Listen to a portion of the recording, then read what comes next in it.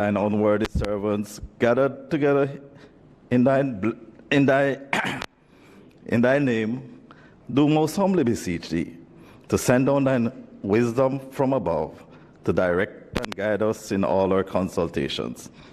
And grant that we have in thy fear always before our eyes, and laying aside all private interests, prejudices, and partial affections, the result of all our counsel may be to the glory of thy blessed name, the maintenance of true religion and justice, the safety, honor, and happiness of the Queen, the public weal, peace and tranquility of the island, and the uniting and knitting together of the hearts of all persons and estates within the same, in true Christian love and charity, one towards another, through Jesus Christ our Lord. Amen.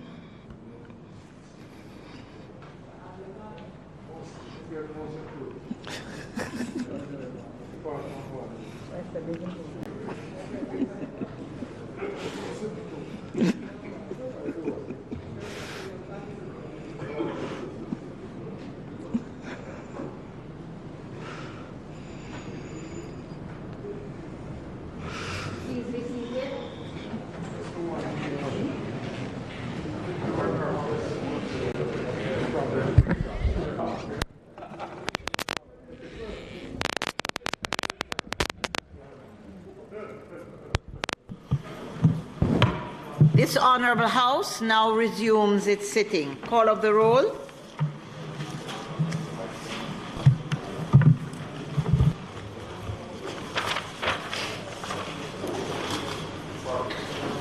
Mrs. Holness, Mr. Bartlett, Mr. Holness, Dr. Clark, Dr. Chang, Mr. Montague,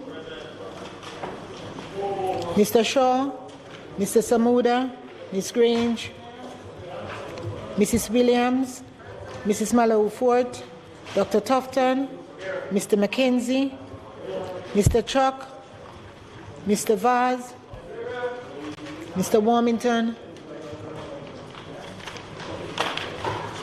Mr. Hutchinson, Mr. Charles, Mr. Taylor, Ms. Smith, Mr. Main, Dr. Dunn, Mrs. Cuthbert Flynn, Mr. Morgan,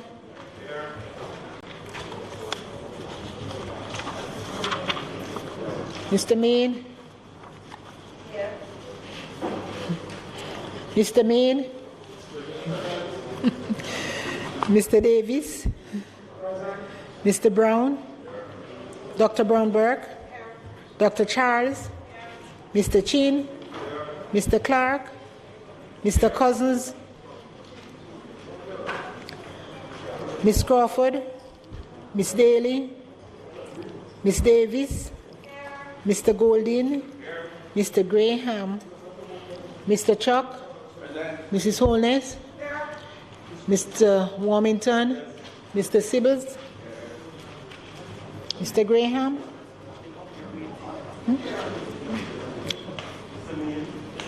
Mr. Green, Dr. Guy, Ms. Hamilton, Ms. Hannah, Mr. Henriquez, Mr. Henry, Mr. Hilton, Mr. Jackson, Mr. Lawrence, Miss Lee, Mr. Miller, Miss Morrison, Mrs. Nita Garvey, Mr. Paulwell, Mr. Phillips, Dr. Phillips, Mr. Robertson, Mr. Robinson, Mr. Slowly, Mrs. Vaz,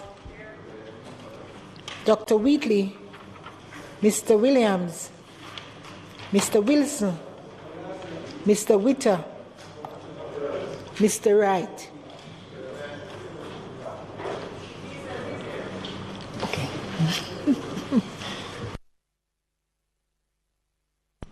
Statements by ministers. Madam Speaker, there will be two statements today. The first statement will be made by Dr. the Honorable Christopher Tufton, Minister of Health and Wellness, and the second statement by the Honorable Desmond McKenzie, Minister of Local Government and Rural Development.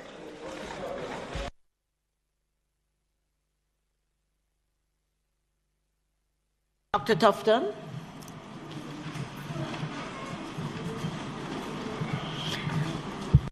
Do we have copies of your? Yes.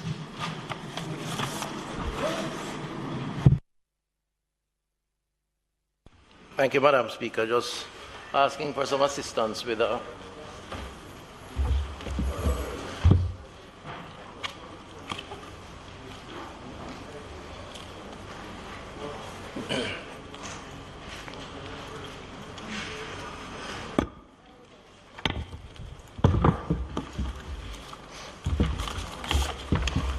Thank you very much. Madam Speaker, building a resilient healthcare infrastructure is especially important in light of the COVID-19 pandemic. And I would like to report to this Honourable House that it continues to be a priority for the Ministry of Health and Wellness and for the Jamaican government.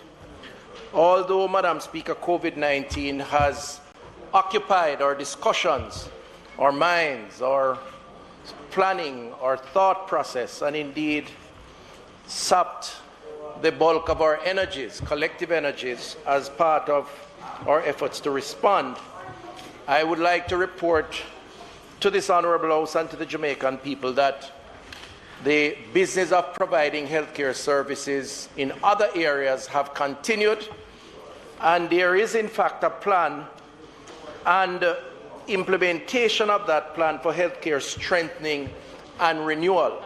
And that plan is particularly important in the context of COVID-19. In a sense, we have to find the opportunities, Madam Speaker, in this crisis and build a more resilient health system going forward. This plan, Madam Speaker, that I speak of and I would like to update this Honourable House on involves infrastructure, equipment, diagnostic equipment, and people fit for purpose to address the concerns of the health profile of our population. It is this combination that together addresses both the prevention side as well as the curative side of healthcare. And we do have a plan in recognition of where the weaknesses are and the trends in the health profile of our population. Most of Jamaica's current health infrastructure, Madam Speaker, where I'll place my focus today, predates independence in 1962. And in fact, if you look at the size of Jamaica's population back in 1962, official statistics says approximately 1.6 million Jamaicans. Today, we're looking at just under 3 million Jamaican citizens. The truth is, we have really not done much to improve our health infrastructure. Yes, there have been ad hoc additions and one or two major overhaul, but not sufficient to keep abreast with the population expansion and also the health profile of the population. In addition to that, Madam Speaker, we have done a not so good job at maintaining that infrastructure. And I think Cornwall Regional demonstrates the consequences of that, given the fact that that building collapsed before it has gotten the type of attention that it deserves. This infrastructure, moreover, Madam Speaker, this is the 1962 and before infrastructure, was developed recognizing a particular health profile. And today, we're living in much different times with more different challenges, with different technologies. And so the issue now is how do we right-size, repurpose, refocus, and build out that infrastructure. Madam Speaker, this government, I'm happy to announce, has committed as part of partnerships through multilateral agreements, bilateral agreements, GOJ funding, or gifts that we have received from our bilateral partners. We have committed, Madam Speaker, to build out over the next 3 years health infrastructure valued at US 200 to approximately 236 million US dollars, Madam Speaker. And this is to build out a public health infrastructure over that period of time. Madam Speaker, this represents the largest investment in health infrastructure since independence in 1962, Madam Speaker, being undertaken by this government, this administration. Madam Speaker, with designs complete, and we have put some of those designs on the outside for members to see, and budgets committed and now in place, we will go to market for competitive tendering in the first quarter of 2022, that's next calendar year, with the intention to build out begin the build out in the second to third quarter and may even continue over into 2023. So the next fiscal year, a number of projects. Projects slated to start next year includes, Madam Speaker, Spanish Town Hospital, badly needed, Maypen Hospital, the Greater Portmore, St. Jago Park, and Old Harbour Health Centres, just to name a few. Madam Speaker, this historical investment will ensure that the Jamaican healthcare system has the capacity to respond to a rapidly changing health environment, an aging population, and high levels of non-communicable diseases, NCDs for short, which claims, incidentally, some 70% of Jamaicans who pass each year. Between 16 and 18,000 deaths, 70% are lifestyle-related diseases or NCDs. These diseases, Madam Speaker, by the way, have claimed or claim on average some 41 million persons annually. That's 70% too of the global population. If you put that in the context of COVID claimed last year, up to this point, about 5 million persons globally. So confronting the NCD challenge and other health challenges, Madam Speaker, as I said earlier, requires a mix of infrastructure, health policies, and human resources. Our infrastructure projects are being implemented across several health centers and hospitals and through different programs and funding arrangements, including the NHF, the EU, the Inter-American Development Bank, as well as in the most substantial case, a gift from our bilateral partner, the People's Republic of China, for the Adolescent and Children Hospital in Montego Bay. Under this particular EU IADB and GOJ funding program, the Health System Strengthening Program, which is on display on the outside, some 13 facilities will benefit from upgrades. In addition, we have completed external upgrade designs for the University Hospital of the West Indies, a separate program, the Cornwall Regional Hospital, and of course the Western Children and Adolescent Hospital in Montego Bay will continue in the new year to be built out, Madam Speaker. Just want to give you a few highlights on some of the specific projects, Madam Speaker. The Spanish Town Hospital, Madam Speaker, which was built in 1952 with a little over 200 beds, now has a capacity of 430 beds, benefiting from some addition of infrastructure over the years. Spanish Town will receive, however, its most significant expenditure for build-out and upgrading yet under this program. It will be the largest infrastructure work at Spanish Town. The proposed new building encompasses the construction of a 6-story modern facility with an estimated area of 17,633 square meters, which will include several points of access for staff and patients, with the new upgrade services including urology, oncology, cardiology, ophthalmology, psychiatry, will be offered to meet the new and growing demands of the St. Catherine area, Madam Speaker. So Spanish Town, which will be the first, hopefully, that we will break ground on in the new year, will see significant adjustments in services. St. Anne's Bay Hospital, built in 1929 with 15 beds, currently has some 308 beds. The hospital will benefit from a $545 million upgrade under this IADB EU program.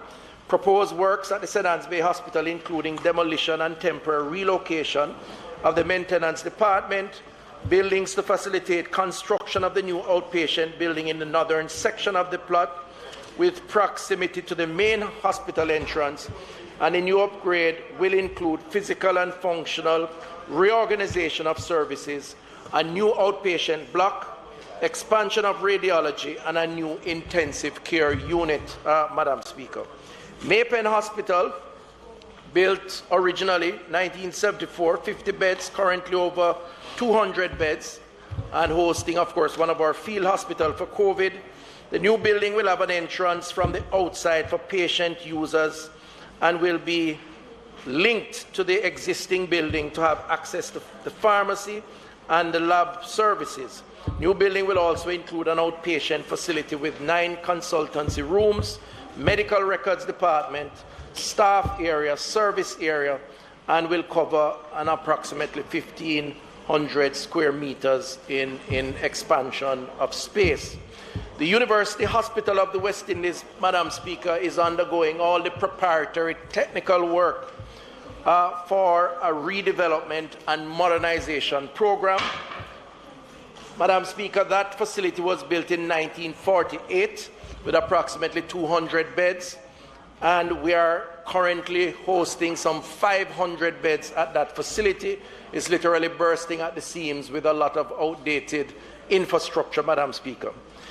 The UHWI is slated for a $4.9 billion upgrade of building and equipment, now in the design stage, so the design work has started, and will ensure major improvements at the hospital itself.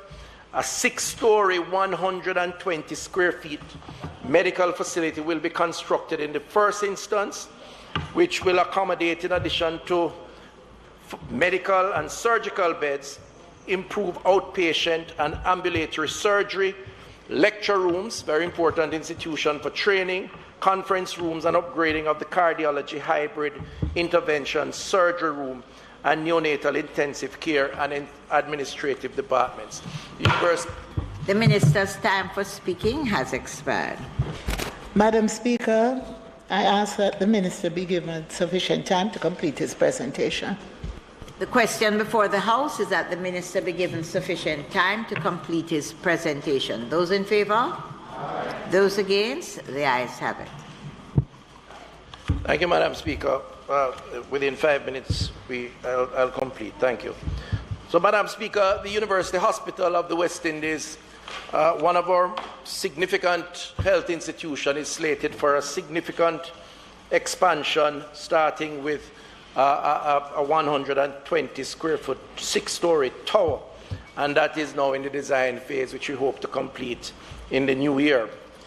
In terms of the Cornwall Regional, we have spoken about that facility, many concerns about its completion, and just like to report to this Honourable House that a second to last phase contract was signed recently, having been approved by Cabinet, and work has commenced on completing that phase, with the hope that sometime in the latter part of next year, the final phase will be completed.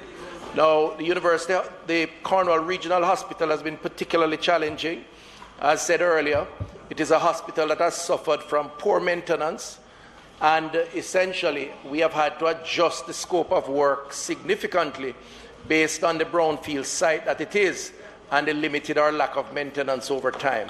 We have had also some project management issues, which we have corrected by making some adjustments, bringing in external assistance for project management and quality control, and I do anticipate that we will have a smoother flow now to complete that building. When Cornwall Regional is complete, Madam Speaker, I will borrow the phrase that we are accustomed to.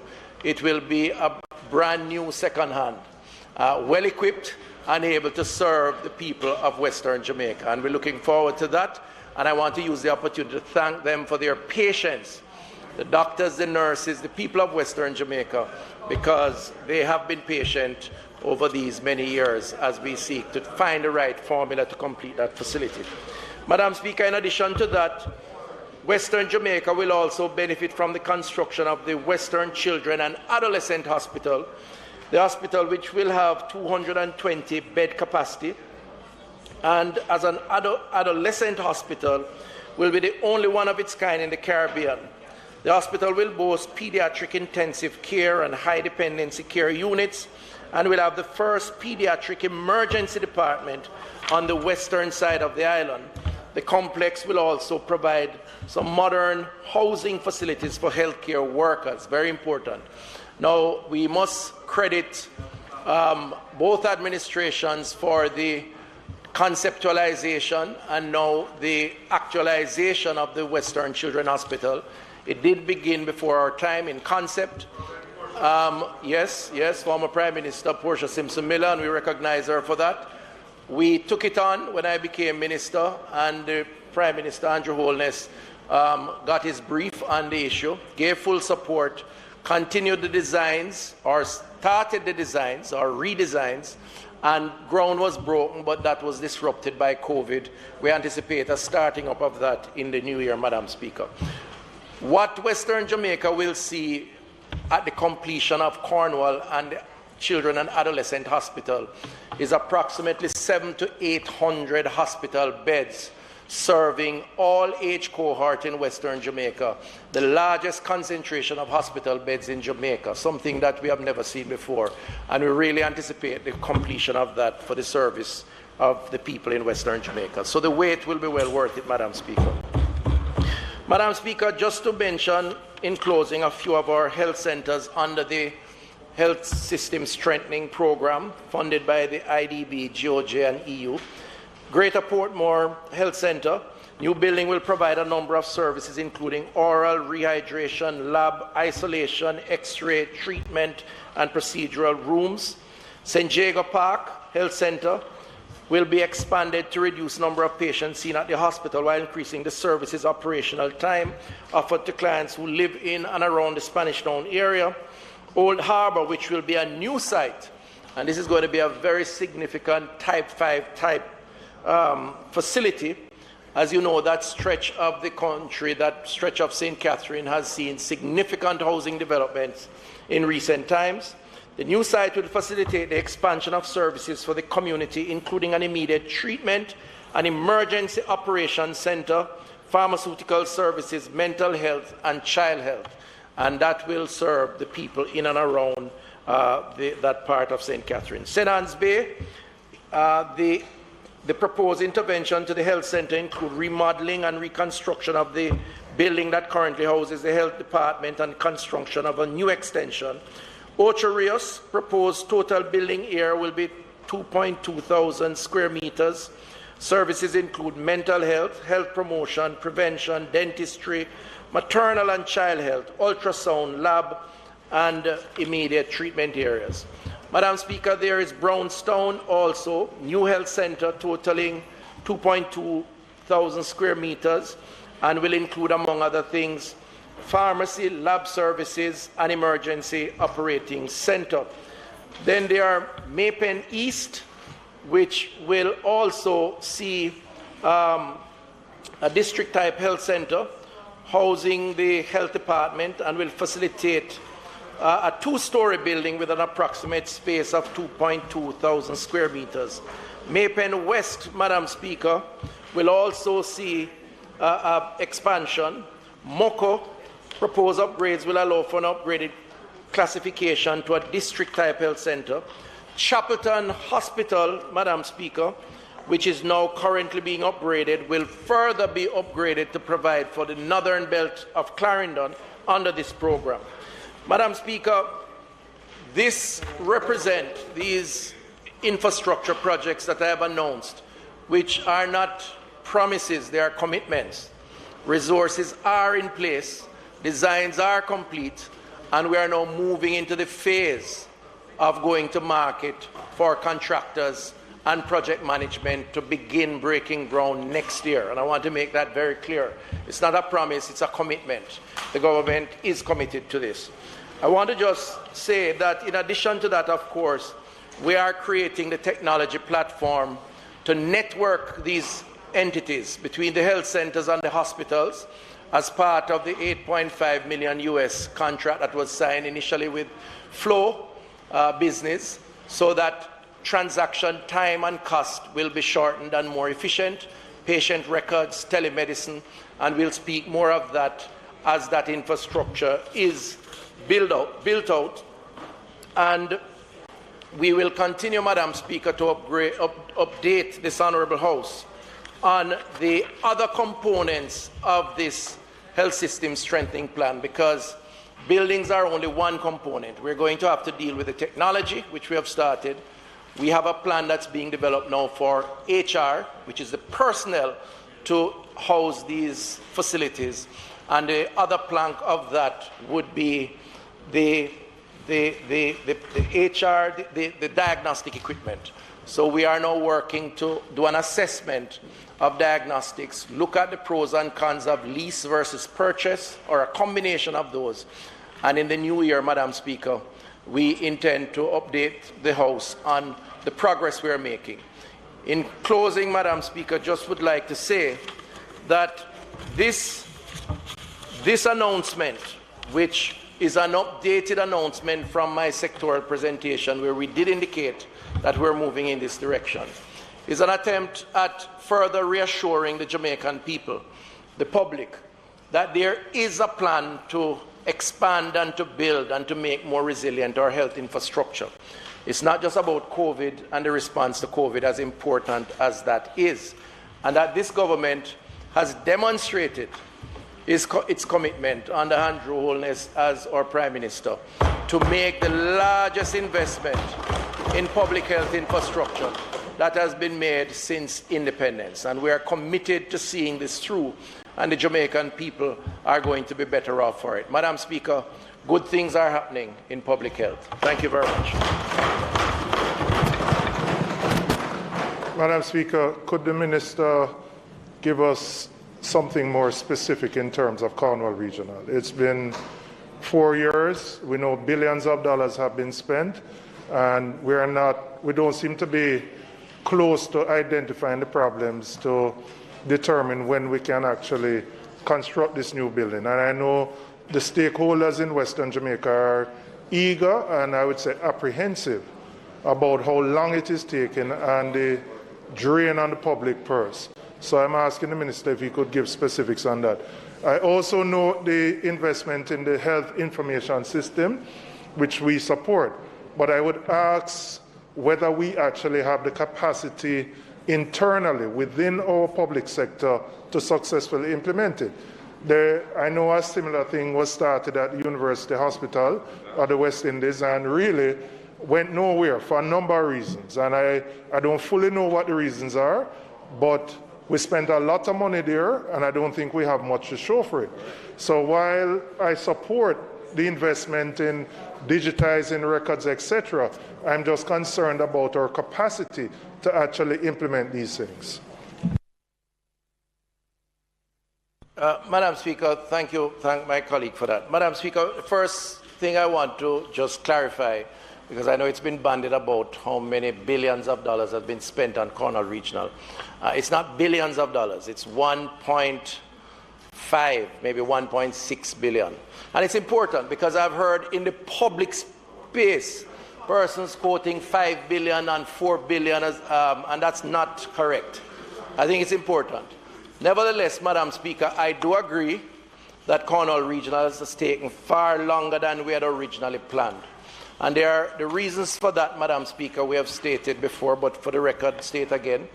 There have been a sort of creeping scope change of the work because it is a brownfield site. It started as an air quality issue, morphed into a plumbing issue, a leaking roof issue, a mold issue. And so whenever we go in, based on the initial assessment to repair, we ended up adding additional variations to the work. And it's a matter of public record, happy to share that information, but it has led to significant variations and by extension time and cost variations. We have learned a lot of lessons from it though, Madam Speaker, because the truth is we have depended a lot on our initial assessment of the challenge, and in a sense we have also not benefited from capacity around project management for hospital build-out. Said that publicly. I know it has been interpreted with some amount of controversy, but it is true we have not built a hospital in Jamaica for maybe 30 years. This is the first that we're embarking on a kind of expansion such as this one. So what have we done to correct the challenge?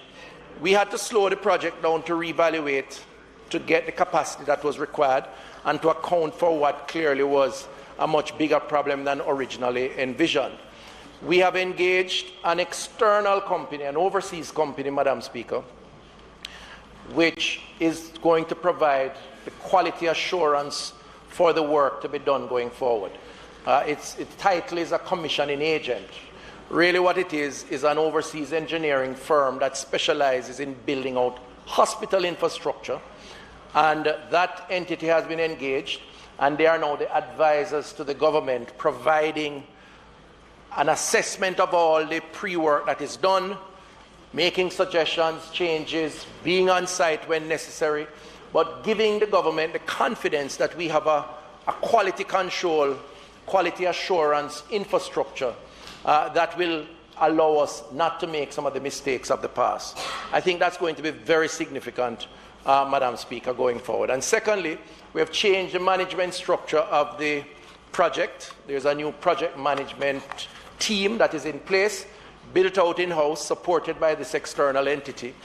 And I believe that the estimates that have been done, the quantities that have been arrived at, based on all the rescoping that have had to be done, is much more predictable now, and the timelines that have been set are more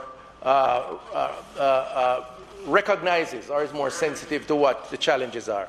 So I do believe that this latest contract that we signed with a construction firm, one of the larger ones in Jamaica, M&M, they have started their work, and I'm hoping that that will go smoothly with the coordination of our team in-house until we move to the next phase. So I do believe that we are on a much smoother track as of now.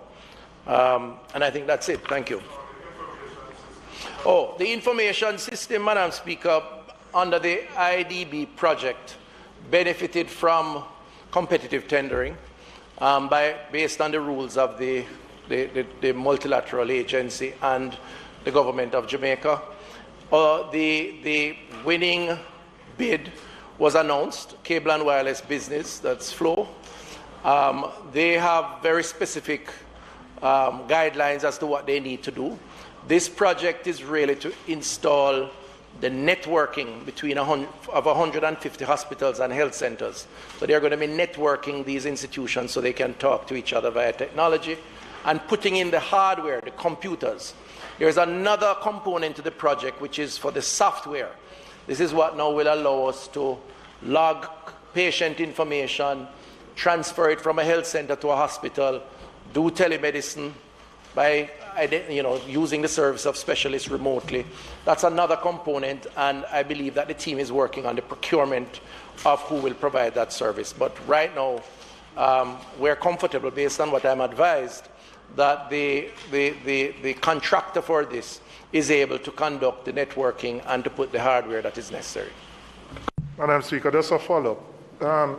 I know we started a program with the Universal Service Fund where we connected health centers, some hospitals, to high-speed internet access. What is the status of that? Because it sounds like this is, in a sense, doing that over. And I know there should be, right now, a number of these hospitals that should be in a position to speak to each other based on this connectivity. So can you give me an update on that? The specifics of what you refer, but there was a pilot that was done involving 2 hospitals and 2 health centers. It was relatively small. It involved Santa Cruz Health Center and networking Santa Cruz and Black River, for example. When I became minister, it was a work in progress. And while some progress was made at the health center, I think it was going far too slow.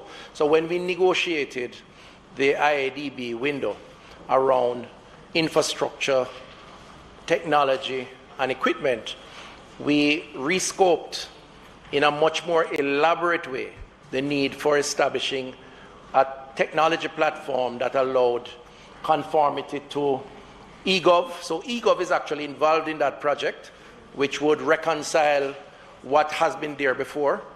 And there is coordination between government agencies and ministries.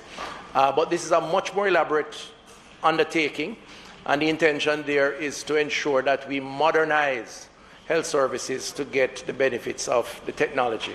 I should mention you raised UWI, and again I think that some of the news, the public discourse around UWI has been overblown, and you know, they really ought to respond to this, something I've discussed with them.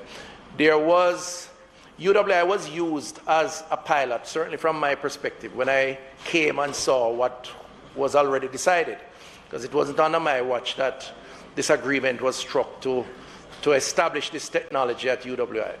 I've been there several times to look at what is there. The truth is, it is a good system in that it has the capabilities to do a lot and is being used now, parts of it, not in its entirety. One of the biggest challenges there is change management. Get the people to adjust to the technology so they move away from what they used to do. And even at the highest level of learning, UWI is clearly the seat of public health research and teaching.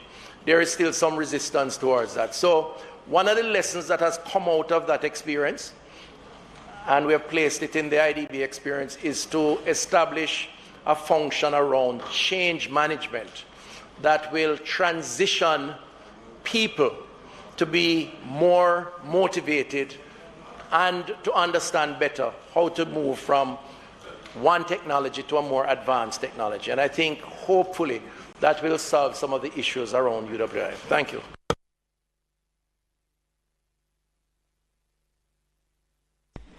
Madam Speaker, a statement will now be made by the Honourable Desmond McKenzie, Minister of Local Government and Rural Development. Minister McKenzie.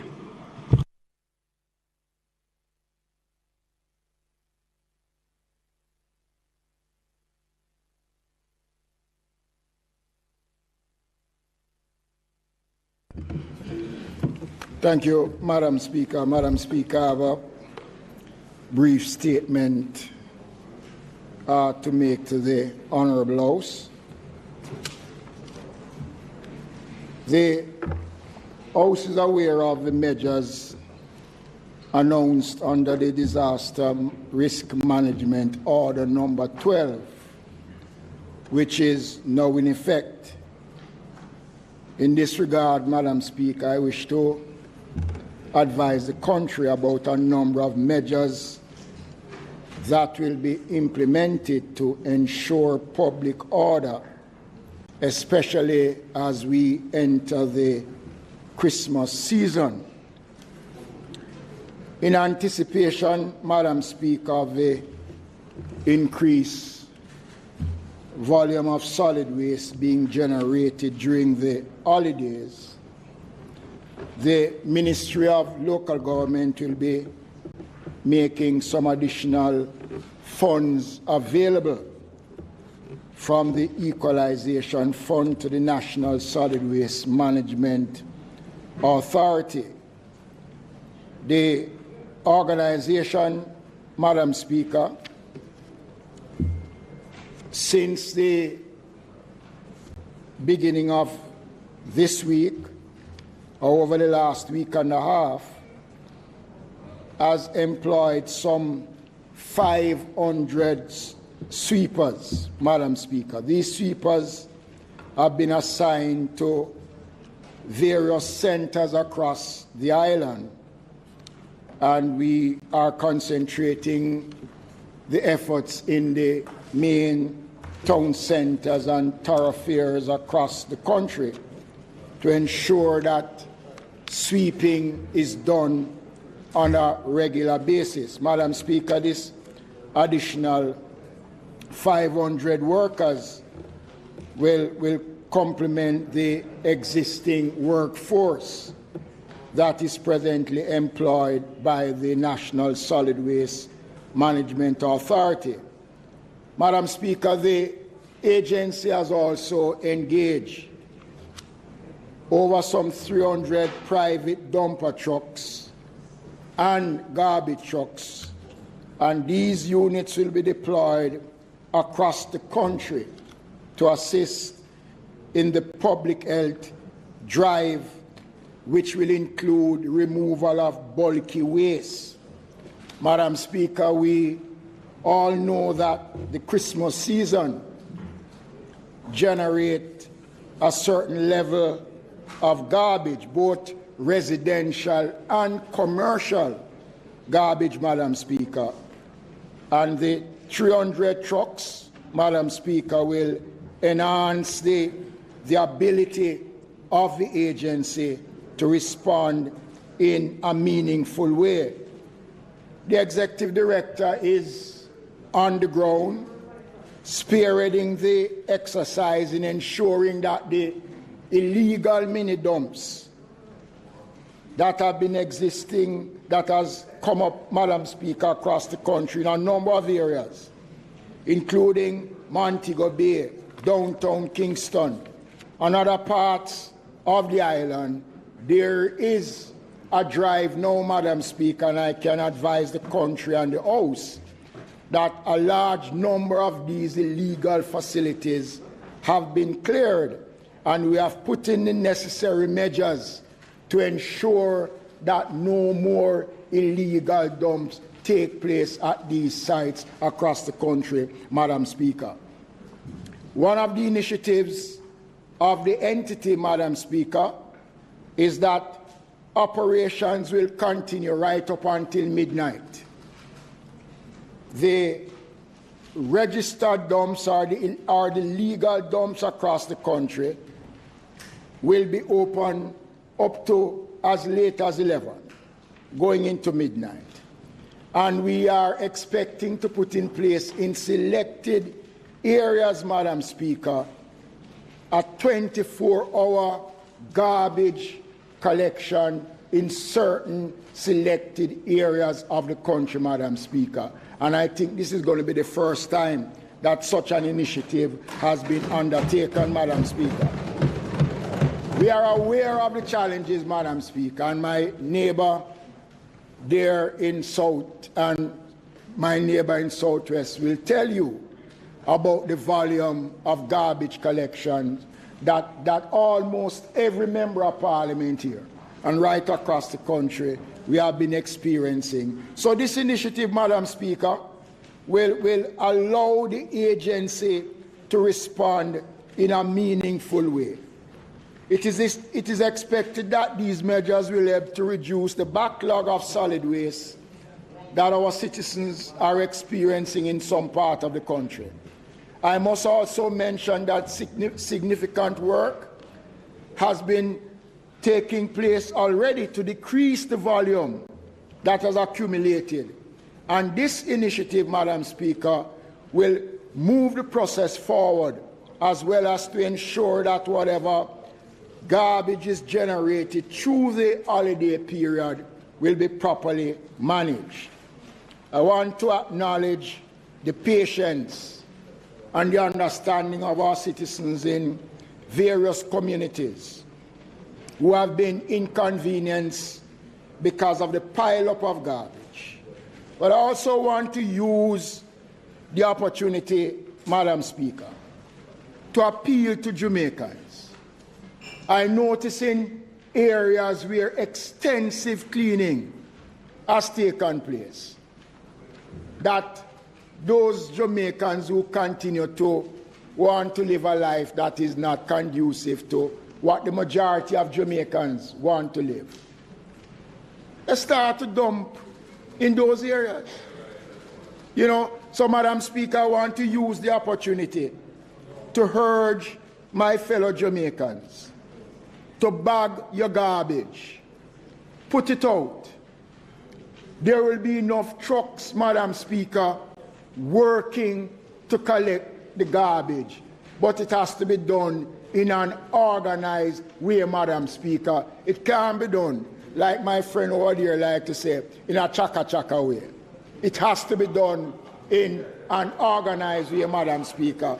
And I would urge my fellow Jamaicans, and let me say, Madam Speaker, that the agency will be working with the police and their enforcement team to ensure, Madam Speaker, that we get the kind of compliance that is needed.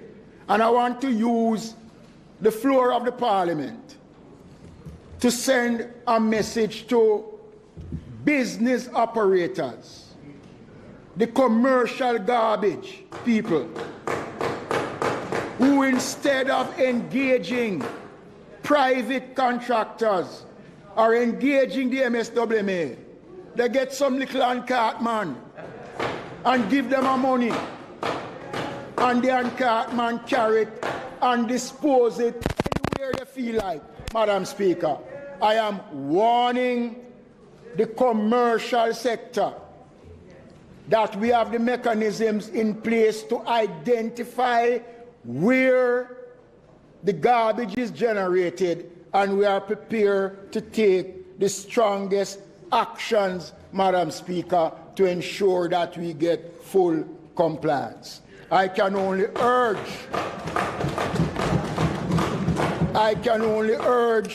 my fellow Jamaicans, cleanliness is godliness.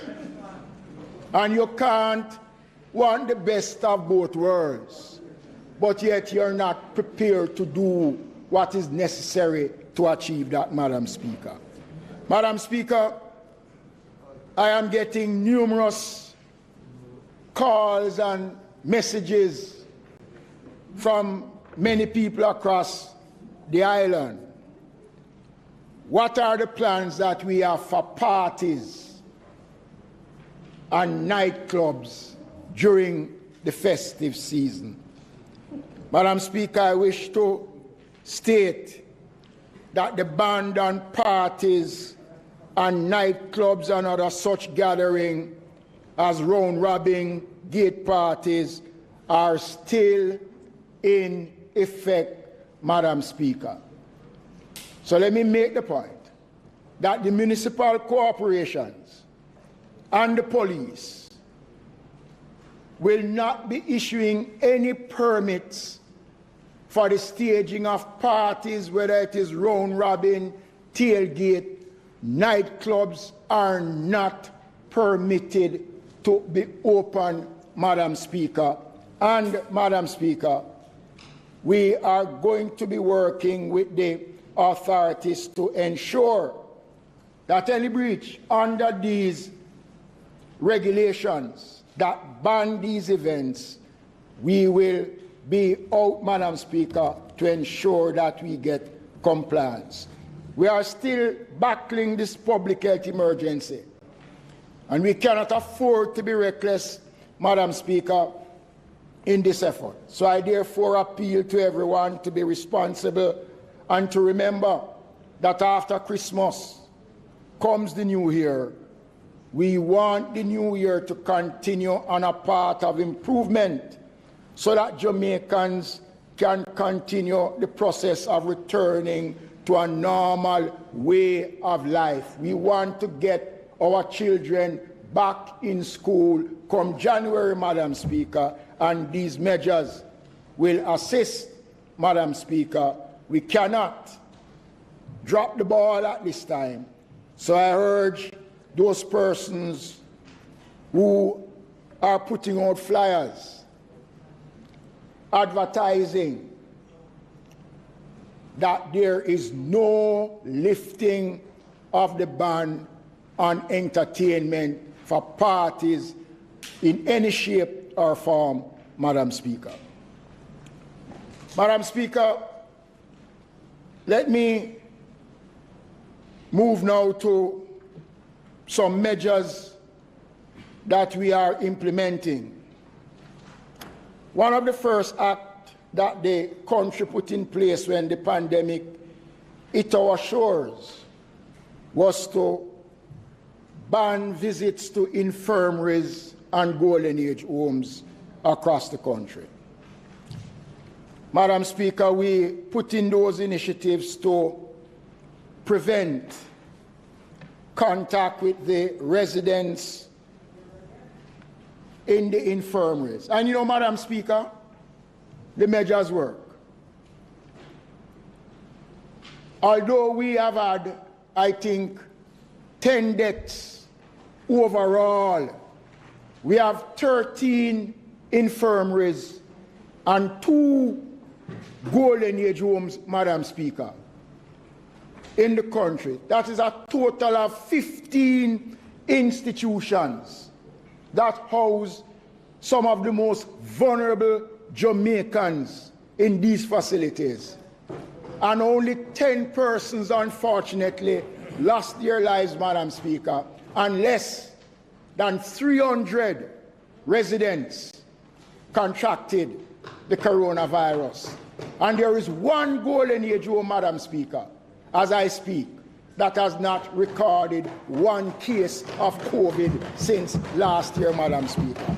And when you match Jamaica's performance against the great countries in the world, we have done far, far better. And I want to use the floor of the Parliament to commend and to congratulate the workers in the infirmary, Madam Speaker, for a job well done. 85% of the residents, Madam Speaker, in our infirmaries are fully vaccinated. 85%, Madam Speaker.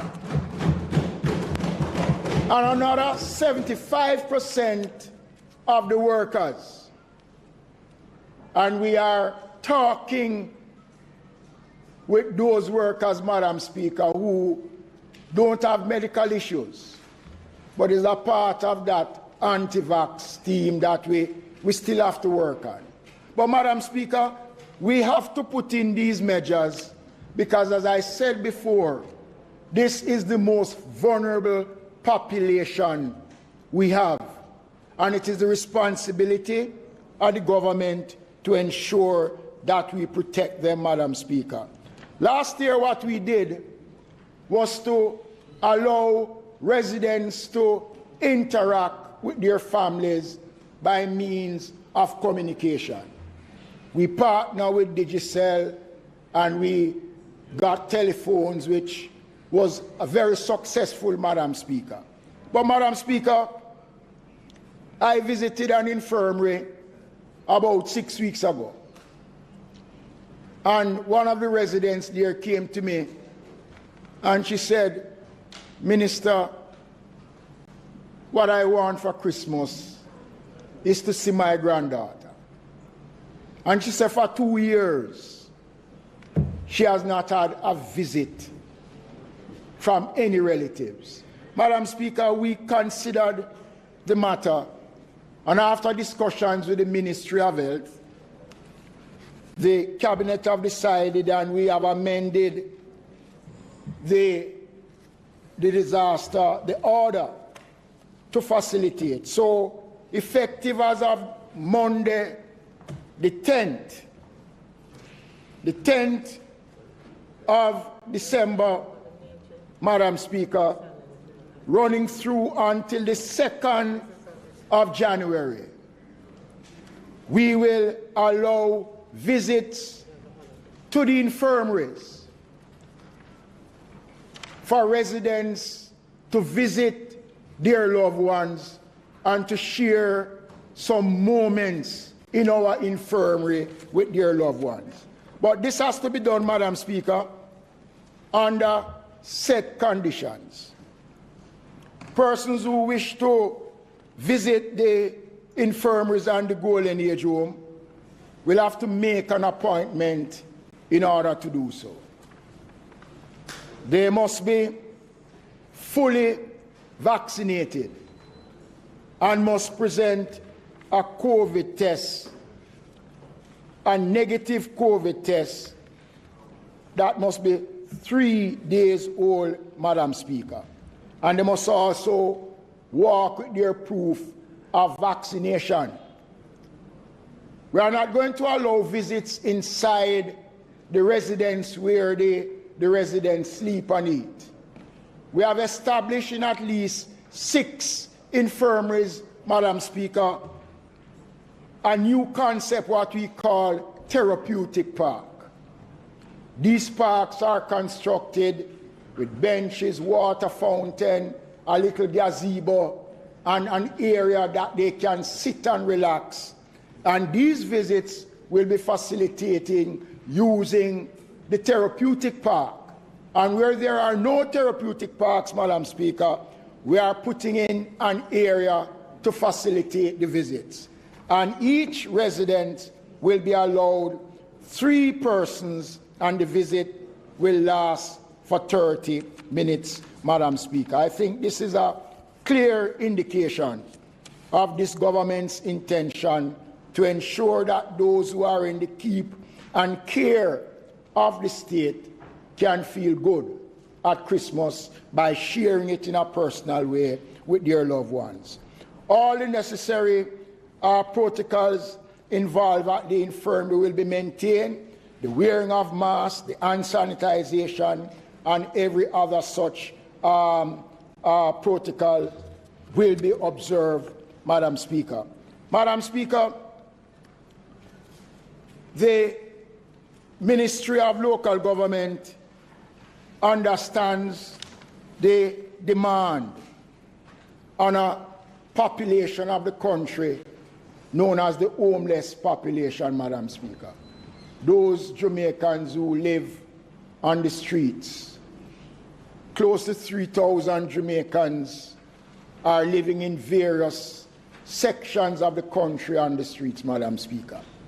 And this administration, Madam Speaker, since 2016, and even when COVID came, we have not failed in any year, and thanks to the Minister of Finance, who has been very receptive, have provided the funds to ensure that our homeless population is taken care of on a daily basis, Madam Speaker.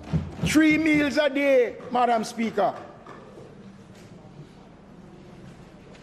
Breakfast, lunch, and a snack, Madam Speaker. And we have provided facilities that if the homeless want to go have a shower, get a change of clothes, we have shelters now, Madam Speaker, that they can go and sleep if they want to. And your parish, Madam Speaker, Trelawney, is the first parish outside of the corporate area that we are building a shelter for the homeless population to be able to sleep at night if they so desire, Madam Speaker. And this is the work of a government that is caring, a government that is understanding, Madam Speaker. Yes. And I want to assure the country and make an appeal to Jamaicans who normally at Christmas go around to feed those persons on our streets. Some people have good intention, but some have bad intention because they spoil food that they have. Instead of dumping it, Madam Speaker, they take it and carry it and give it to the homeless population. And some of these people are not idiots. When they get it, they throw it away because they don't appreciate it, Madam Speaker. So I'm going to appeal to Jamaicans who want to join in to assist this population to get in touch with the Poor Relief Department of the municipal corporations, or to join the churches or whatever interest group so that we can provide adequately, Madam Speaker, for the population in the infirmary. Madam Speaker, quickly, some amendments have been done to the DMR Act to facilitate the operations of markets, Madam Speaker. Madam Speaker, effective as of the 10th of December to January 13th, the opening period for markets, Mondays to Saturdays, Madam Speaker, will now be from 6 a.m. to 9 p.m. So we have increased the closing hours of markets. I want to point out that Sundays and public holidays, Madam Speaker, the markets will not be open on a Sunday public holiday. December the 27th is Boxing Day, so the markets will remain closed. New Year's Day, the market will remain closed. Christmas Eve and New Year's Eve, markets will be permitted to remain open until midnight, Madam Speaker, in keeping in the same order that was announced by the Most Honourable Prime Minister last week. Vending in public arcades and public transportation centres have the same operating hours as markets. Madam Speaker, the other area quickly which I want to mention is that the opening hours of village bars and taverns have been extended to 9 p.m. as of the 10th, Madam Speaker, and that will go right through until the 13th of January.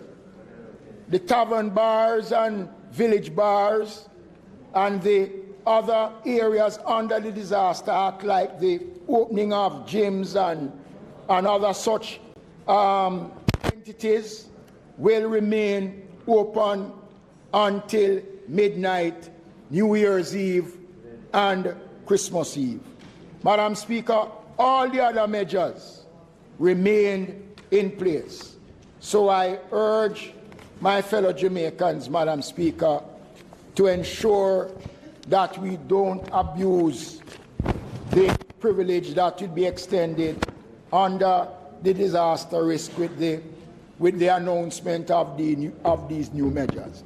Finally, Madam Speaker, this administration continues to provide a source of support for the elected representatives at the local government level, the councillors. Again, following discussions with the Minister of Finance, Madam Speaker, some $140 million was made available to the Ministry of Local Government to provide tablets and computers for councillors to assist needy students in their respective divisions, Madam Speaker. Over some 2,500 tablets and close to 1,000 laptops, Madam Speaker, will be made available to councillors to provide for students within their respective divisions, Madam Speaker.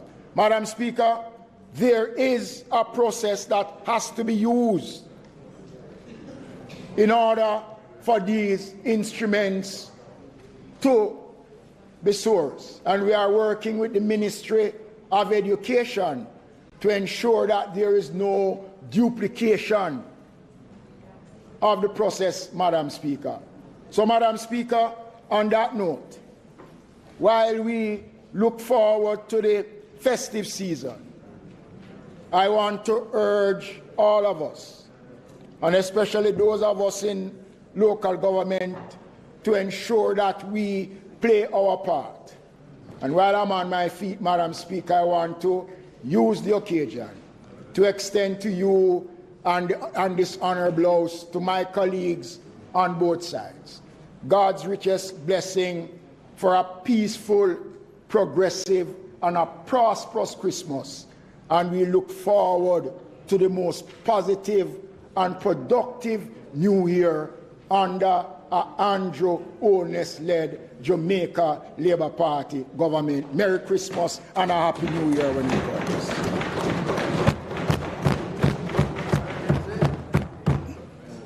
It would be remiss of me not to acknowledge the good wishes of the Minister. We thank him. I thank him on my own behalf and on behalf of us as members of the Parliament. Madam Speaker, my question is through the Minister to his colleague, Minister Williams. I was very happy to hear about the tablets for the councillors, and I endorse it. I still want to know when the members of Parliament will get the 100 that were promised in May. When? All right, you can probably answer on the mic so I can hear you. I can't hear you. Sorry. We've started to send out the letters to the MPs with the voucher so that they can hand it over to the parents to go and get the device. So this is something that will happen before Christmas for us, or what? Right. So it's happening. We're sending it out this week. We're sending them out this week. We still need some information from all the MPs. Not all the MPs completed their forms. Some MPs sent in without putting 100 names on it. So we're encouraging our MPs, whoever didn't do that, to give us more names. There are others where we didn't get the complete information. So my office is working individually with MPs. I'm sure you will hear between today and tomorrow about yours. I think you still have like about 10 more names that we need to get. Yeah. Minister, I thank you for your presentation. Wide-ranging. On the issue of garbage disposal, it is really the bane of the existence of people in many communities. The National Solid Waste Management Authority is severely under-resourced, and they just do not have the capacity to collect the solid waste that is generated especially in densely populated communities, and it builds up because of infrequent collection and creates a whole range of hazards, and from flies and mice to just a very unsightly and unpleasant living environment for the residents. So I am pleased that a serious effort is going to be made over the Christmas period to provide the additional 20 million to enable private trucking and the sweepers to do their work. I know many members of Parliament will have used part of their allocation for the Christmas work to do some solid waste disposal because the situation is so needing of that. So hopefully the efforts that will follow that now from the solid waste doing further work will mean that whatever has been done will be expanded or will be sustained for a longer period of time. I just wanted to encourage you, Minister, to look at the legal penalties for persons who do illegal dumping. We have a phenomenon in my constituency where persons from outside of the constituency, the same commercial operators that you're, come and dump not only garbage, which they do frequently in areas which are not, which are relatively underpopulated, and create dumps there which are horrible, and then they often set on fire, so you have a fire hazard and a smoke hazard, but also soil from construction sites that is not of any quality that can be used as topsoil or for any agricultural purpose. And they just dump it on any open land, and it becomes a real challenge to move it because of the expense of moving it. So I really feel that the enforcement aspects of solid waste disposal need to be looked at. I know you've given your commitment to being very rigorous in that regard, and I would fully support that, Minister. But I would also wish to say perhaps we need to look at the whole regime and see whether Parliament can play a role in making it more of a deterrent and a more effective way of preventing or discouraging people from doing this kind of thing, and indeed holding them accountable and to book where they do it, because it has been going on too long and it seems to be getting worse with time. And I think we need to try and mitigate that as quickly as possible. So anything you want to do in that regard, Minister, you will have my full support. Thank you. Of the employment of 500 workers. Are these workers to be drawn from a group of workers that you have, or are they going to be employed parish by parish? One. Secondly, is it just for the Christmas work, or they will continue for some period thereafter, or on what basis they may continue, if that is the case. And three, the municipal police, do they have a role in the monitoring that you mentioned, that the dumping and all of this? What sort of role will they play, if any, in the monitoring? Madam Speaker. Oops. Madam Speaker, in relation to the statements made by the Minister, I wanted to add to the comments you made about the feeding of the homeless.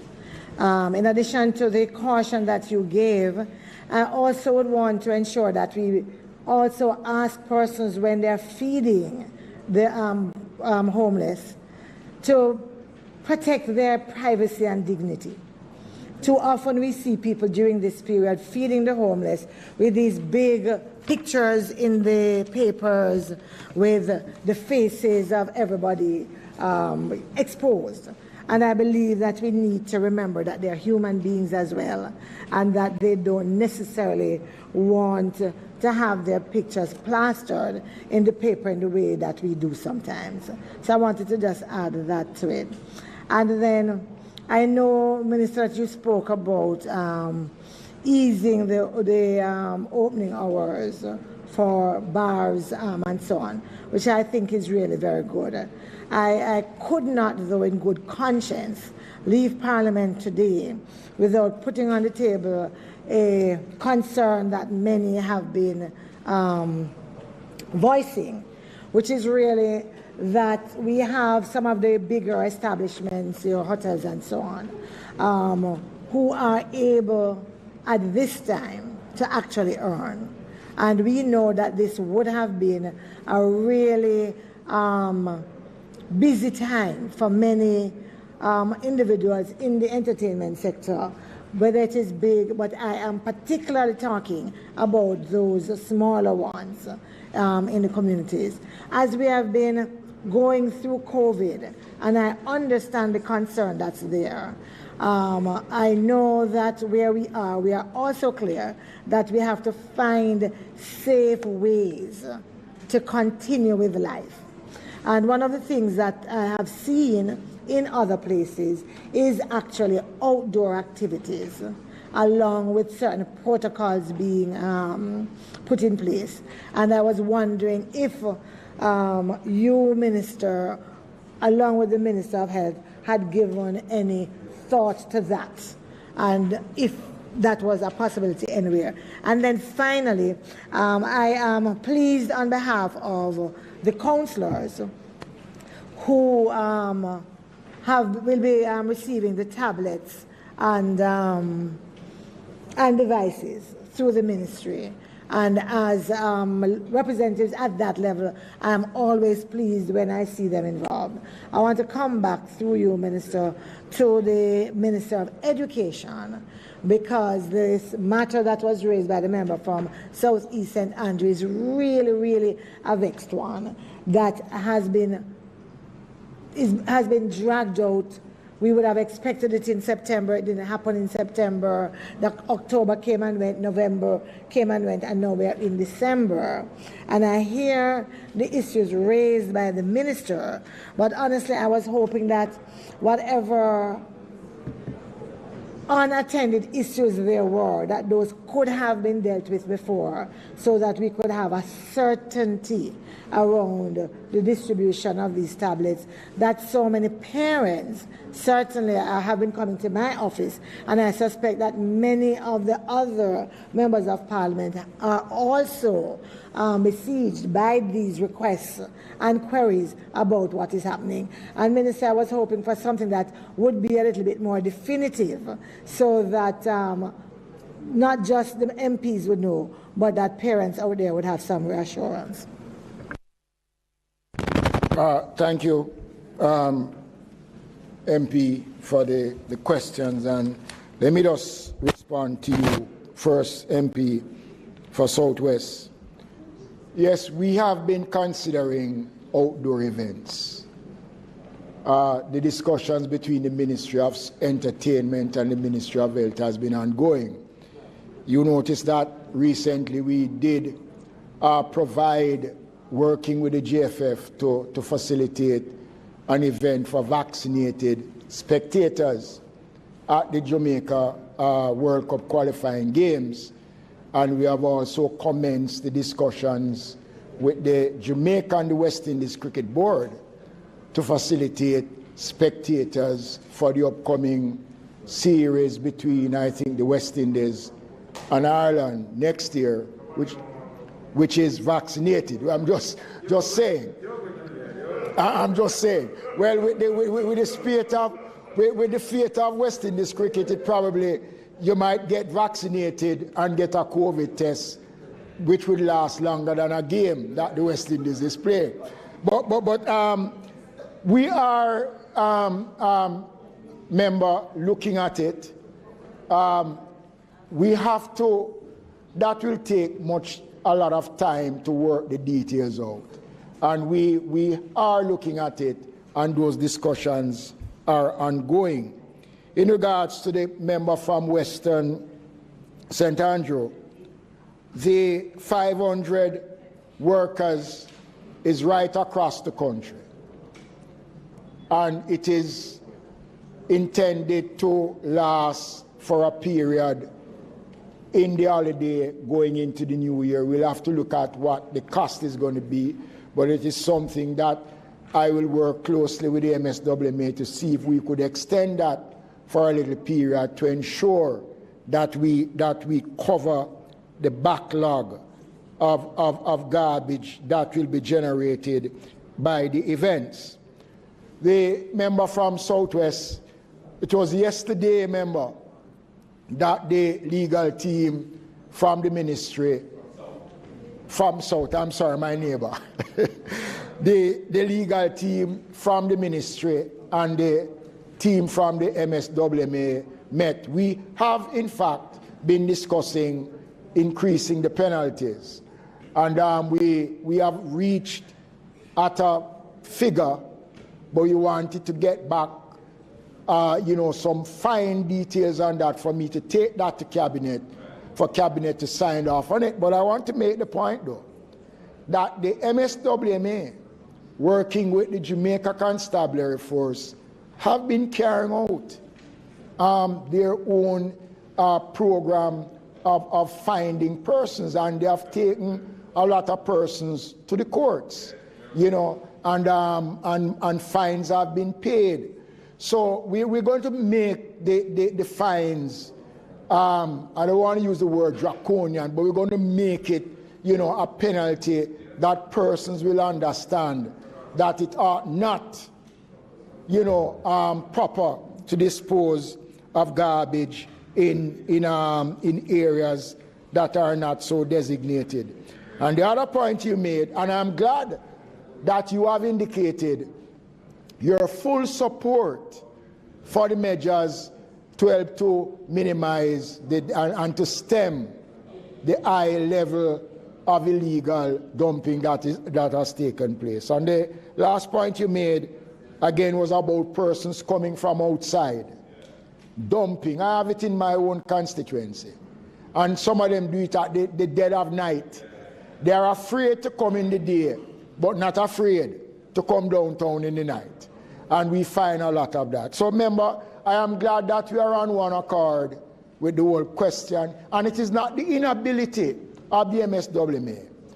The government, we promise to provide 100 trucks to support the work of the entity, but because of COVID. But I am pleased to announce that the process have started, and the Minister of Finance is there for us now to fulfill that commitment for the 100 trucks. And there's a commitment coming out of the MSWMA, working with the Ministry of Finance. By the latter part of next year, we would have in our possession the 100 trucks to supplement what we have. But I am giving the House the assurance that whatever is required to allow the MSWMA to be in a position to respond to garbage collections, we will make those commitments to ensure that we maintain a clean country. But we can't do it by ourselves. We have to get the buy-in and the support from the wider Jamaica. Minister, I'd ask you about the role of the municipal police in monitoring, and what other monitoring mechanism beside that, if there be any. The National Solid Waste has an enforcement unit that does enforcement right across the country. And they do work at times with the municipal police in various municipalities across the country. So they do, in fact. Probably the complement is not as strong as it ought to be, but they do get support from the Jamaica Constabulary Force, especially in targeted operations across the country. But yes, there is need for us to strengthen that, and we will see how best we can work with the municipal police to strengthen the workload of the enforcement team at the MSWMA.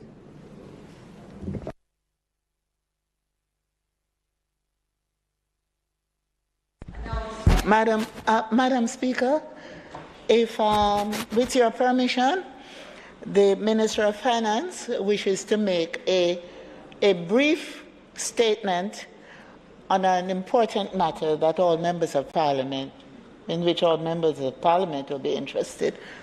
Your permission, Madam Speaker? Granted. Thank you.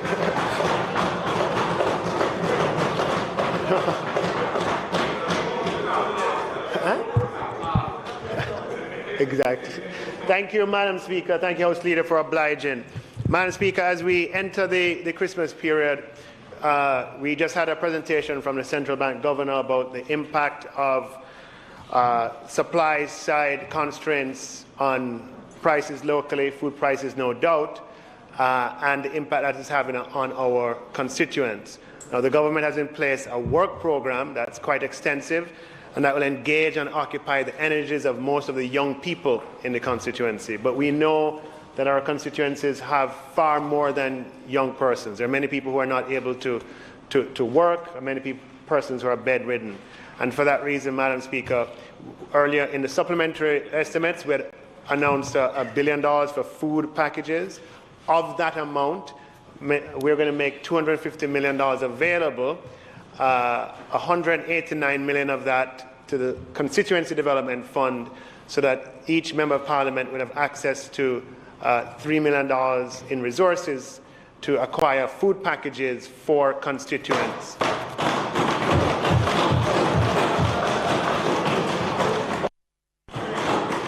And, Madam Speaker, approximately 61 million, just to take up the 250, available to the Ministry of Local Government, 61 million, so you can have councillors who engage.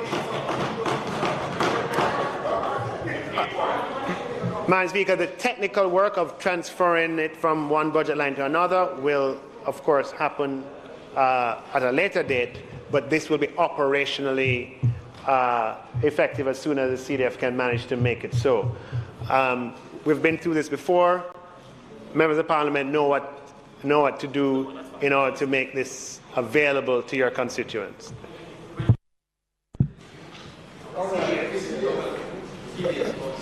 Minister, I think all of us welcome it, and I think more importantly our constituents. But you spoke about the administrative details. I just think let's just ensure that we can sort them out, because once you made this announcement, there's an expectation that this will happen before Christmas, and you know that the pressure is going to be more pressure, the additional pressure. So just make sure the administrative issues are sorted out, so when we call the CDF office, we can go order from the wholesalers and get the things in place, because we are what? We're at the 14th now. We really only have a week to get all of this done. So that's really my urge, that the administrative part is sorted out so people can get something for Christmas. Madam Speaker, it's a reasonable request, and we'll do our best. It won't be perfect, but we have done this now at least 4 times during this COVID pandemic. Hopefully, the systems are well oiled and the machinery is ready to go.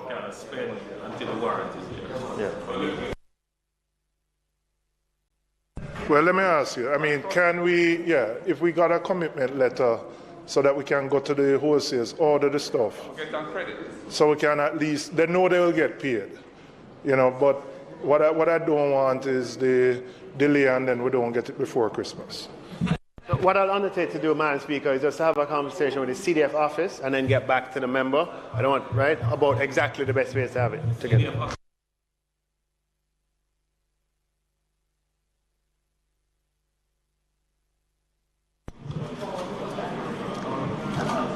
Announcements.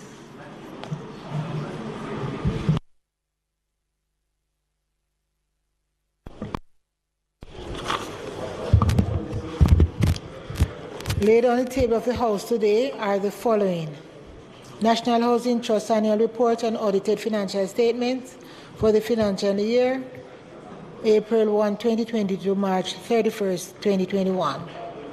Ministry Paper number 100 of 2021, entitled Annual Report and Audited Financial Statement of the Banana Board for the year ended December 31st, 2019, and the annual report. Ministry Paper number 100 of 2021, entitled Statistical Institute of Jamaica Annual Report for the financial years ended March 31, 2017, March 31, 2018, and March 31, 2019.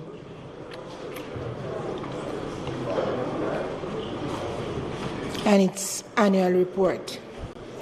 Water Resources Authority Annual Report for the financial year 2019-2020. Ministry Paper number 102 and resolution entitled Government Guarantee of a Loan in the amount of, is what this, 8 billion, Tracy, excuse me. How much million? 700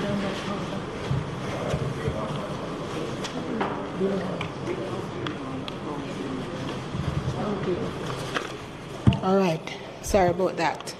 Ministry Paper number 102 of 2021 and its resolution entitled Government Guarantee of a Loan in the amount of 8,1,741,050 to the National Water Commission for the Bank of Nova Scotia, Jamaica Limited for the Jamaica Water Supply Improvement Project. The Stamp Duty Amendment of Appendices to Schedule Order 2021 and its resolution. The Customs, Tariff, Trade and Economic Cooperation Agreement between CARICOM and Cuba, Resolution 2021.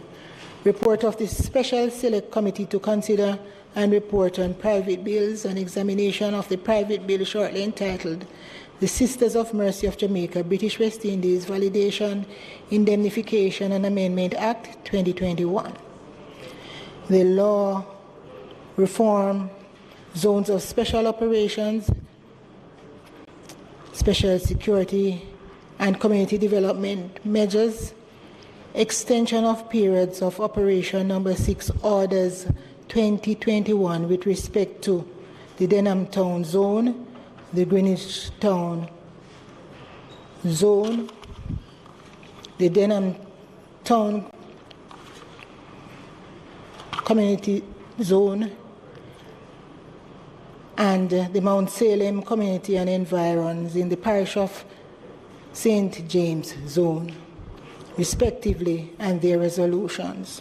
Also, the Law Reform Zones of Special Operations, Special Security and Community Development Measures, the Norwood Community in the parish of St. James Zone, extension of period of operation number 3, order and its resolution. Ministry Papers number 103, 104, 105, 106, and 107 of 2021, respectively, under the Law Reform Zones of Special Operations, Special Security and Community Development Measures, with respect to the Greenwich Town Community Zone Social Intervention, the Augustown Community Zone Social Intervention 2021, the Mount Salem Community Zone Social Intervention 2021, and the Norwood Community Zone Social Intervention 2021. Report of the Standing Financial Committee of the whole House of Representatives, consisting of all members of the House of Representatives, on the Bank of Jamaica Quarterly Monetary Policy Report, Volume 21, Number 4, dated May 2021, and the Bank of Jamaica Quarterly Monetary Policy Report, Volume 22, Number 1, dated August 2021. Certified appropriation account head 15,000 and the 15,000B for the Office of the Prime Minister for the year 2017-2018, and Statement J, Statement of Receipts and Payments of the Contingencies Fund 2015, 2016, and 2016 to 2017. Bills brought from the Senate, petitions, papers, reports from committees. Madam Speaker, I beg to lay on the table of the House a copy of the report of the Special Select Committee to consider and report on private bills, an examination of the private bill shortly entitled The Sisters of Mercy of Jamaica, British West Indies, Validation, Indemnification and Amendment Act 2021.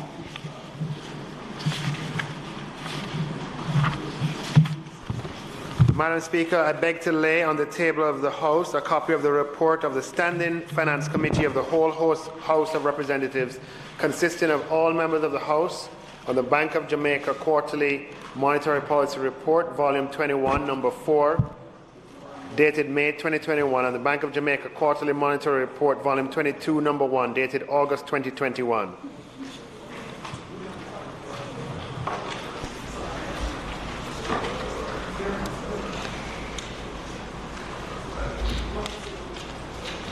Madam Speaker, I beg to give notice at the next meeting of the House. Is it notice the motion to give notice? Not yet. Not yet?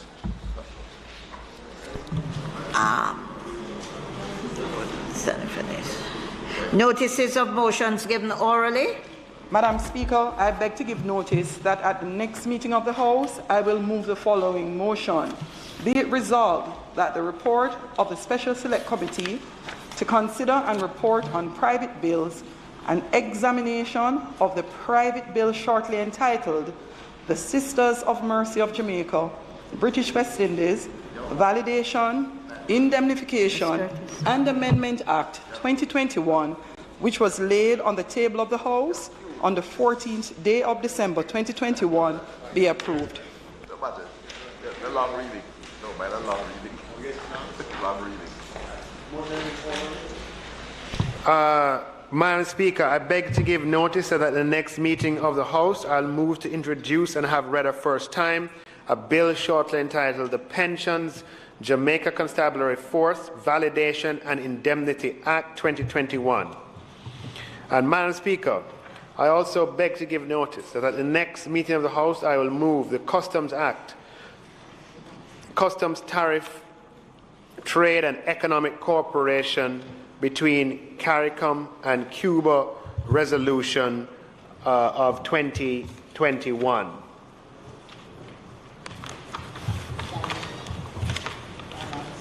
And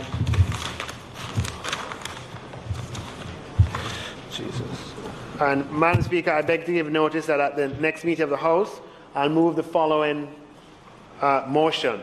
Be it resolved that the report of the Standing Finance Committee of the whole House of Representatives, consisting of all members of the House, on the Bank of Jamaica Quarterly Monetary Policy Report, Volume 21, Number 4, dated May 2021, and the Bank of Jamaica Quarterly Monetary Policy Report, Volume 22, Number 1, dated August 2021, which was laid on the table of the House on the 14th day of December 2021, be approved. Madam Speaker, I further beg to give notice that at a later stage today, I will move for the suspension of the standing orders to enable me to take this motion.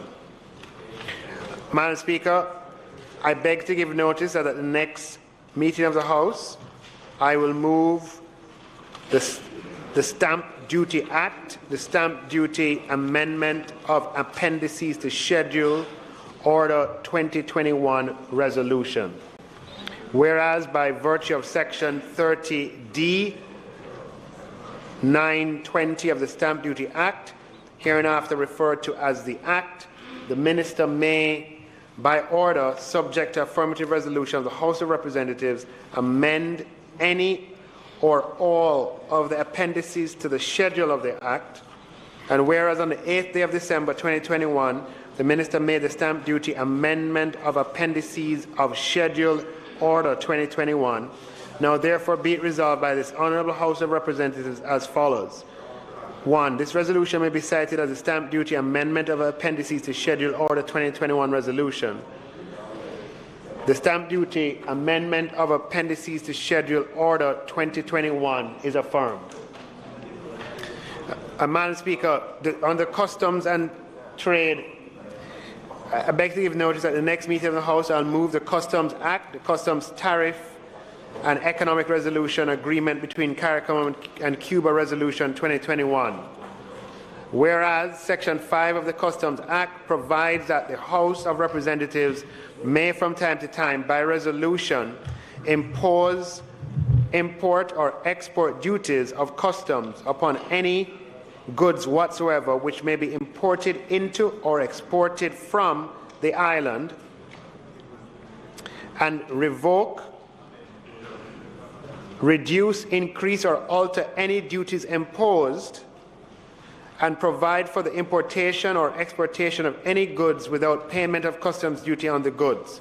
And whereas the Trade and Economic Cooperation Agreement, hereinafter referred to as the Agreement between the CARICOM community, hereinafter referred to as CARICOM, and the Government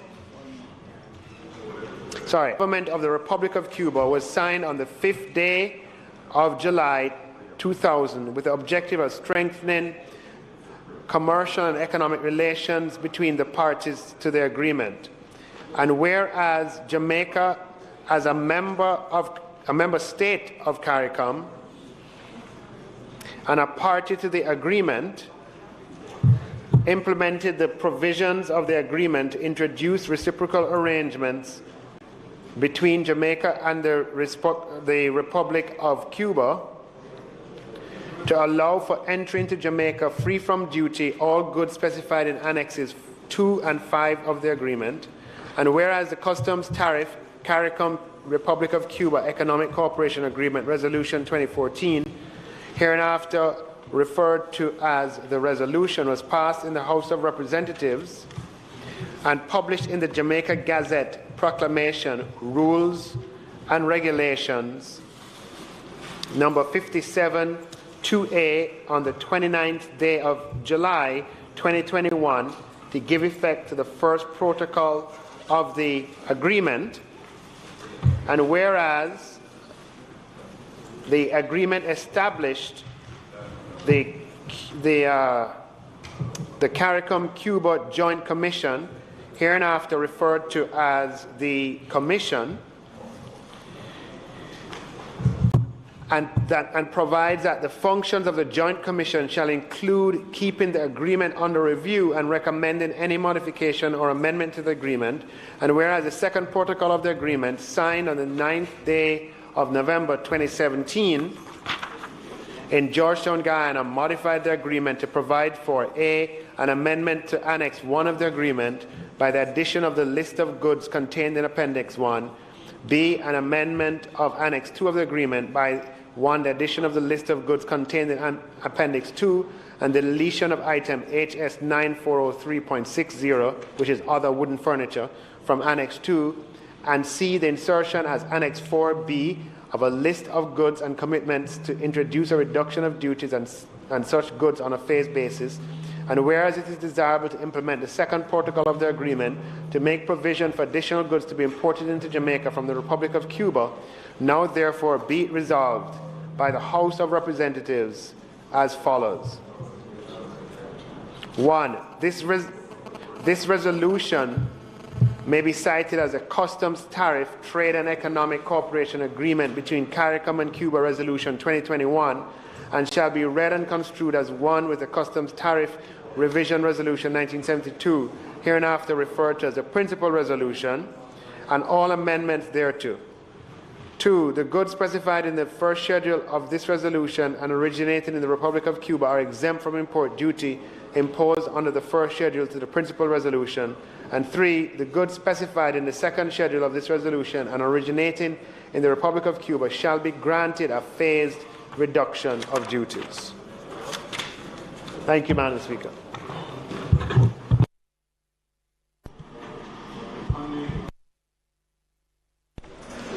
Minister. Oh.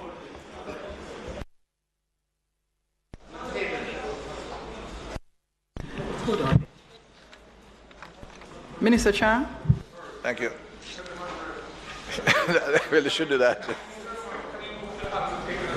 Minister Chan. Agree? Yeah. Okay. Can we take them as read? Madam Speaker, we would have no objection to taking these motions as read. The resolutions are extremely lengthy, they are repetitive, and they'll take a lot of parliamentary time. We have they've been tabled, we can all see them. No problem in taking them as read. Okay. That's It has to be read into Hansard, is my understanding.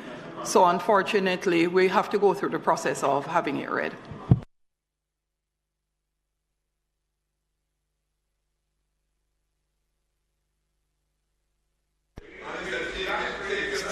standing orders, Prime. We should look at it, really. Okay. Yeah. Right. Anyway. Madam Speaker, I beg to give notice at the next meeting of the House, I'll move following motion. The Law Reform Zones of Special Operations, Special Security and Community Development Measures, Act 2017. The Law Reform Zones of Special Operations, Special Security and Community Development Measures, the Augustown Zone Extension Period of Operation Number 6, Order 2021 Resolution. Whereas Section 4 of the Law Reform Zones of Special Operations, Special Security and Community Development Measures, Act 2017, hereinafter referred to as the Act, provides that the Prime Minister and Council may by order declare any geographically defined area within a single continuous boundary in Jamaica as a zone of special operations for a period not exceeding 60 days if there are reasonable grounds to believe that due to rampant criminality, gang warfare, escalating violence and murder and threat to the rule of law and public order, it is necessary so to do. And where in accordance with that section, the Prime Minister and Council made the Law Reform Zones of Special Operations, Special Security and Community Development Measures, Augustown Zone Order 2020, and whereas the order provides that the rail zone, the said zone shall operate for a period of 60 days, and whereas Section 5 of the Act provides the Prime Minister and Council, after consultation with the Joint Command, may, by order subject to affirmative resolution of the House of Representatives, extend the same period for such shorter periods, each not exceeding 60 days.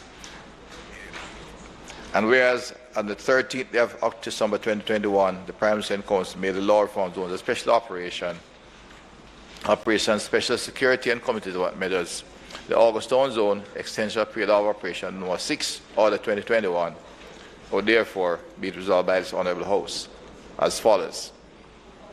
1. The resolution may besides the Law Reform Zones of Special Operations, Special Security and Community Development Measures, the Augustown Extension Period of Operation Number 6, Order 2021 Resolution. 2. The Law Reform Zones of Special Operations, Special Security and Community Development Measures, the Augustown Zone Extension Period of Operation Number 6, Order 2021 is hereby affirmed. We'll have to pass the amendment soon. We'll be able to avoid the frequent reading. The Law Reform Zone of Special Operations, Special Security and Community Development Measures, the Greenwich Town Zone Extension Period of Operations, Number 6, Order 2021 Resolution.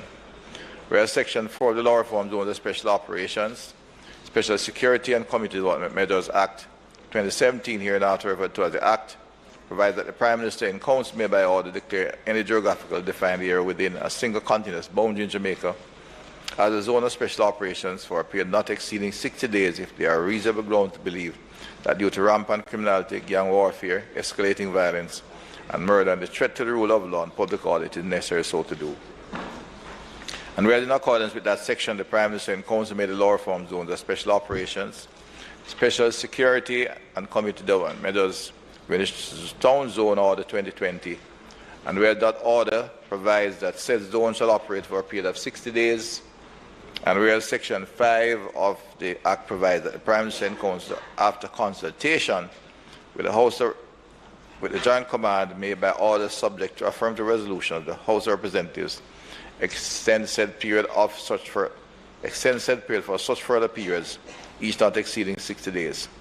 Whereas on the 13th day of December 2021, the Prime Minister and Council made the law reform zones of special operation, special security and community development measures, the Greenwich Town Zone extension of period of operation number 6, Order 2021. Therefore, be it resolved by this Honourable House as follows. This resolution may be cited as the law reform zone of special operation, special security and community development measures, the Greenwich Town Zone extension of period of operation number 6, Order 2021 resolution. 2, the law reform zone of special operation, special security and community development measures, the Greenwich Town Zone extension of period of operation number 6, Order 2021 is hereby affirmed.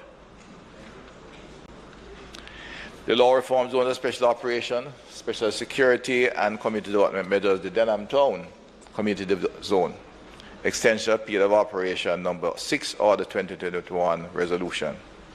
Whereas Section 4 of the law reform zone of special operations, special security and community development measures, Act 2017, hereinafter referred to as the Act, provides that the Prime Minister in Council may by order declare any geographically defined area within a single continuous boundary in Jamaica as a zone of special operations for a period not exceeding 60 days if there are reasonable grounds to believe that due to rampant criminality, gang warfare, escalating violence and murder and the threat to the rule of law and public order, it is necessary so to do.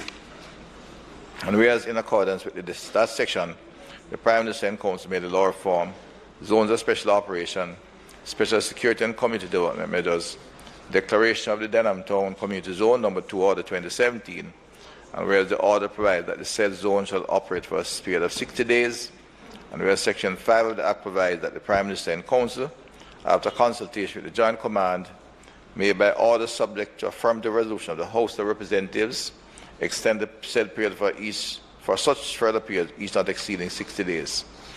And whereas on the 13th day of December 2021, the Prime Minister and Council made a law reform zones of special operation, special security and community development measures, the Denham Town Community Zone extension of period of operation number 6, Order 2021. Now therefore be it resolved by this Honourable House as follows. 1, this resolution may be cited as the law reform zones of special operations, special security and community development measures, Denham Town Community Zone extension of period of operation number 6, Order 2021 resolution. Number 2, the law reform zone of special operations, special security and community development measures, the Denham Town Community Zone extension period of operation number 6, Order 2021 is hereby affirmed. The law reform zone of special operations, special security and community development measures, the Mount Salem Community and Environment in the Parish of St. James Zone extension of period of operation number 6, Order 2021 resolution. And whereas Section 4 of the law reform zone of special operation,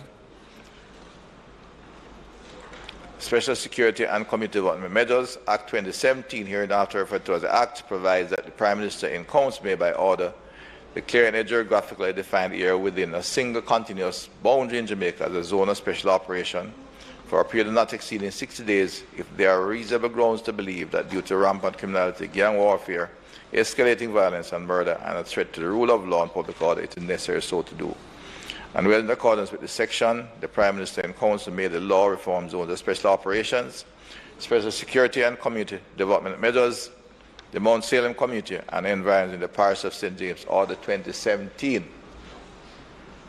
And where the order provides that said zone shall operate for a period of 60 days, and where the Section 5 of the Act provides that the Prime Minister in Council, after consultation with Joint Command, may by order subject to affirmative resolution of the House of Representatives, extend and said period of such periods, each not exceeding 60 days.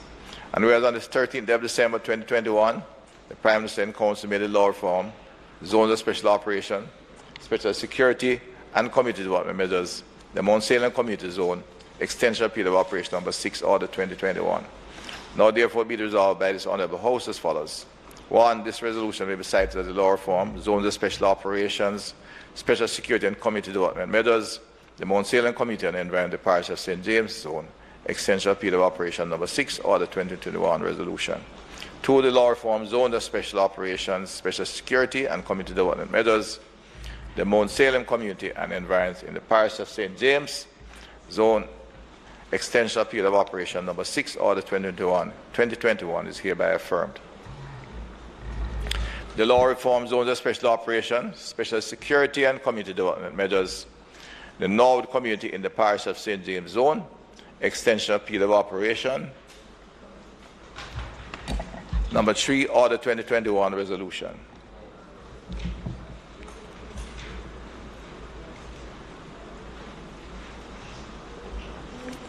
Whereas section for the law reform zones of special operation, special security and community development measures, Act 2017, hereinafter referred to as the Act, provides that the Prime Minister in Council may by order declare in a geographically defined area within a single continuous boundary in Jamaica a zone of special operations.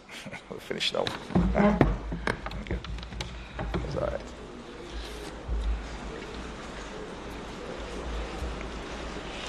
right. Sorry.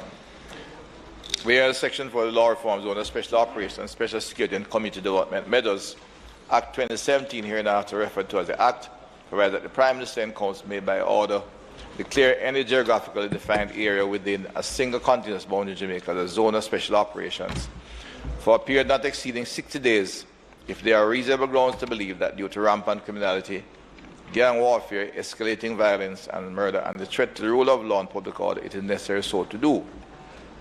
And whereas in accordance with that section, the Prime Minister and Council made the law reform zones of special operations, special security and community development measures, Norwood Community in the Parish of St. James, order 2021, and whereas that order provides that the said zone shall operate for a period of 60 days, and whereas section 5 of the Act provides that the Prime Minister and Council, after consultation with the Joint Command, may by order subject to affirmative resolution of the House of Representatives extend the said period for such further periods, each not exceeding 60 days. And whereas on the 13th day of December 2021, the Prime Minister and Council made a law reform, zones of special operations, special security and community development measures, the North Community in the Parish of St. James Zone, extension of period of operation number 3, order 2021. Now therefore be resolved by this Honourable House as follows.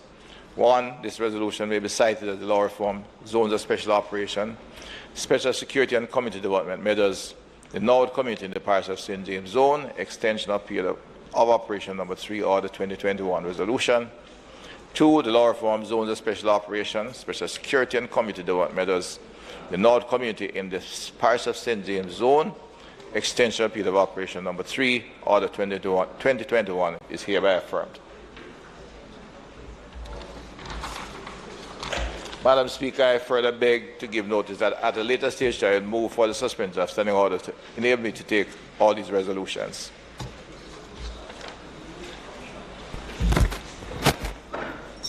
Madam Speaker, I beg to give notice that at the next meeting of the House, I will move, be it resolved with reference to the resolution approved by this Honourable House on the 7th day of December 2021, appointing a select committee to sit jointly with a similar committee appointed by the Senate to conduct a review of the Integrity Commission Act 2017, that the committee be allowed to hold virtual meetings, whether wholly virtual or partly virtual and partly physical, utilizing available information and communications technologies in the manner more specifically outlined below. Preserving the rights, powers and privileges, including voting rights, normally accorded to a member of a committee, the committee is empowered to 1. Convene and hold meetings in virtual spaces created using information and communications technology which shall be considered committee meetings for the purpose of the mandate of the committee. 2, allow access and participation from remote locations as are enabled by means of information and virtual technologies by members and other persons authorized by the committee. 3, include members accessing and participating from remote locations as a part of its quorum. 4, receive, consider, deliberate on, and respond to feedback and submissions in formats, modes, and media, and via platforms, modes, and media enabled by means of information and communications technologies from any person. 5, consider any and all information generated, communicated, and received via formats, platforms, modes, or media as enabled by means of information and communications technologies as forming a part of the record of these committee meetings. Madam Speaker, I further beg to give notice that at a later stage I will move for the suspension of the standing orders to enable me to take this motion. Madam Speaker, I beg to give notice that at the next meeting of the House, I will move, be it resolved with reference to the resolution approved by this Honourable House on the 7th day of December 2021, appointing a select committee to sit jointly with a similar committee appointed by the Senate to conduct a review of the Protected Disclosures Act 2011, that the committee be allowed to hold virtual meetings, whether wholly virtual or partly virtual and partly physical, utilizing available information and communication technologies in the manner more specifically outlined below. Preserving the rights, powers, and privileges, including voting rights, normally accorded to a member of a committee, the committee is empowered to 1, convene and hold meetings in virtual spaces created using information and communication technologies, which shall be considered committee meetings for the purpose of the mandate of the committee. 2, allow access and participation from remote locations as are enabled by means of information and virtual technologies by members and other persons authorized by the committee. 3, include members accessing and participating from remote locations as a part of its quorum. 4, receive, consider, deliberate on, and respond to feedback and submissions in formats, modes, and media, and via platforms, modes, and media enabled by means of information and communication technologies from any person. 5, consider any and all information generated, communicated, and received via formats, platforms, modes, or media as enabled by means of information and communication technologies as forming a part of the record of these committee meetings. Madam Speaker, I further beg to give notice that at a later stage, I will move for the suspension of the standing orders to enable me to take the motion. Thank you, Madam Speaker. Member Brownberg.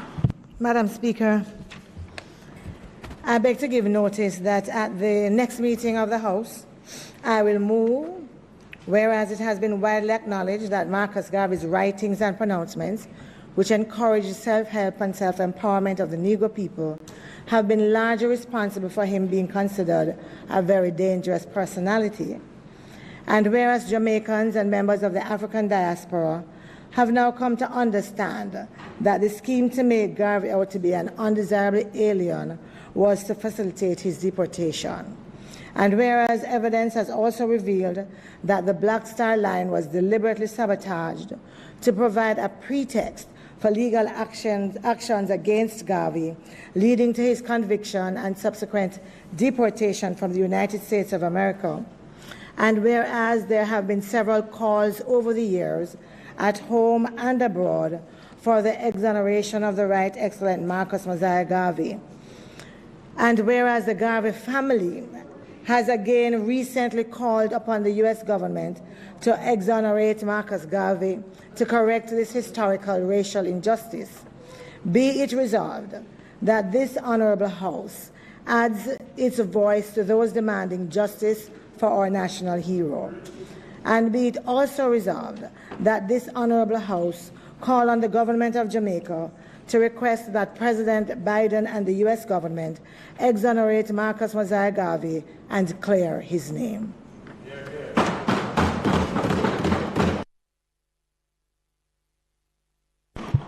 Questions and answers to questions? Madam Speaker, before you move on from notice of motion given orally, there was an error in a typographical error in the notice on the Stamp Duty Act, the Stamp Duty Amendment of Appendices to Schedule Order Act. It referred to 30D920, but there's no 30D920 in the Stamp Duty Act. It's actually 30D, open brackets, 2, close brackets. So if that could be read into the record, Madam Speaker. Thank you, Minister. Questions and answers to questions? Madam Speaker, the Most Honorable Andrew Holness, Prime Minister and Minister of Defense and Minister of Economic Growth and Job Creation, will answer questions posed by Mr. Julian Robinson.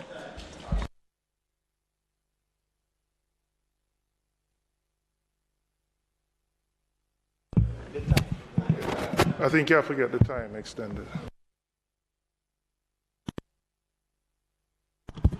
The time being after 3:15 p.m. Special leave is being requested to take questions and answers to questions. Madam Speaker, I ask for you to approve time for us to go beyond the stipulated time for question and answers. Those in favor? Those against? The ayes have it. Will the Prime Minister, the Minister of Economic Growth, answer the questions tabled in my name?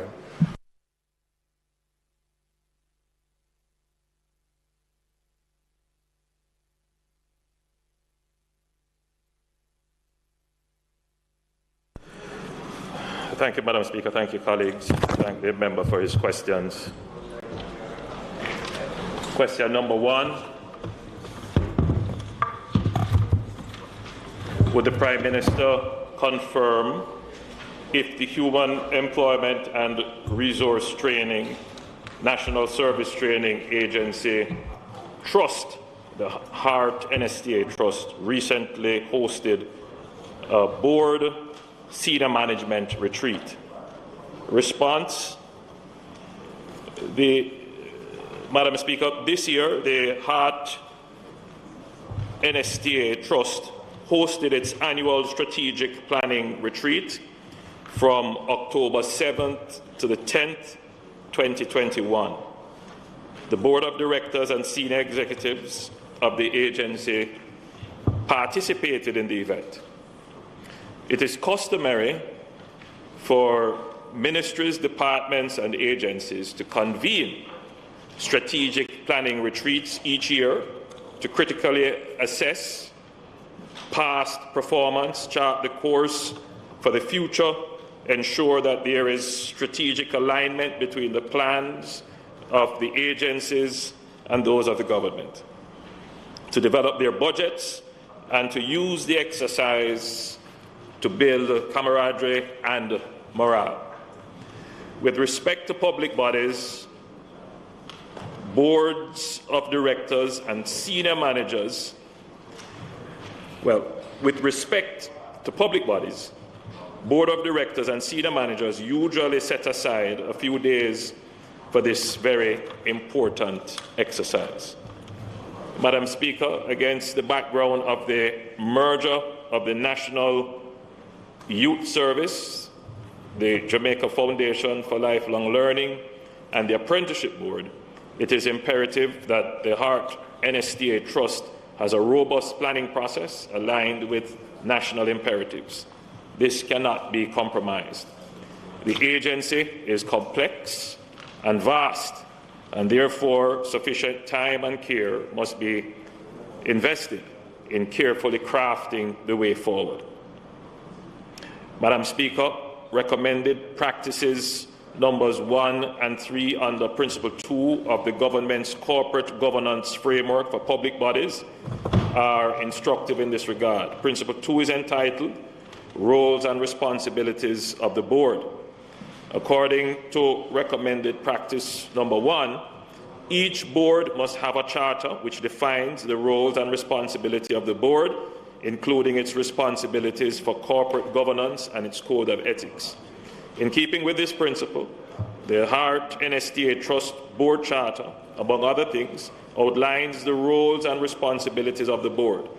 The charter, which was developed several years ago and predates this administration, states that the board will reserve at least one full day per year to discuss and develop strategic policies and to assess or review the corporate plan if necessary.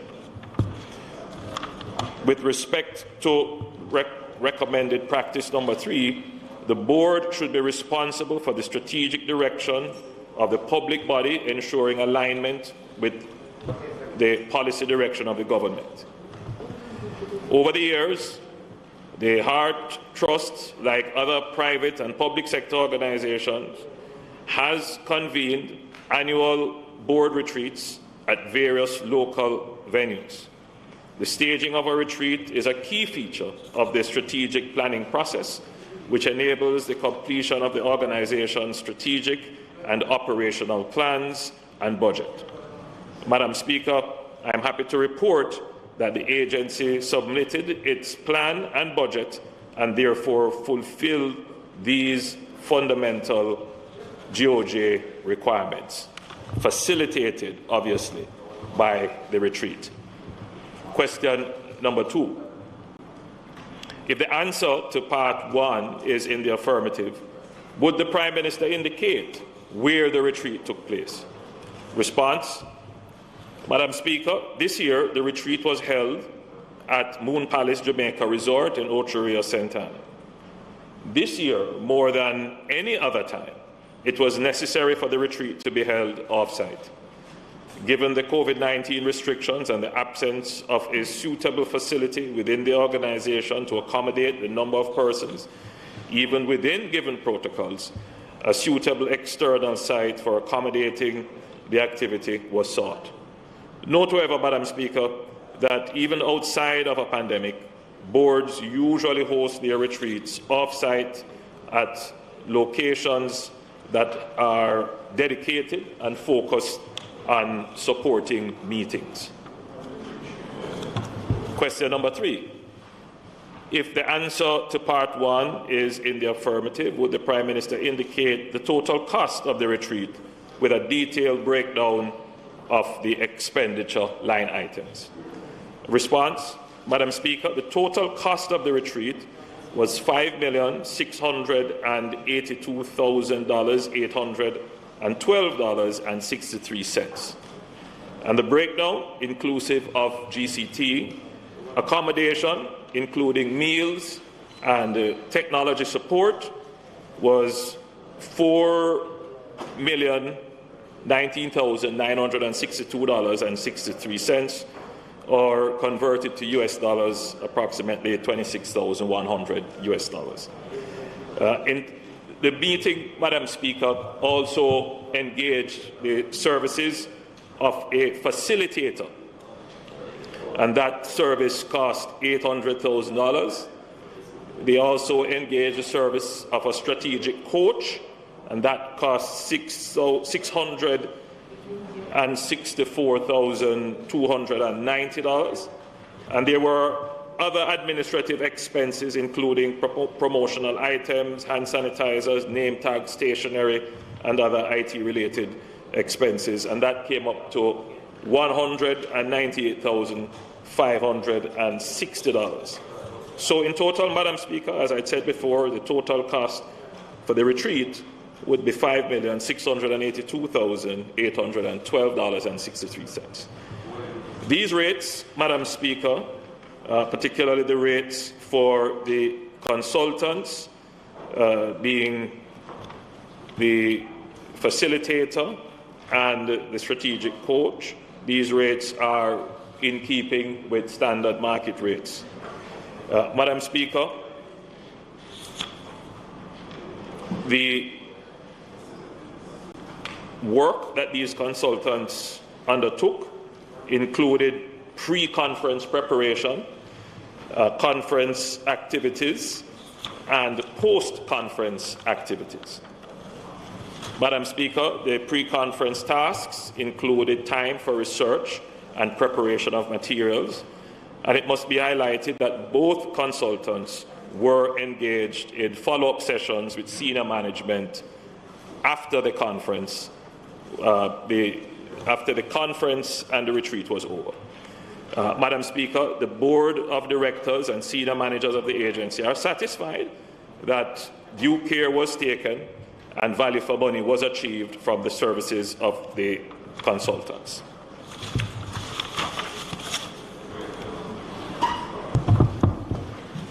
Madam Speaker, I find this expenditure excessive in this environment. In a COVID environment where there is significant suffering, where people have had to bang them belly, where Heart's own contributions would have gone down because employers would have cut back, I find it excessive. I believe everybody has to share and show regard for the challenges that the country is going through. Heart had options. Heart owns the Runaway Bay Academy, where they train tourism workers. So if you decided you wanted to have an off-site retreat, you could have gone there. That's a facility. I have been there. I sat on the Heart board. It's a great facility. It could have been used. If you wanted to go to the North Coast, you could have gone to a hotel in the corporate area. I find it excessive. I participated in a retreat for a public agency this year. It was done via Zoom platform. It went well. I'm not suggesting that they had to do it via Zoom, but to tell me in this environment that 5.6 million on a retreat. And you know what it is? You know why I ask you these questions? It's not about this, you know. It is about Heart in general, because this is symptomatic of a broader problem at the institution. And I'm going to list the issues there. You have a chairman that is in a conflict of interest about contracts awarded to his company. You have senior management that awarded themselves salary increases of 20, 30, 40%, and then had to get it retroactively approved by the Ministry of Finance, when Nigel will only give us 4% for the public sector. You have students who have completed their studies and cannot get their certificates.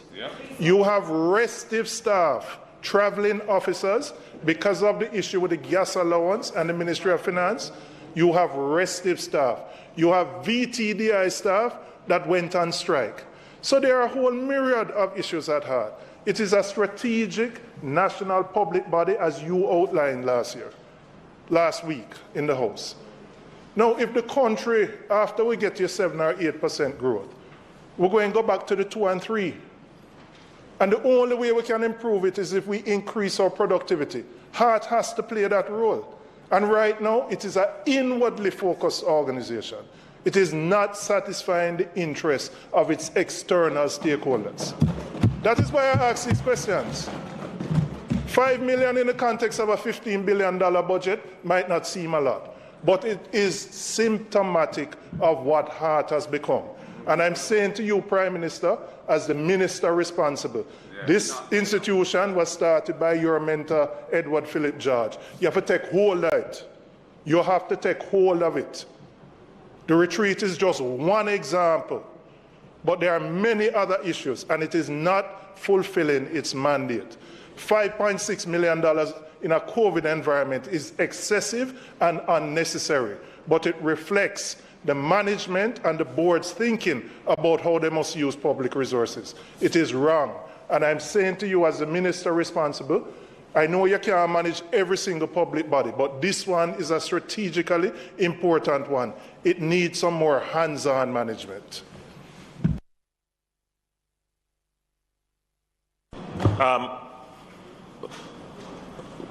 Madam Speaker, I would say that the members' sentiments are shared. I've addressed the institution of Heart maybe twice in this House, and in a presentation elsewhere, I echoed similar sentiments regarding ensuring that the organization is aligned. You said something that was very important, that the organization in its present state is not necessarily fulfilling the external stakeholders' objectives, which leads us in a quite ironic way back to the need for a retreat. I want to separate the issues. That the member raised some very important points. That not that a retreat is not important, but where and how it was held would be the matter of concern. So the retreat, Madam Speaker, is about turning the organization and realigning it to stakeholder expectations. So from that perspective, if the member would agree that a retreat was necessary, and it was indeed in fulfillment of their own corporate mandate as outlined in their corporate statements. But there is an issue with the organization, and I've mentioned it at our party conference, forgive me for bringing that in, but we do see that the organization is in need of a strategic review. The organization, not just now, but for a long time, it is a large organization. And, we see where there may be a disconnect between what we claim as being trained versus what other agencies put out as being the numbers trained. And from then, we're seeing that there is this misalignment. So we have taken strategic steps in this regard. One is to bring together all the agencies that deal with post-secondary training and all the agencies that support youth development.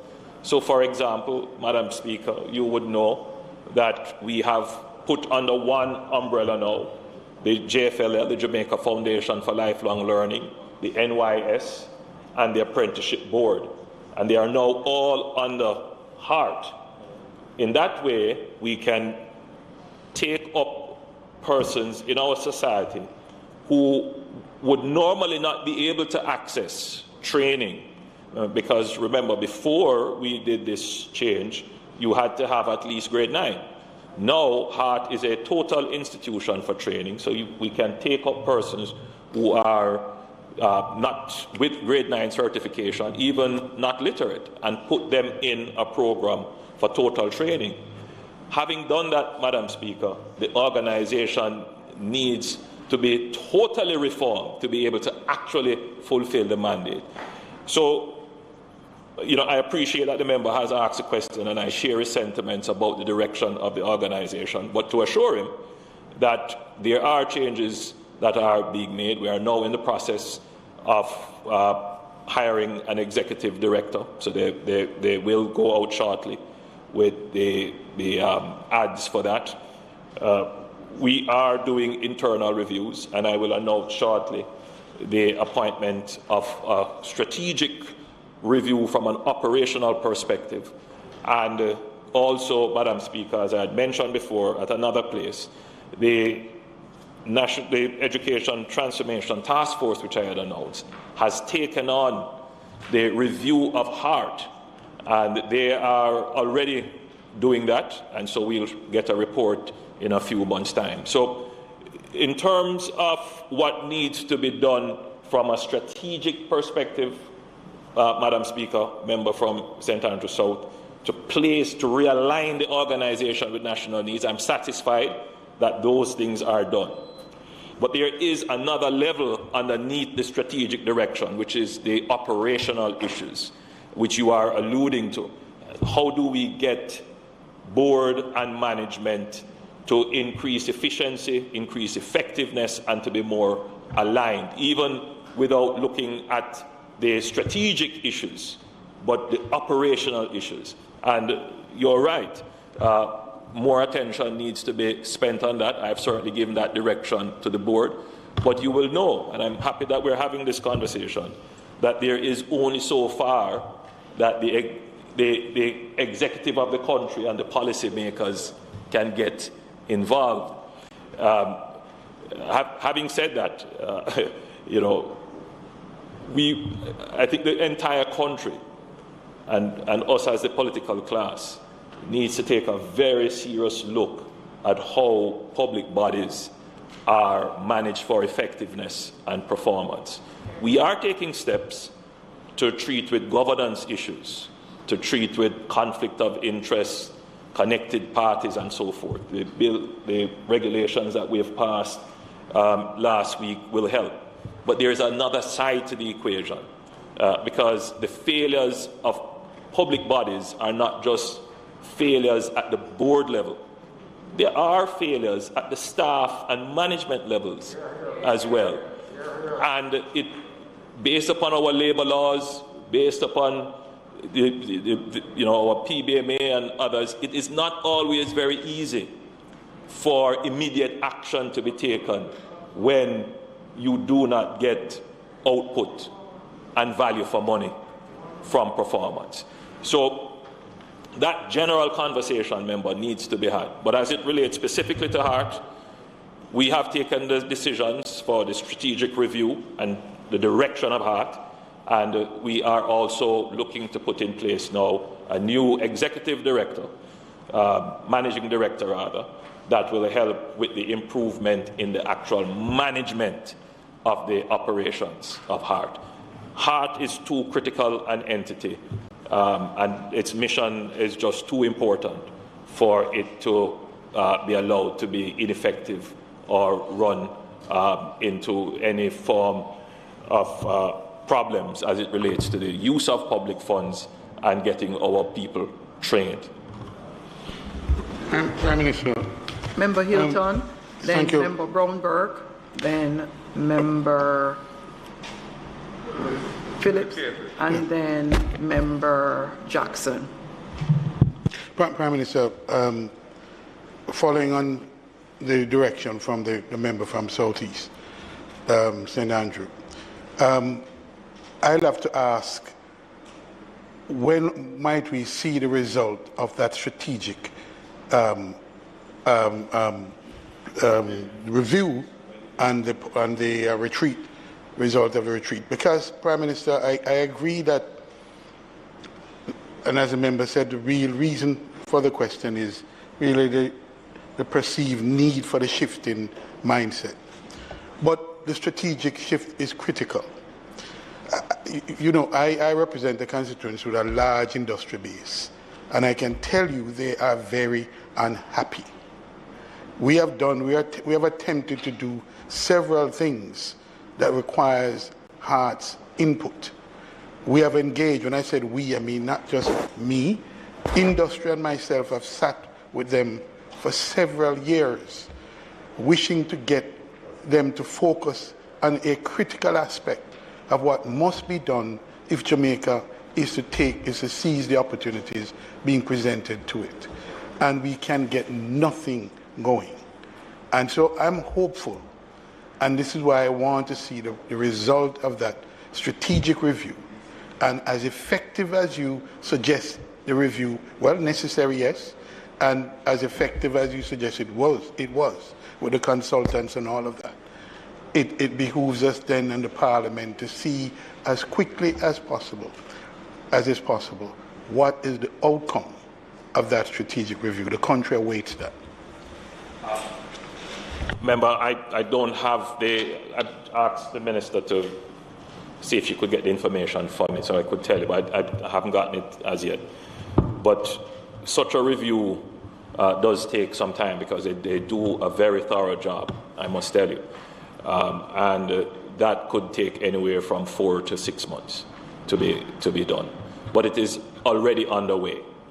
And they have done quite a bit of the work already in their general review of the education sector. But when they looked at HART, they recognized that it needed further interrogation and investigation.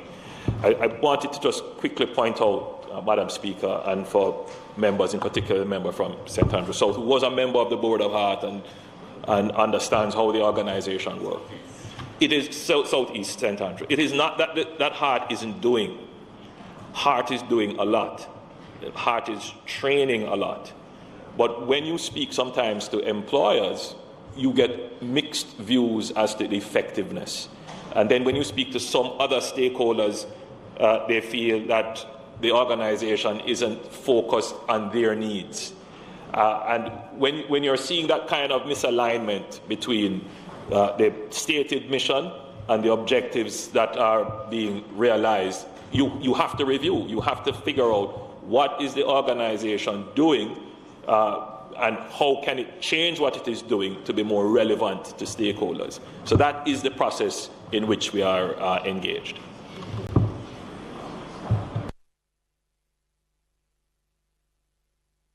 Thank you, Madam Speaker. Mr. Prime Minister, I wanted to just ask a couple of questions. I know the last discussion there was around the Orlando Patterson task force was that they had completed most of the work that they were doing, and what was outstanding was, in fact, the issues around vocational training, HEART, NSC, and so on. And so, as we have this discussion, I'd like to know where are we in that cycle to begin to hear from them the assessment and the recommendations in terms of HEART NSC. I also wanted to just say, I think that we are all agreed, well, I don't think we are questioning whether it was effective. We weren't there, we haven't seen the output, so we don't know. And that's not, I think, what we're questioning. I think it is value for money under the circumstances. And I think that that is the question that's being asked. I think the question that is also being asked is against the background of where we know that many Jamaicans are eating less meals per day and less per meal, just based on where we are. You would remember that research that came out. It is also against the background, not just now of HEART NSCA, but also of the Ministry of Education and the entities there, and what we have seen in the last over the last several months in terms of how they have handled the public purse. And this is just another in a series. So whereas I welcome the context that you have set, I must admit that personally I am a little disappointed. I am disappointed because it takes the focus off the question that is being asked about how public funds are spent and how we make those decisions. I remember a time when the very ministries and departments were told, for example, that we were going through austere times, and therefore, after budget activities had to reflect the times in which we were, and quite rightly so. And I am hoping to hear from you, Prime Minister, a sentiment that sounds like that to our ministries, departments, and agencies, so that when they have a decision to make, they understand the times in which we are and the call on every dollar that is there for public use. And I would have wanted to hear your response framed in that way. Again, I thank the member from Southwest St. Andrew for expressing those sentiments.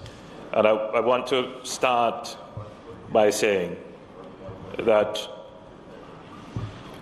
in 2020, HEART did not keep a retreat. Previously, they had kept a retreat for each year. So in keeping with the situation in 2020, they did not keep a retreat.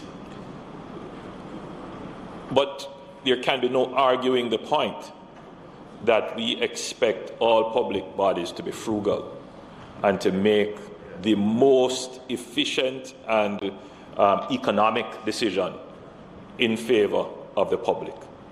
And therefore, in answering the question, I've had to look at the expenditure decision. And if you were to break it down, Madam Speaker, into, say, accommodations versus other expenses, you would see, Madam Speaker, that the expenditure, when converted to US dollars, would not be outside of the range of what was spent before. So if you were to compare it with a retreat in 2012 or 2013 or 2017, it would be well within those ranges. But it doesn't take away from the point that the board, and not just the Board of Heart, but I guess all public entities, should look very carefully on decisions about retreats, given the general economic circumstances and context.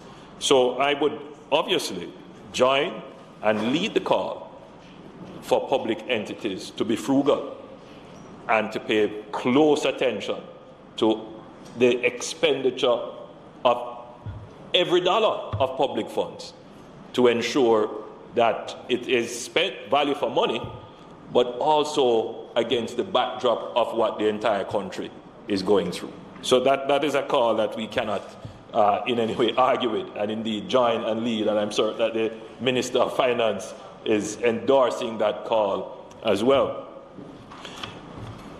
The cost that is placed on the table is augmented because of the use of a meeting facilitator and strategic facilitation as well. And that would have increased the overall cost and would have drawn attention to the expenditure. And Madam Speaker, I also had to interrogate that aspect of it. And I can see where it would have been necessary to have this kind of facilitation in such kinds of meetings. It is a practice that corporate Jamaica, and indeed right across the world, that is utilized. It shouldn't be utilized for every single meeting, obviously, but if you're having a strategic retreat, it is usually the case that you bring a facilitator, because what that does, it takes away the management of the meeting from the participants and allows the participants to focus on the real issues instead of having to manage meetings. But it also helps to bring consensus. It helps to bring the meetings back. You have been in meetings, I'm sure, where the meetings digress. And by the time you turn around, meeting is over and you haven't covered your agenda, you haven't accomplished what you've set out, so they keep the meeting on track. So, Madam Speaker, in summary, I think the position raised by both members from South St. Andrew and from South-East St. Andrew and from South-West St. Andrew are not positions that the government would argue with. We always want our public bodies to be frugal and to pay attention to what is happening with the general public's budget and with the general population. I think we can also agree that the retreat is necessary. They did not have a retreat in 2020. There are issues which I think everybody accepts about the alignment and effectiveness and performance of the entity, and the retreat is a necessary part of ensuring this alignment of the agency. And Madam Speaker, the government recognizes that Heart is, again, a critical entity, macro-critical as well, and we are putting in place the measures from a strategic level and from an operational level to ensure that Heart is the entity that we all can be proud of, and we all want that entity to succeed. Thank you, Madam Speaker. Thank you, members. Madam Speaker, there's two issues I want to raise with the Prime Minister, and the member from South-East St. Andrew touched on both of them. The issue with NCT VET, which is our premier accreditation agency, which has no home, and it is something that... No. Anyway, go ahead. And why I say it has no home, in a report that has come to a committee of the House, when we asked Hart where NCT VET was home to,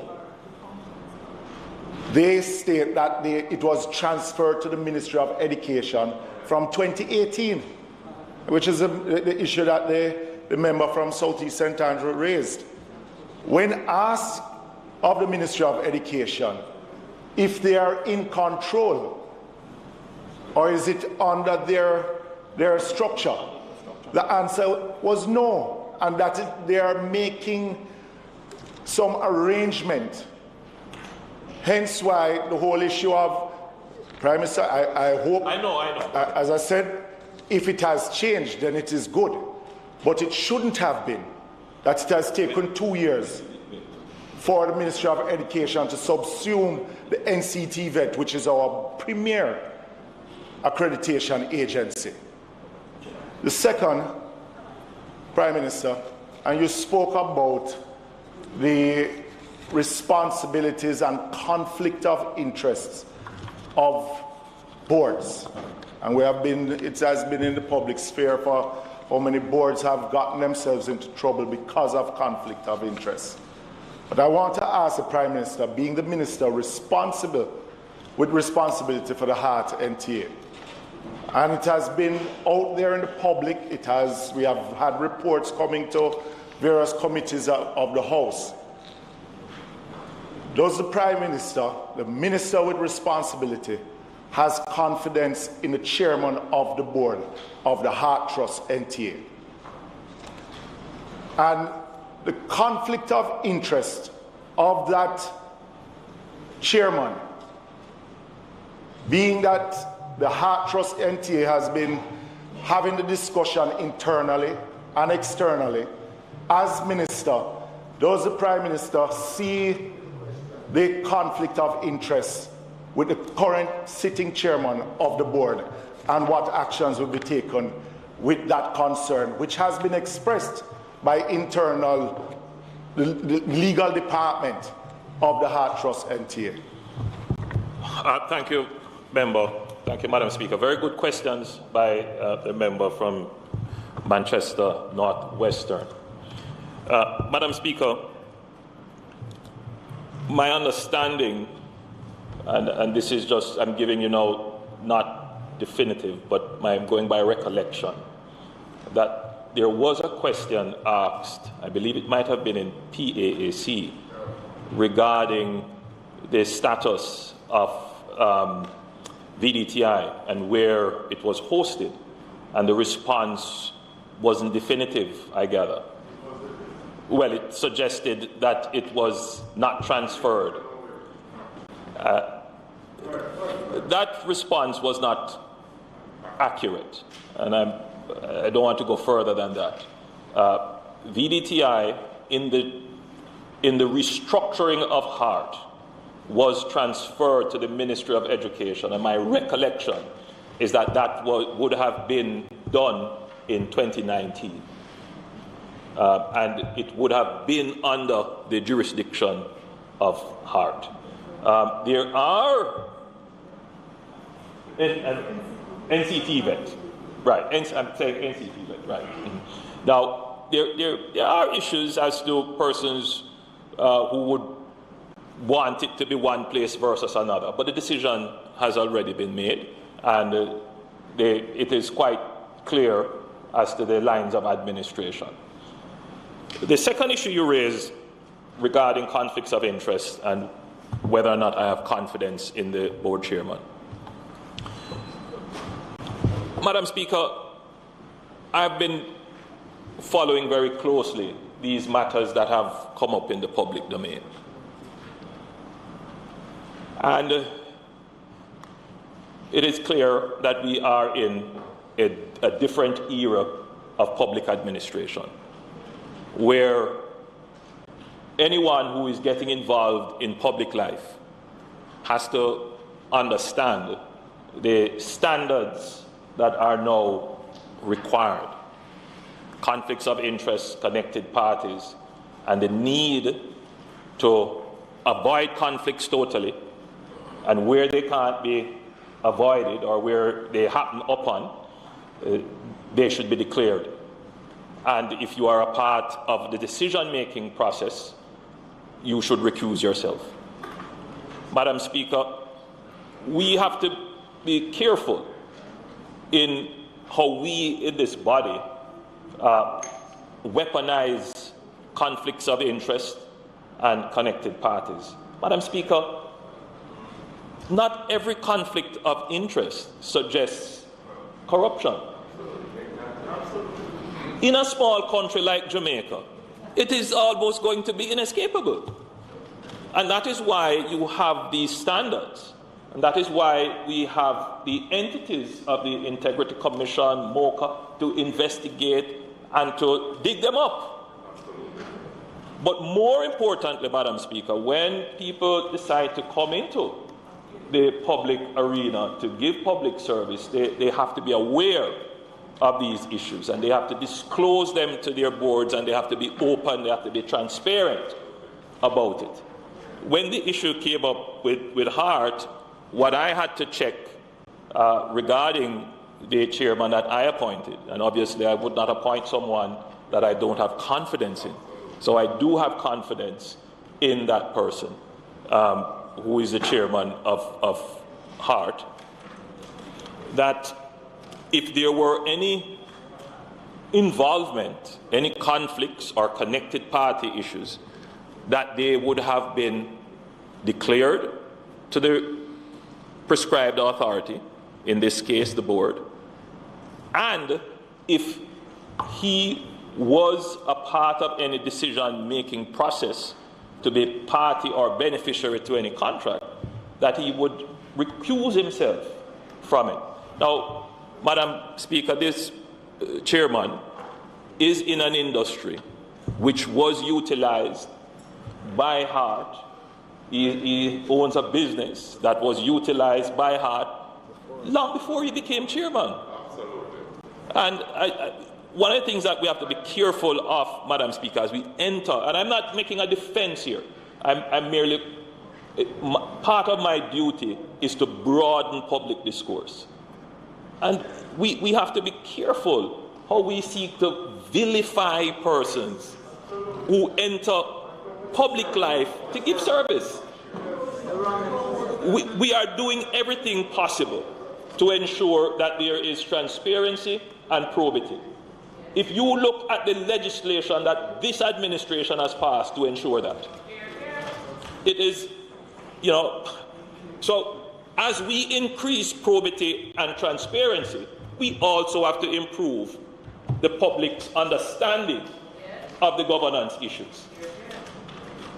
So, Madam Speaker, one of the things that we are concerned about is whether or not we will have persons willing to serve. If we weaponize these things where simple things can turn out into, the demonization and destruction of people's character and integrity. We have to be fair, and I'm not now, I think the opposition also has to be concerned about that as well, because it won't change if governments change. And the pool of people who are qualified to sit on public boards aren't exclusively PNP or exclusively JLP. They are Jamaicans. And so I think how we treat with these issues as we enter into this new era of public administration in Jamaica, there has to be a greater level of maturity, of honesty about how we deal with this. And yes, of course, obviously some things, create political advantage and they're going to be taken. But I think there has to be moderation. And where situations are clear, no questions, they must be dealt with. But in terms of making these things into, a weapon that is used to attack, I think we should be very careful. Be very careful about that, Madam Speaker. So I do have confidence in the chairman. We discuss on a regular basis what needs to happen. He himself understands that the organization is not meeting the requirements of policy and what we would like to see. The organization, Madam Speaker, is a large organization. It has multiple stakeholders pulling on it. We have expanded that organization, and greater work needs to be done. Again, agreeing with the member from Southeast St. Andrew, the member from Southwest St. Andrew. that greater focus needs to be paid, especially at the operational level, to ensure that the organization meets the purpose for which it was established. Just on a follow-up, Madam Speaker, or Deputy Speaker. Prime Minister, this is nothing about politicizing, because I am referring back to a report from HART to the PAAC, where it states that by email up to February 20th to date, and this is coming from the legal department, I have not been furnished with a copy of a declaration of interest, nor have I sight of same. So, Prime Minister, as the individual who selected this person as chairman of the board, knowing or unknowingly, or if unknowingly, knows that he's a major supplier to the entity, that you are appointing this individual. And it is all of us inside here who has passed all these acts of the Parliament to ensure that there's no conflict of interest in instances like that, and we're humans. And it's not about weaponizing or demonizing any individual, but it is also protecting the entity and that individual who you are appointing. Yeah? So if it is that individual, then why not appoint him to another board? But why appoint him as chairman of the same board of the entity that he's a major, not a minor supplier, a major supplier? And as I said, this is a report coming from Heart Trust NTA. And hence why I asked the question. And I'm not saying that Mr. Gabidon is not a worthwhile person of being on the board and chairing the board of Heart Trust NTA. But the notion of a conflict of a major supplier chairing the board, then what do you expect the public then to feel and see? That's just the point I'm making. Madam Speaker, the members' questions obviously are legitimate questions, and I'm not about to say that the members' questions are not legitimate. When these matters arose, part of my job, part of my duty in these matters would be to review, ask questions, ask for a report, interview, call in the chairman.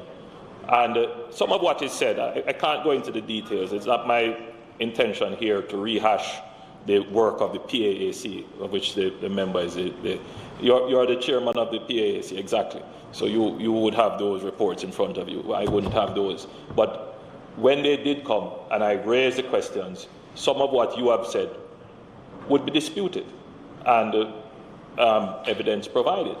So what I'm saying, member, is again that there is no question about the principle that at all points you should try to avoid conflicts of interest. That is in terms of managing the process. If it is unavoidable, or if you were unaware when it becomes an issue, then you have to, as we have pointed out, declare and recuse, or if you really want to avoid it totally, then you may decide to resign. Yes, and I'm saying that we should not, at this stage, impute motive on persons, and we have to be very, very careful of that. I'm just saying we have to be careful. That's all I'm saying. Yes. Yeah, just quickly, just to say, Madam Deputy Speaker, from my perspective, our perspective, the fiduciary obligations of somebody who takes on the role of a chairman of a major public body in an environment where we have had instance after instance of nepotism, cronyism, and maladministration, which has affected the entire climate in which we are operating, and which has been why those regulations that were passed in the House last week were being clamored for in so many quarters. I personally am not of the view that when somebody has a position of that level of responsibility, they can cure a conflict of interest merely by declaring it and recusing themselves. It is too easily manipulated. In the private sector, where shareholders may be willing to endorse a situation where there's a conflict if it's disclosed, because at the end of the day, it's their money that's at stake. That's one thing. In the public sector, where public resources are involved, taxpayers' money, scarce resources, where we have underfunded schools, underfunded health system, we have problems with garbage disposal and so many other things, to have persons assuming office and engaging in situations where their personal interests are being enriched by virtue of contracting and other commercial relations with the institutions which they have governance of. It is unacceptable. And it happens too often, and the public is sick of it. And I don't think we should talk about weaponizing it. I think we need to talk about excising it and bringing it to an end, because it has become an epidemic, and we need it to stop. And that's the position I want to put forward. I'm not talking about any particular case here, because the Auditor General has reported on that particular matter, or it has been the subject of public discussion, and maybe it will go further. But Prime Minister, HEART is a strategic agency. That chairman has had issues raised. And if I were you, I would remove him and install a new board. The entity is not operating as it's supposed to. People are concerned about it. The member for South East St. Andrew indicated a litany of woes affecting it. And I think it needs a change at the top. And I would encourage you to take a strong decision and let the thing move forward with a clean slate. Thank you, Madam Deputy Speaker.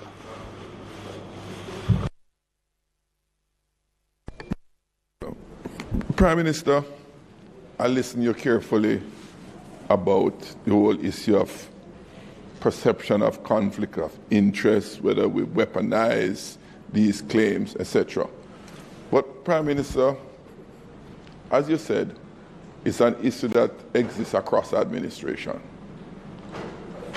That said, we have a major problem facing us as a country. We are seen as a very corrupt country. Wrongly or rightly so, right? Politicians are seen as being corrupt, among other groups in the society.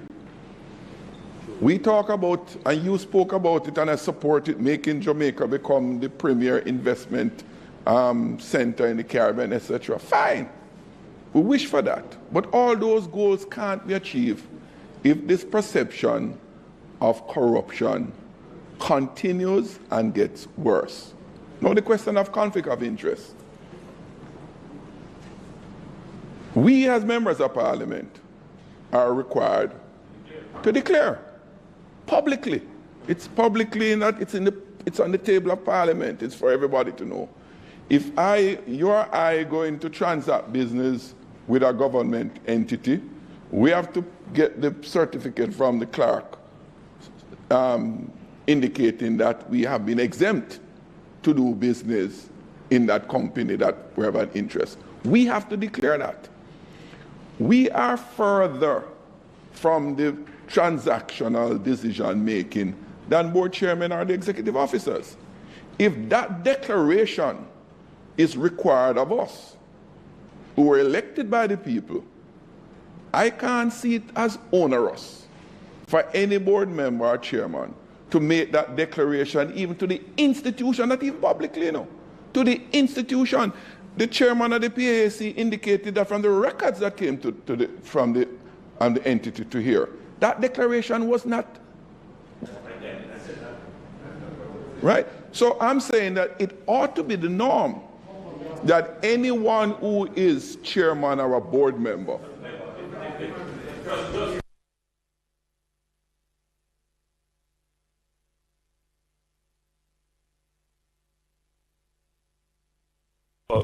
any board member that becomes connected to a contract or has an interest in something that could run into conflict with their serving on a board, they must declare it to the board. It must be declared. But That is already in our public administration rules. Thank you, Prime. But that even makes the point more, which I want to make. Because it is there, it ought to be strenuously adhered to. And when one breaches such a requirement, that should be the basis of some disciplinary action.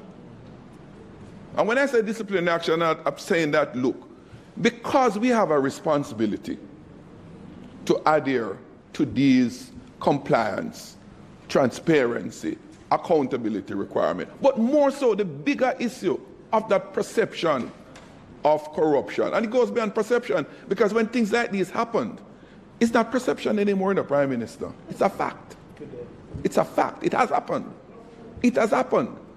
And so we have to send a signal as government that when these sensitive breaches takes place, right, such a person cannot continue in that board or in any other board, at least for some prescribed period. Now, if it doesn't exist in law that they are prohibited when such breach occur, by ministerial decision, by cabinet, such a standard can almost be immediately put in effect. So I want to humbly suggest, Prime Minister, that for the sake of us trying to stem this terrible image of being a corrupt country, because to tell you the truth, all of us get cast in it, not just as members of Parliament, but as Jamaicans, because it's an image, it's a stain that all of us have to wear. So I just want to beg of you that something be done in the immediate, where such person humbly ask step aside, at least for some period. Madam Speaker, it's not my intention to prolong this, but it is a I'm very grateful for this debate, I must say, because I've been meaning to come to Parliament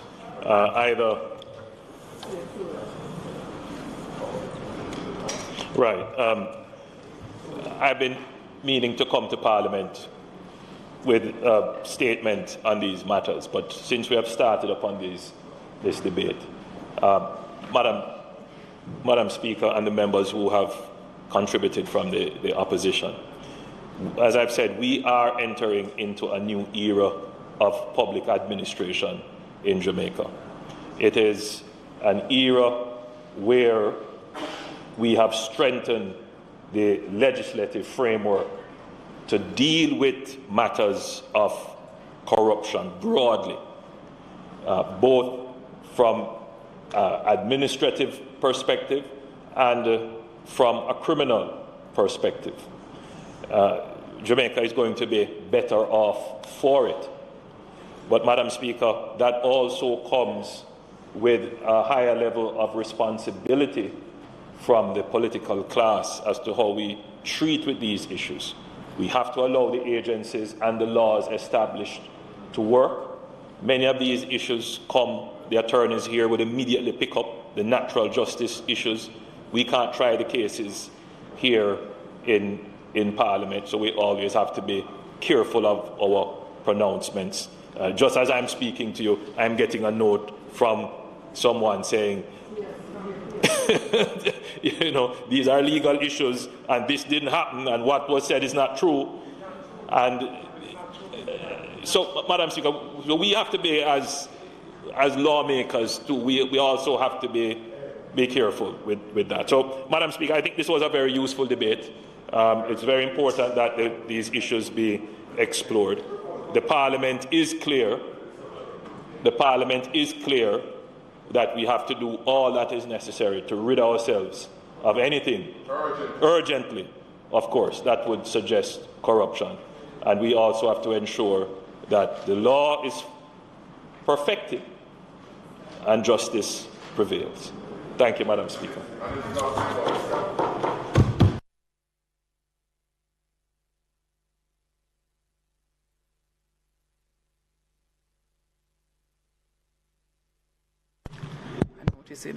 Motions that may be made at the commencement of public business requiring notice. Motions relating to the sitting of the House. Motions for leave to introduce bills. presentation of bills without leave of the House first obtained, public business. Madam Speaker, on the public business, we have a very long agenda. And we have to complete the work at hand. And so I am just saying to members, we're here as long as we wish, by the way we conduct ourselves. So at this time, I just want to indicate that the Minister of Finance will take the stamp duty amendment of Schedule Order 2021 and the Bank of Jamaica report, Standing Finance Committee, after which I will quickly ask for the approval of the Protected Disclosure Act and the Integrity Commission Act for virtual meetings. And then the rest of the evening the Minister of National Security will deal with a long list of ZOZOs, and he will close the the debate on the Correction Amendment Act. Thank you, Madam Speaker. Madam House Leader, Madam Speaker, just a quick question. Is the Minister of Finance taking the resolution on the Customs Act resolution? No, it's not being taken, just the amendment to the stamp. And of course, Minister of National Security will also do the United Nations Security Council resolution. Thank you. Madam Speaker, I now move for the suspension of the standing orders to enable me to take the motion that I gave earlier with respect to the report from the Standing Finance Committee of the whole House of Parliament, which dealt with the Bank of Jamaica quarterly monetary policy report. Madam Speaker, so I move for suspension that a motion can be taken. Those in favour? Those against? The ayes have it. Madam Speaker, we don't need to have a debate on that motion. I would ask that the debate be concluded and that the motion be approved. Those in favour? BOJ, yeah. Those in favour? Those against? The ayes have it. All right. Madam Speaker, I now rise to introduce the Stamp Duty Amendment of Schedule Order 2021. Madam Speaker, in March 2021, the Cabinet approved the April 2021 revenue measure, which effectively removed the customs processing fee imposed for exports on goods for outright export not exceeding $500 in value. In essence, this measure provided that exports below $500 in value would be exempt from the customs administrative fee. To give effect to this measure, regulations were signed.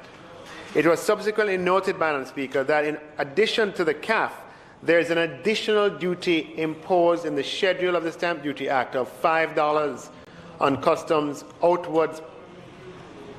Administratively, it was deemed to be impractical for the taxpayer to still be paying the stamp duty on now a nil rate of CAF if the exports were below the threshold. As it was discovered later in time, a provisional collection of tax order was signed to facilitate the expedient removal of this obligation from the exporter. Madam Speaker, the extension of that provisional collection of tax order was approved in this House in September in order to allow for sufficient time to bring the permanent legislation now before you for the full consideration and review of this House. Madam Speaker, the productive sector has been the very hard hit by the COVID-19 pandemic. It was therefore imperative of the government to develop measures that would bolster the sector as much as possible in an effort to support the economy during these difficult times. The goal of the government during these times was always to balance the health needs of our people while supporting the economy as best as possible. Madam Speaker, the aim of this measure, i.e. the abolishment of the cap for exports on goods for outright exports not exceeding $500 in value, as at April 1st, 2021, is to assist the growth of Jamaica's export sector particularly MSMEs. As stated before, Madam Speaker, the benefit conferred by relieving exporters of the CAF would not be as effective if this additional $5 requirement remained. The amount, though minimal, would leave an outstanding balance on the exporter's account that would be an administrative nuisance to pay. So, Madam Speaker, to give permanence to this removal, so we have a provisional collection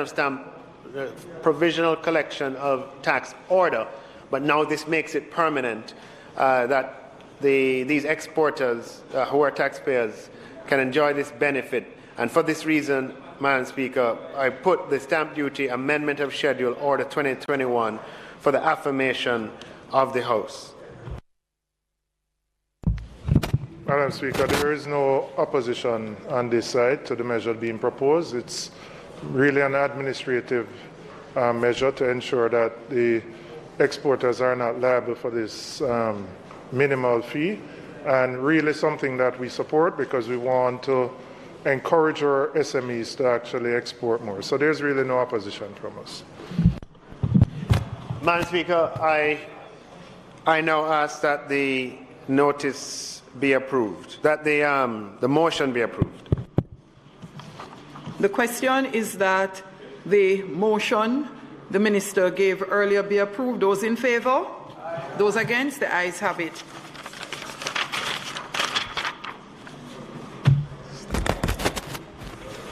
Madam Speaker,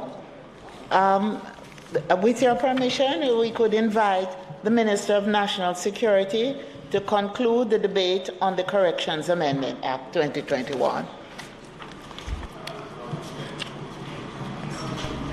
Madam Deputy Speaker, I believe the Minister already opened and suspended the debate to be continued today. I have a few comments on the legislation. First of all, I want to thank the Minister for having afforded us the period required by the rules, the standing orders, for bills to be tabled before they are debated of at least a week. I know that it can sometimes appear to be a tedious and unnecessary delay in legislation that ministers are anxious to pass, having probably had the legislation within their ministries for long periods of time. But it is very important that we do not rush the process to the point where we don't allow a considered review, because legislation once passed often takes a very long time before it can be amended. It's a significant amount of work prior to getting any legislation to Parliament, even to correct something that was overlooked or done wrongly in the past. So it is, I think, only in extreme circumstances that we should seek to bypass the basic rule in the standing orders of having it tabled on one day and debated subsequently. And I thank the Minister for having acceded to that when I asked him to last week. This legislation is amending the Corrections Act and the rules that have been made under the Corrections Act, which are called the Correctional Institution Adult Correctional Center Rules 1991, and there's also an amendment to the Fingerprints Act. And essentially what it's seeking to do is to provide clarity within the applicable law in relation to mobile phones, smartphones in particular, computer devices, and what are defined as electronic communication devices, computers and electronic communication devices, to include them in the list of what is a prohibited article in the Principal Act, the Corrections Act, and to create new offences around dealing with them in a way that is inconsistent with them being so designated as prohibited articles. This is very important because we are aware that there's a significant amount of communication that takes place between top-ranking criminals who may be in custody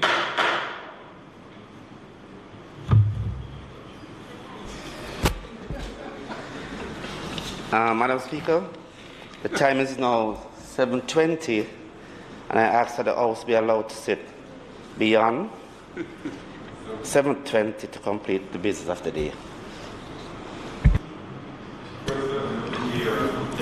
The question is that the House be allowed to sit beyond 7:30 in order for us to complete the business of today. Those in favour? Those against? The ayes have it. You may continue, Opposition Leader.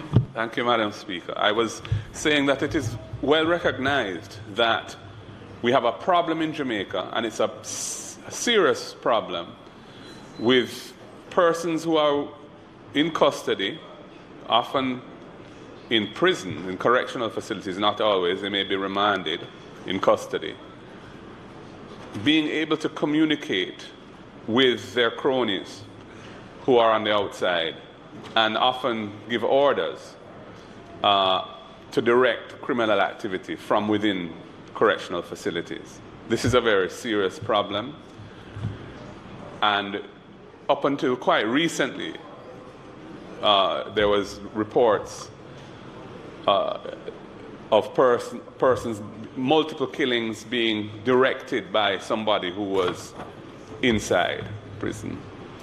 And we need to do something about this. Now, fixing the law is one aspect of that. It is not the only aspect of that. Obviously, finding ways to technologically prevent those illicit communications from happening is also very important, because whatever the laws may say, they're not always administered by the operatives on the ground in the way that is intended. And there can be all sorts of pressures brought to bear on those who have to work in these facilities. Financial pressures, duress, and so on. Many of them live in the communities where the people inside have links, so that also can impact their own safety and their own sense of security and their decision making. And it's a small island, relatively speaking, so it is a real problem that we have. And Minister and I were having a conversation a little earlier, and he said, you know, how important it is that we have a new facility that can be built in such a way and equipped in such a way that this kind of issue can be addressed effectively, because some of the existing facilities, because of where they're located and how old they are, it is much harder to achieve a complete curtailment of these forms of communication. So I support the legislation that is before us, Madam Speaker. I have just two comments on it, and these are really questions or concerns that the Minister may be able to address, but I just wanted to bring to his attention. The first and the less important of them, but worth mentioning, is in relation to Clause 6 of the bill, which is on page 4 of the bill. And I have the Principal Act here. And it's useful to have it available, because when you're dealing with an amending statute, it's quite difficult to follow it unless you're able to look at the provisions that are being amended while you do so. So Clause 6 amends Section 35.4 of the Principal Act, of the Corrections Act. And it does so by adding a new paragraph in subsection 4 of Section 35. Now, subsection 4 is a definition provision for the purposes of Section 35. And subsection 4 is specifically defining a major correctional center offense. And there's a list of activities that constitute a major correctional center offense in subsection 4. And clause 6 is extending that by one item, a new item, which reads unauthorized access to or use or possession of a prohibited article. And then it says, other than a computer or an electronic communication device. And when I read it, it struck me as odd. I was wondering why, given that the thrust of this legislation is to try to bring under control the use of electronic communications through digital devices for nefarious purposes from within prisons and other correctional facilities and remand facilities.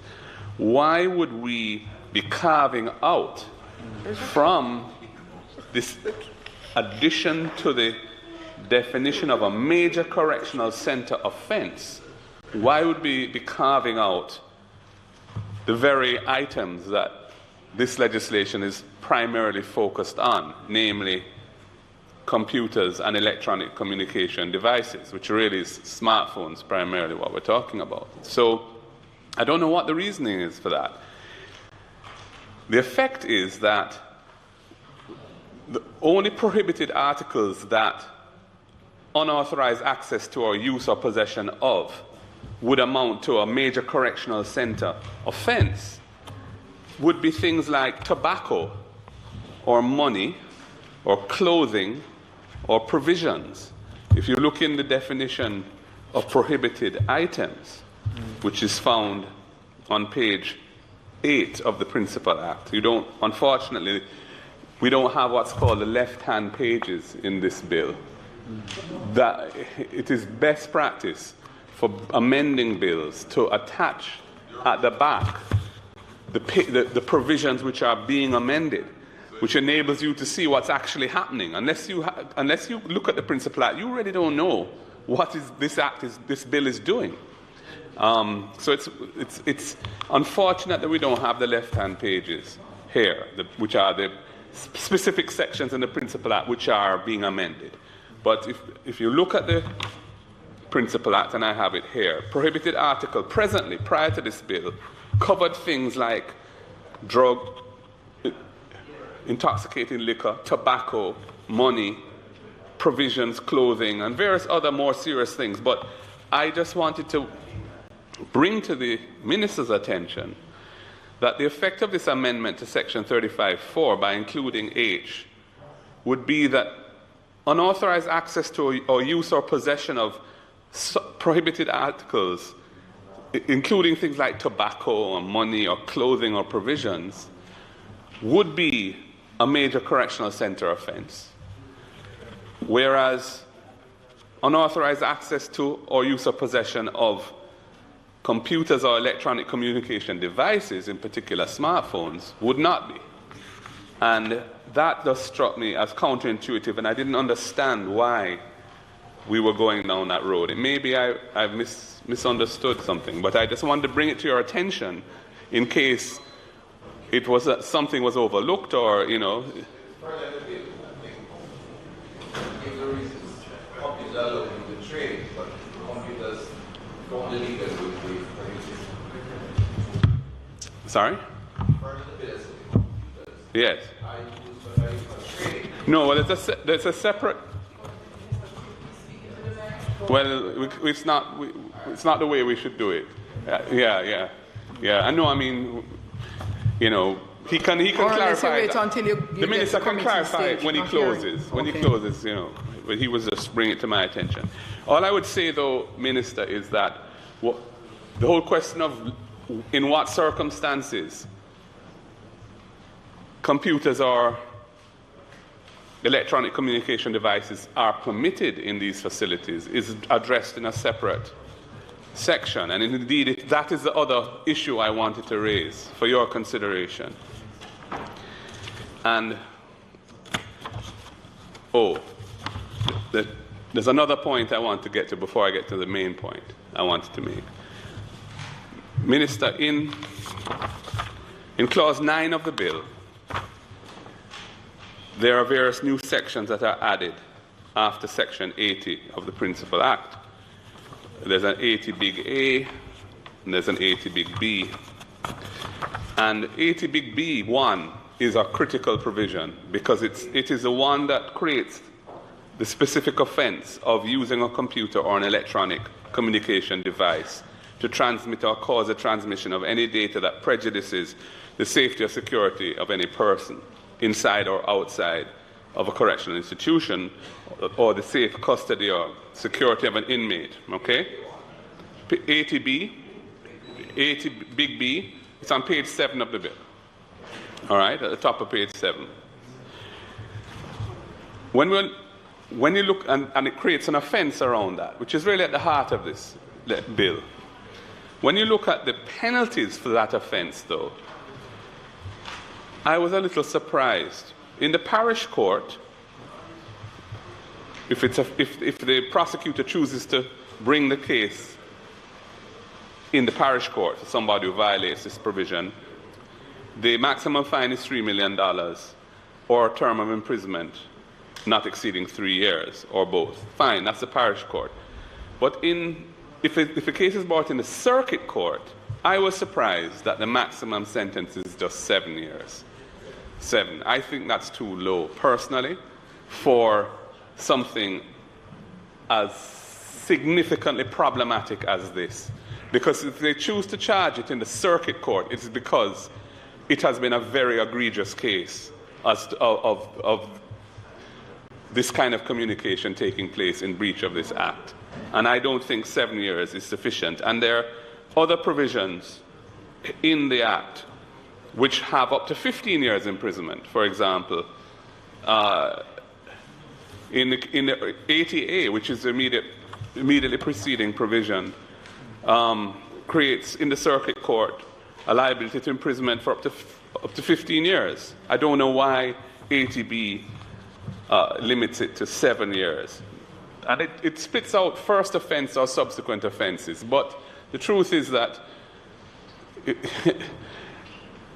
I don't think the first offense should be treated in such a delicate way, because where somebody has, for example, put a hit on somebody using their cell phone in this provision, you may never have another opportunity to hold them accountable for this. So I think 7 years is inadequate, personally, for this.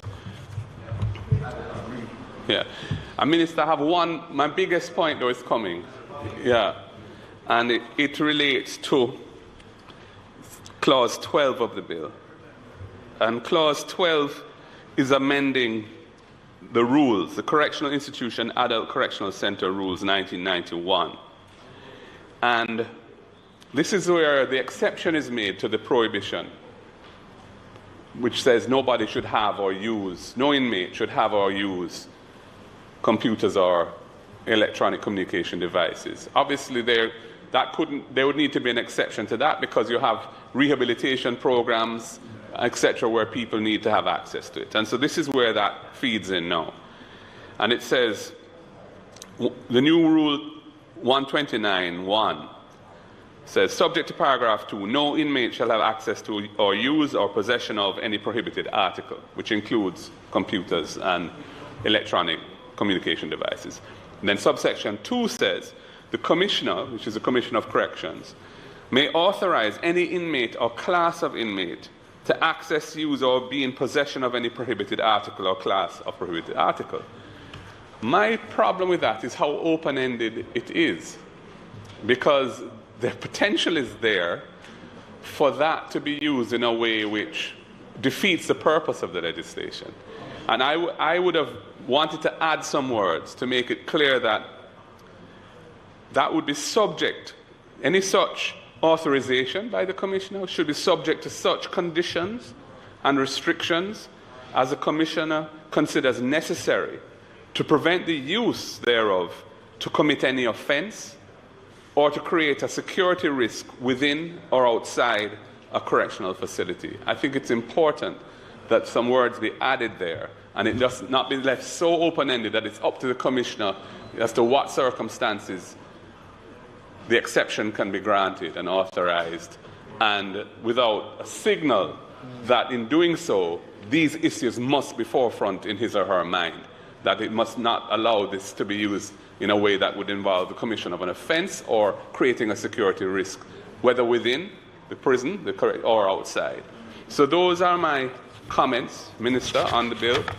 It has my full support, and all I'm trying to do is to make sure it goes as far as it needs to go, because we're all at one on the need to address this issue effectively. Thank you, Madam.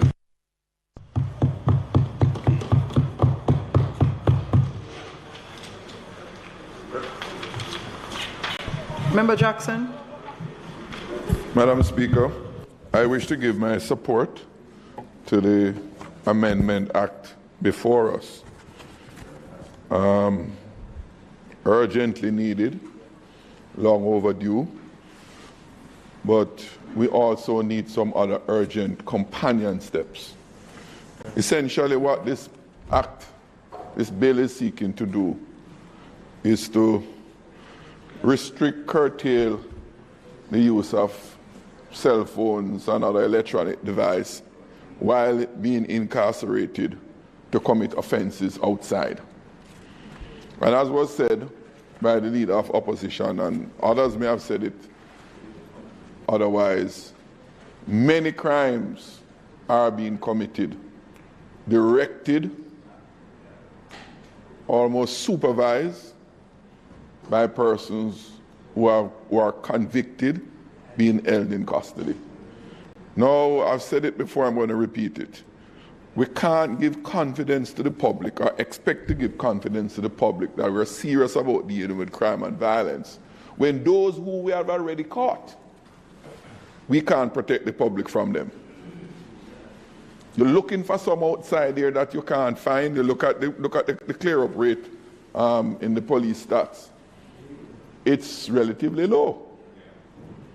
So a lot of criminal acts are being committed and they don't even have a clue who are committing those acts. Now you catch the person, you have them in your care, and you can't control what they do. So yes, this is good. But while they are there, we, the state, must take sufficient steps to prevent these devices from getting in. Because this is to catch them after it has gone in, you know. It's not to prevent it from going in. I raised it elsewhere. The Prime Minister is aware of it. The Minister of National Security, the Commissioner of Police, the Chief of Staff. I've raised it in those places where I've met with all those persons. It continues to remain a problem unabated. It cannot be beyond us as a state that we can't institute measures. I am told on one, when I talk to the Commissioner of Police, it is the Correctional Department. Right? And the Correctional Department will give you some eloquent explanation, but at the end of the eloquency, the problem remains unabated. So as far as I'm concerned, the eloquence don't mean anything to me. In fact, it lacks eloquence if it has no effect. So I want to use this opportunity, Prime Minister, Minister of National Security, in much greater speed than we used to bring this here. We cause those things to cease. Lock them up in some special cell up at JDF. You need an act to be amended to allow you to do that. Bring it here. We'll come at midnight and change the law. But do what needs to be done to make a difference. The public is sick and tired of the talk about the problem without seeing any material results that affects their lives. So I'm making that plea here, Prime Minister, Minister of National Security. Having said that, Minister, looking through the act, through the bill, clause 7, it refers to correctional institution. And when I checked in the principal act, the definition of correctional institutions are the Adult Correctional Center, Juvenile Correctional Center, Remand Center, Juvenile Remand Center, High Security Juvenile Center, and the pre-release hostel. it doesn't cover jail cells. I would want to make sure that this act to curtail, restrict, prohibit all of that, the use of these devices in the commission or assistance in the commission of criminal acts, be covered. Huh? No, it's not. It's not covered. It's not covered. So if it's not covered, I would hope we're not going to treat to make good perfection the enemy of good. I am pointing it out that I would have liked both to come at the same time as companion legislation, right? Because we want to kill that problem, right? So I'm going to ask you, Anderson is a JCF Act. I discussed it with my colleagues earlier on, that you bring post-ACE the amendment so that it can equalize with the provision here for those who are incarcerated in the correctional institutions. So that is just my other point I wish to I want to add my support to the point made by the leader of the opposition about the level of fines. Prime Minister, in Portmore, last year the police told me that persons out of gangs were associated with over 70 murders that they counted then. 70 murders. Person who was and is locked up, convicted, sentenced, and they are party to over 70 murders. That is worse than alarming. And what we do, we get up and we make speeches about these things, and that continues. The person, to the last information I got, is still in communication with persons outside from in the prison. Sometimes I just feel hopeless and helpless to even talk about it. Because I talk at the highest level, I talk at the mid-level, nothing happens. Nothing happens. And people in the communities who suffer from the actions of these criminals, right? They know that's the reality. They know. You talk to the intelligence police, they'll tell you. So it's very disconcerting, very depressing. Prime Minister, we have to do something, and I fail to accept that we have done enough. Thank you, Madam Speaker. Thank you, members. Oh, you're calling.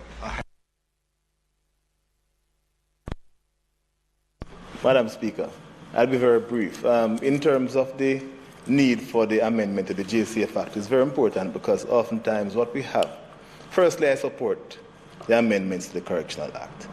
I'm in full support. Why we need the amendments to the JCF Act is because oftentimes we have detainees who are in custody for more than a year at times. And those persons would have access to devices. And they'd basically be doing the same thing that the persons who are either convicted or not convicted, who are in remand centers or correctional institutions would be doing.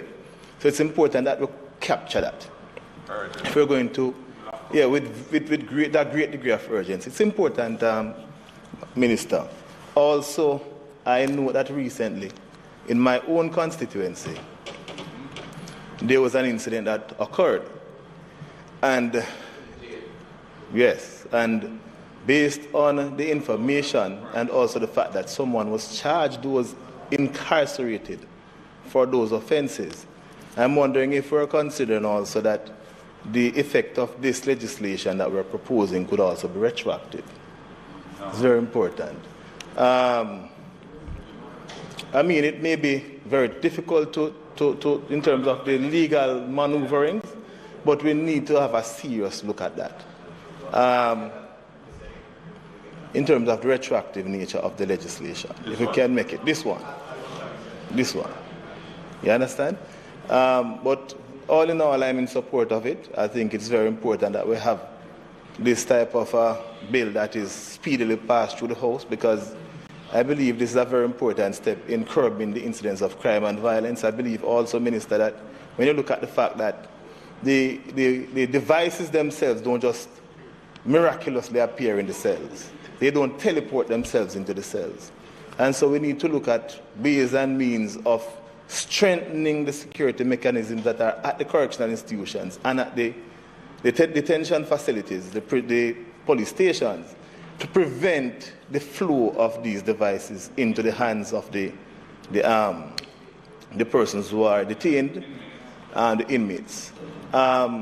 It's important that we have a serious look at this, because I believe many persons across Jamaica could tell you that they are of the view that a vast majority of the incidents of crime that are perpetrated outside, in Jamaica, happen from inside or behind the prison walls. And so I support it fully, and I urge you to look at the JISTV Act and see how soon we can do something about that. And certainly when that comes to Parliament, I'll also support whatever amendments are made, because the safety and security of Jamaica is all of our concerns. Thank you.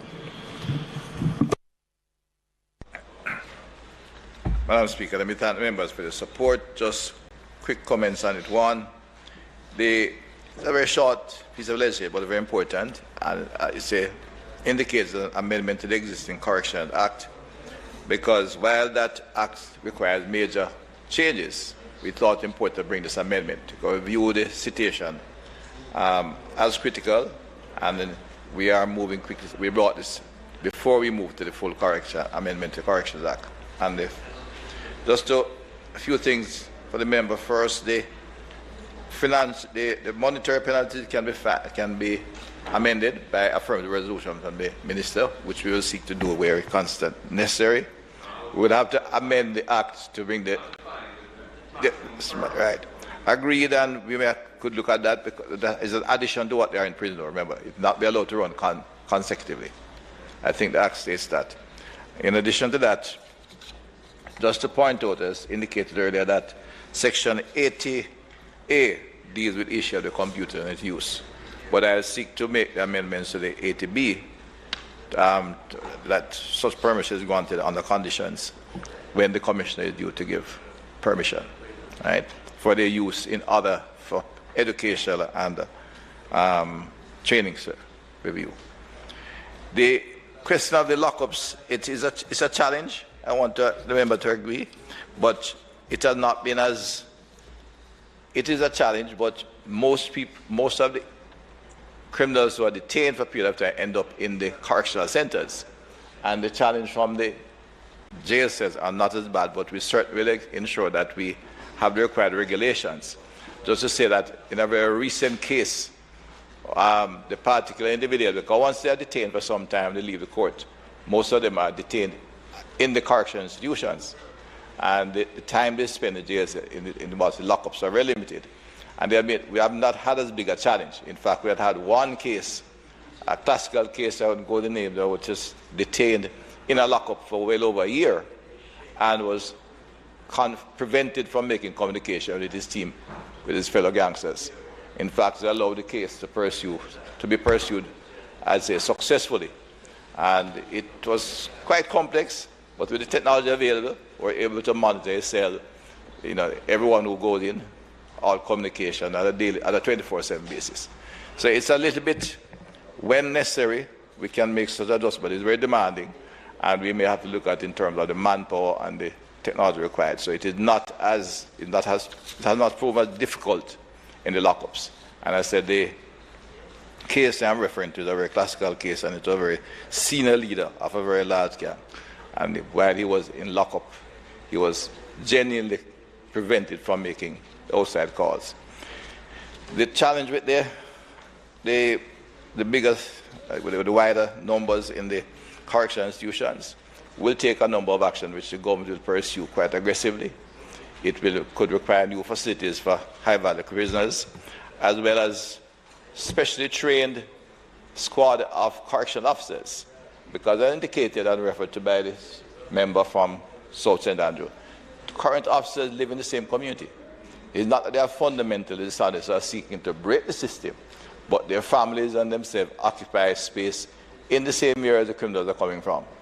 And unless steps have been taken to protect their families, especially in the current scenario, with this new bill, which will bring about significant penalties and increase in time in jail, etc., we may be able to reduce that kind of activity.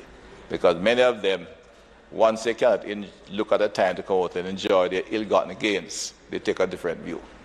But again, Madam Speaker, this is just one piece of legislation we're going to seek to bring to this House to deal with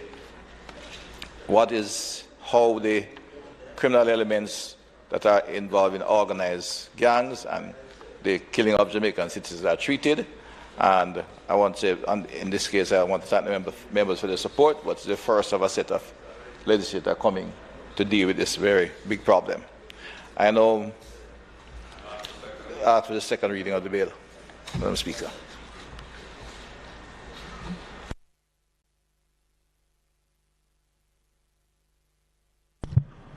The question is that the bill be read a second time.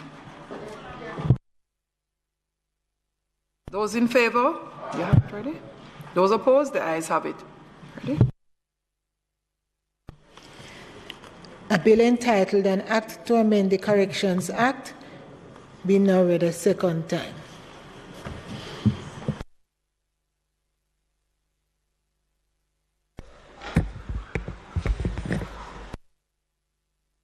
The House will now resolve itself into a committee of the whole House to consider the bill clause by clause.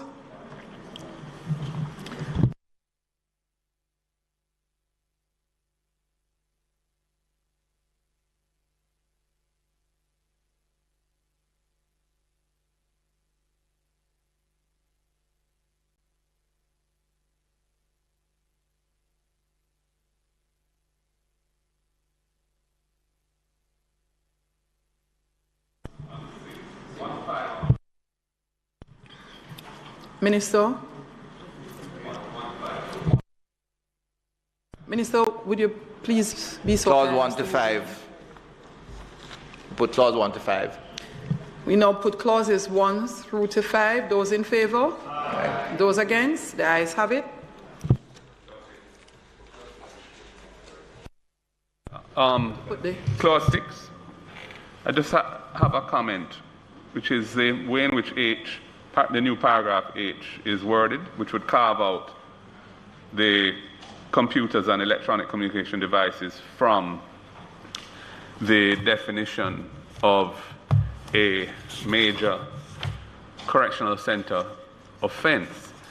And I just think that that might not be the right way to go, because if you were to include them within the definition of a major correctional center offense, it means that subsection 1 of section 35 would apply. And subsection 1 of section 35 provides a series of alternative punishments for major correctional center offenses, which in some circumstances it could be advantageous to the institution to be able to treat with the matter in a disciplinary way under 35 rather than having to prosecute in court, depending on the seriousness of the particular offense, the circumstances, and so on. Which is why I think it would be advantageous not to have the words in H after the word prohibited article. The word, delete the rest of it, where it says other than a computer or an electronic communication device. Because if you end it at prohibited article, then you would open up the possibility of using 35(1) of the Principal Act. Section 8, you are suggesting unauthorized. Yes.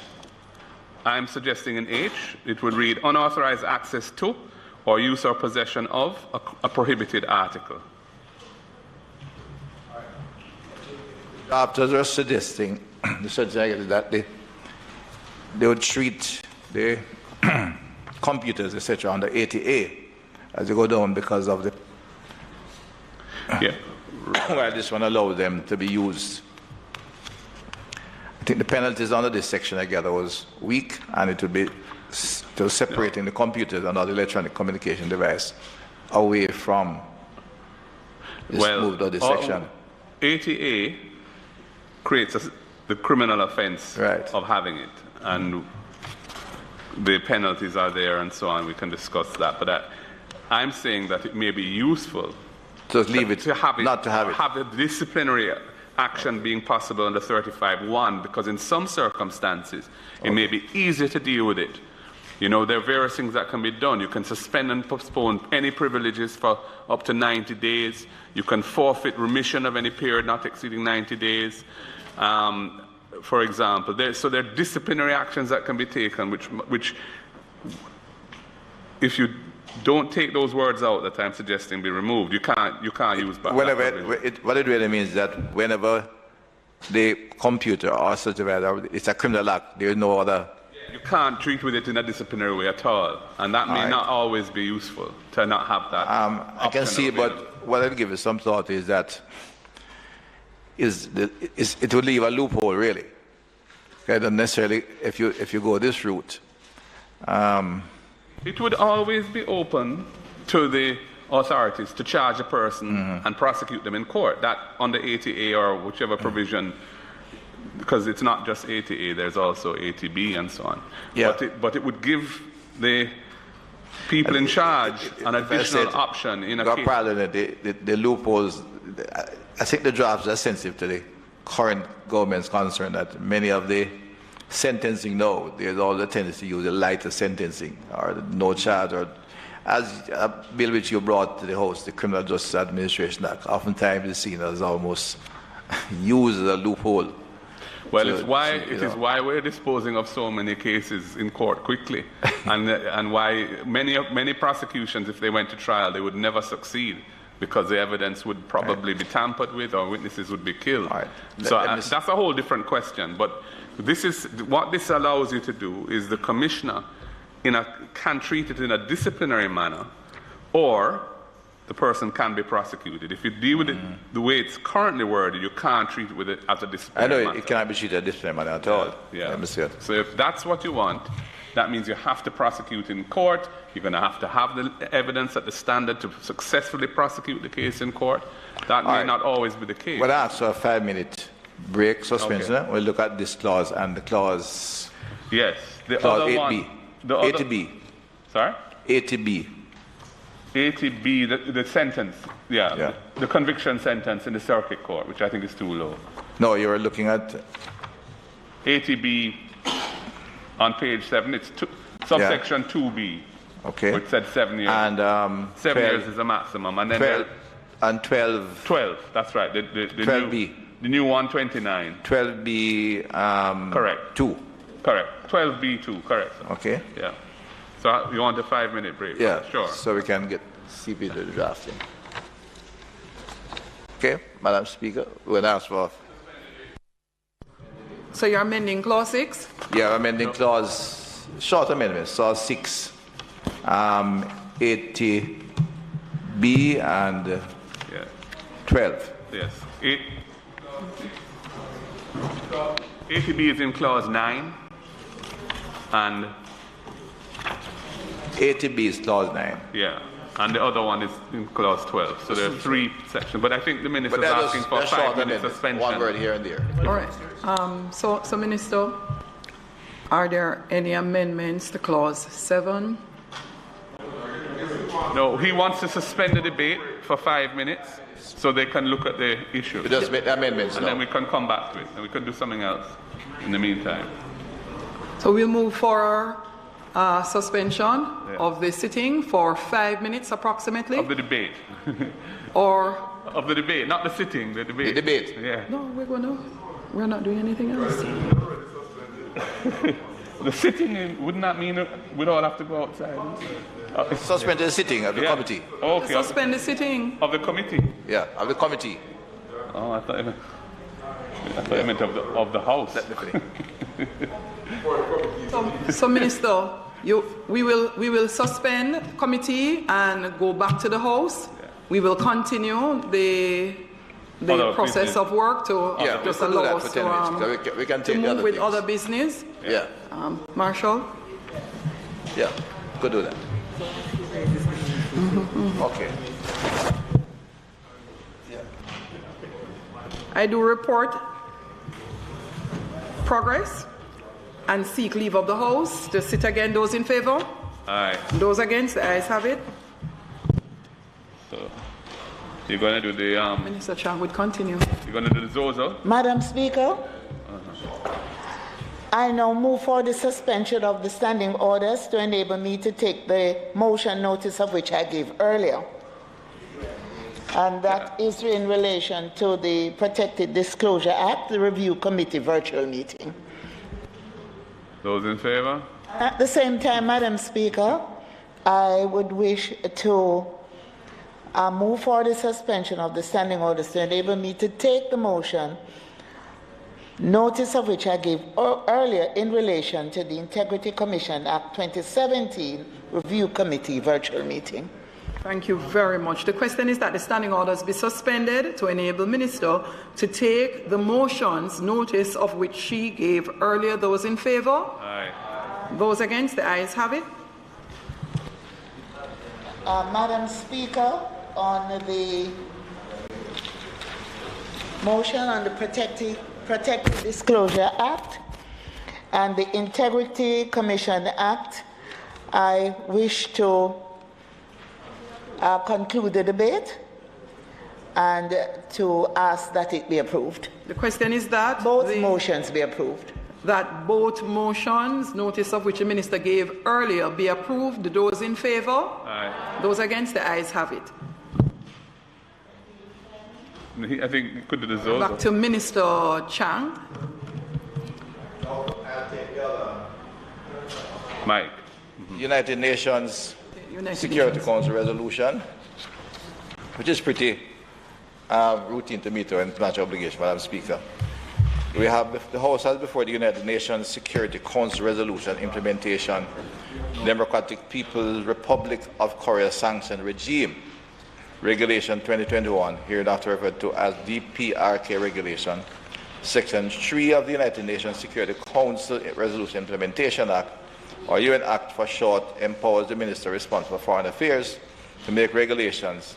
The DPRK regulations were approved in the Senate with the full support of the opposition on November 19, 2021, retained in the House on November 23, 2021. The regulations are intended, of course, to implement certain United Nations Security Council resolutions relating to prevention of suppression and disruption of proliferation of weapons of mass destruction. Critical of these resolutions are create a necessary framework as it relates to the financing of weapons of mass destruction by the Democratic People's Republic of Korea, DPRK, and a form of part of a global response to terrorism and other threats to international peace and security. It is also part of Jamaica's requirement in implementing Recommendation 7 of the Financial Action Task Force's International Standards on Combating Money Laundering and the Financing of Terrorism and Proliferation FATF regulations. They are set out in a comprehensive framework of measures which countries should implement in order to combat money laundering. As a member of the Caribbean Financial Action Task Force, Jamaica is regularly assessed and in compliance with these regulations. And at the last, we're only partially compliant in respect of Recommendation 7. So we have been taking the steps required to improve our implementation of this recommendation, Madam Speaker, with a view to improving our rating in this sector. Members may recall in 2013, Jamaica enacted the UN Act to further strengthen the domestic framework for the implementation of UN Security Council resolutions. The amendments were made to the UN Act as recently as 2019 as it relates to regulation that act. Under that Act, however, there have been no new regulations since the Act was passed in 2013. The existing DPRK regulations under the UN Act were first specific and intended to meet an immediate need at the time. These updated regulations, therefore, will comprehensively address the situation in the DPRK and implement a range of UN Security Council resolutions that have been passed since as far back as 2006 and which may remain relevant. Madam Speaker, in view of the measure contained in these international instruments, the DPRK regulations have been drafted to do the following. Designate in accordance with the relevant UN Security Council resolution any person or entity engaged in providing support for or acting on behalf of DPRK's nuclear-related other weapons of mass destruction related and ballistic missile program. B, to prevent items being exported to or imported from DPRK that could contribute to the nuclear or ballistic program. C, prohibit activities of persons that could contribute to the nuclear or ballistic missile program or other weapons of mass destruction programs of DPRK, or contribute to activities prohibited or to the evasion of measure imposed by any relevant Security Council resolution, such as making a sanctioned supplier, procuring import sanctioned items or other items from DPRK, providing sanctioned services and sanctioned commercial activities. D, freeze assets owned or controlled or by designated persons or entities. C, prohibit activities and services in respect of DPRK vessels, such as owning, registering or leasing DPRK vessels and providing bunkering services to DPRK vessels. F, prohibit procuring from DPRK services relating to arms and related materials, such as technical training in relation to the provision, manufacture, maintenance or use of arms or related material. And G, empower the minister to grant permits to carry out prohibited activities and services where the minister has been satisfied that all the operational and legal requirements have been met. Madam Speaker, it is important to note that the sanction regime being established by the regulation is only in relation to dealing with DPRK and associated entities. Jamaica has traditionally played its part in the maintenance of international peace and security. Likewise, Jamaica continued to take the steps necessary to maintain a robust anti-money laundering, counter-terrorism financing framework. These regulations, therefore, are critical components of the broader legislative and criminal justice measures being implemented by the government. It is against this background that these regulations are being put to the House today. It's pleased you, Madam, I seek the support of the members of the House.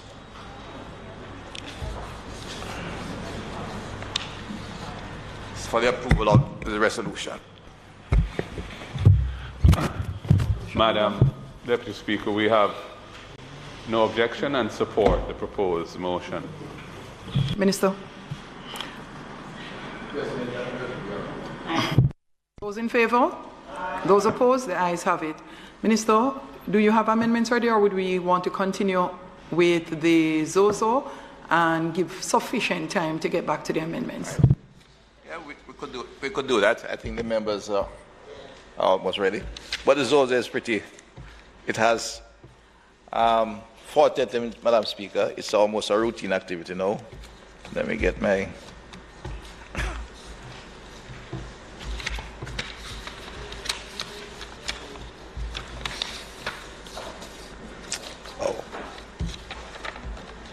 Okay. Madam Speaker, the zones of special operations constitute one of the most comprehensive pieces of legislation, inclusive and impactful development programs that is focused on criminal activity in Jamaica.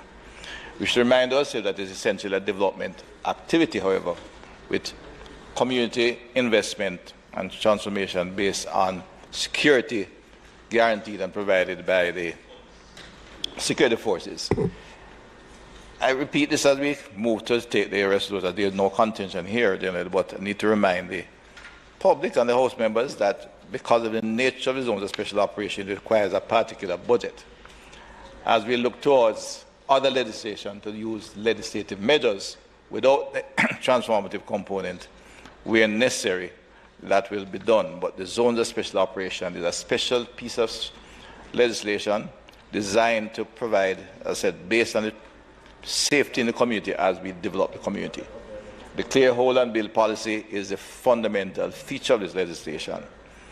And that's why it was brought into operation, but is confined to a number of critical areas.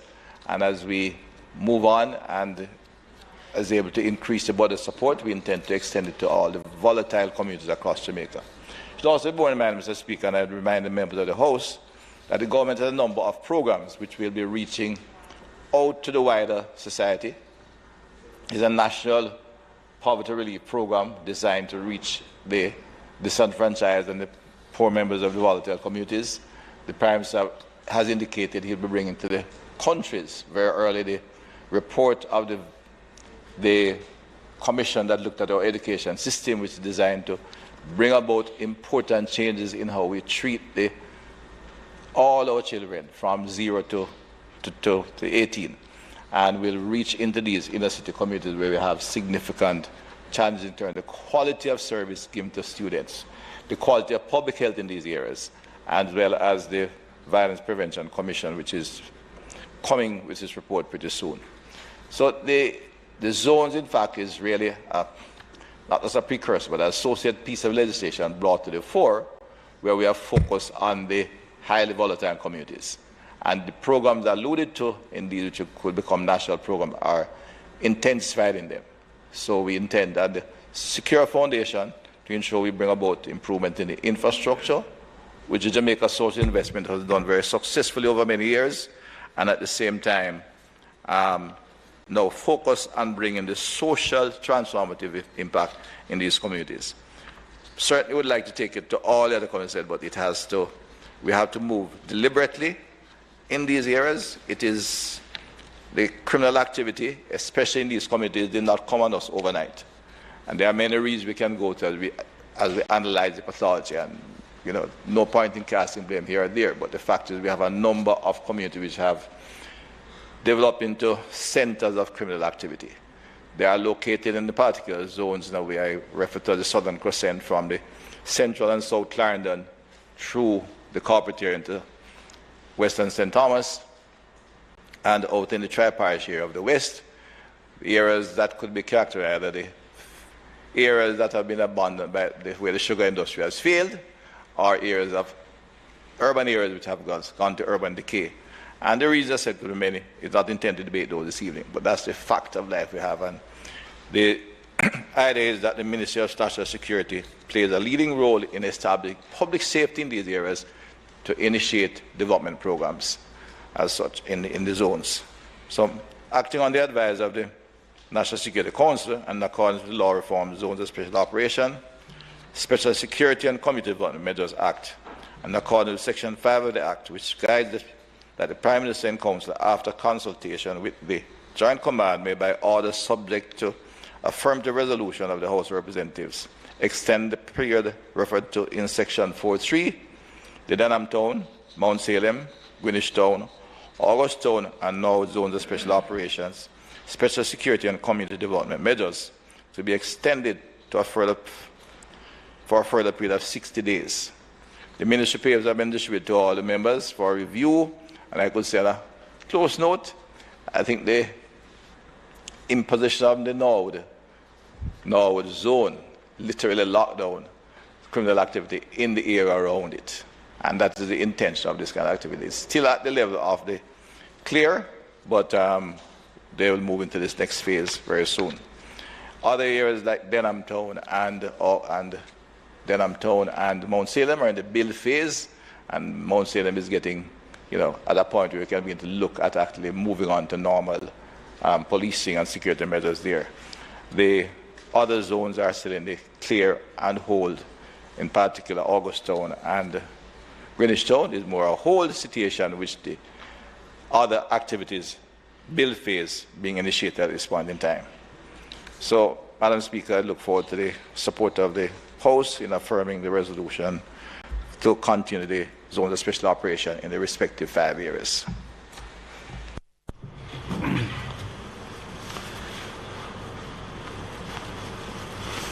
Madam Deputy Speaker, we on this side have consistently supported the extensions to the zones when requested by the Minister. We understand the importance of utilizing this legislation in ways which can achieve long-term benefits for the communities involved. And it is a matter of judgment as to how long that will take. And he has indicated that Mount Salem seems to be reaching a point where it may be possible to revert to normal policing. And if that is so, that would be commendable. I must say I feel that we use the ZOZO legislation too sparingly and in too limited a way, so that we have communities that are under the ZOZO regime which are surrounded by other communities that are not, and which have very similar security problems. And I would like to see us get to the point where we're really using it as a way of managing hotspots as they arise. I know that there is a budgetary limitation on the build phase, but I think that we can extend the build phase and roll that out over a period that's within our budgetary constraints. But it shouldn't preclude us from doing what we need to do the clear and hold, because that ultimately is protecting lives and bringing security to people who are extremely insecure because of the levels of violent crime in their communities. So I would like to see it being used more, in a more pervasive way, where we have hotspots with high levels of violent crime and murders. And I think the residents would appreciate that, because what I like about the Zozo legislation is that it does provide a balance between giving the security forces the powers that they need to do their work effectively, allowing the soldiers, the JDF, to operate within the zones with the powers of constables.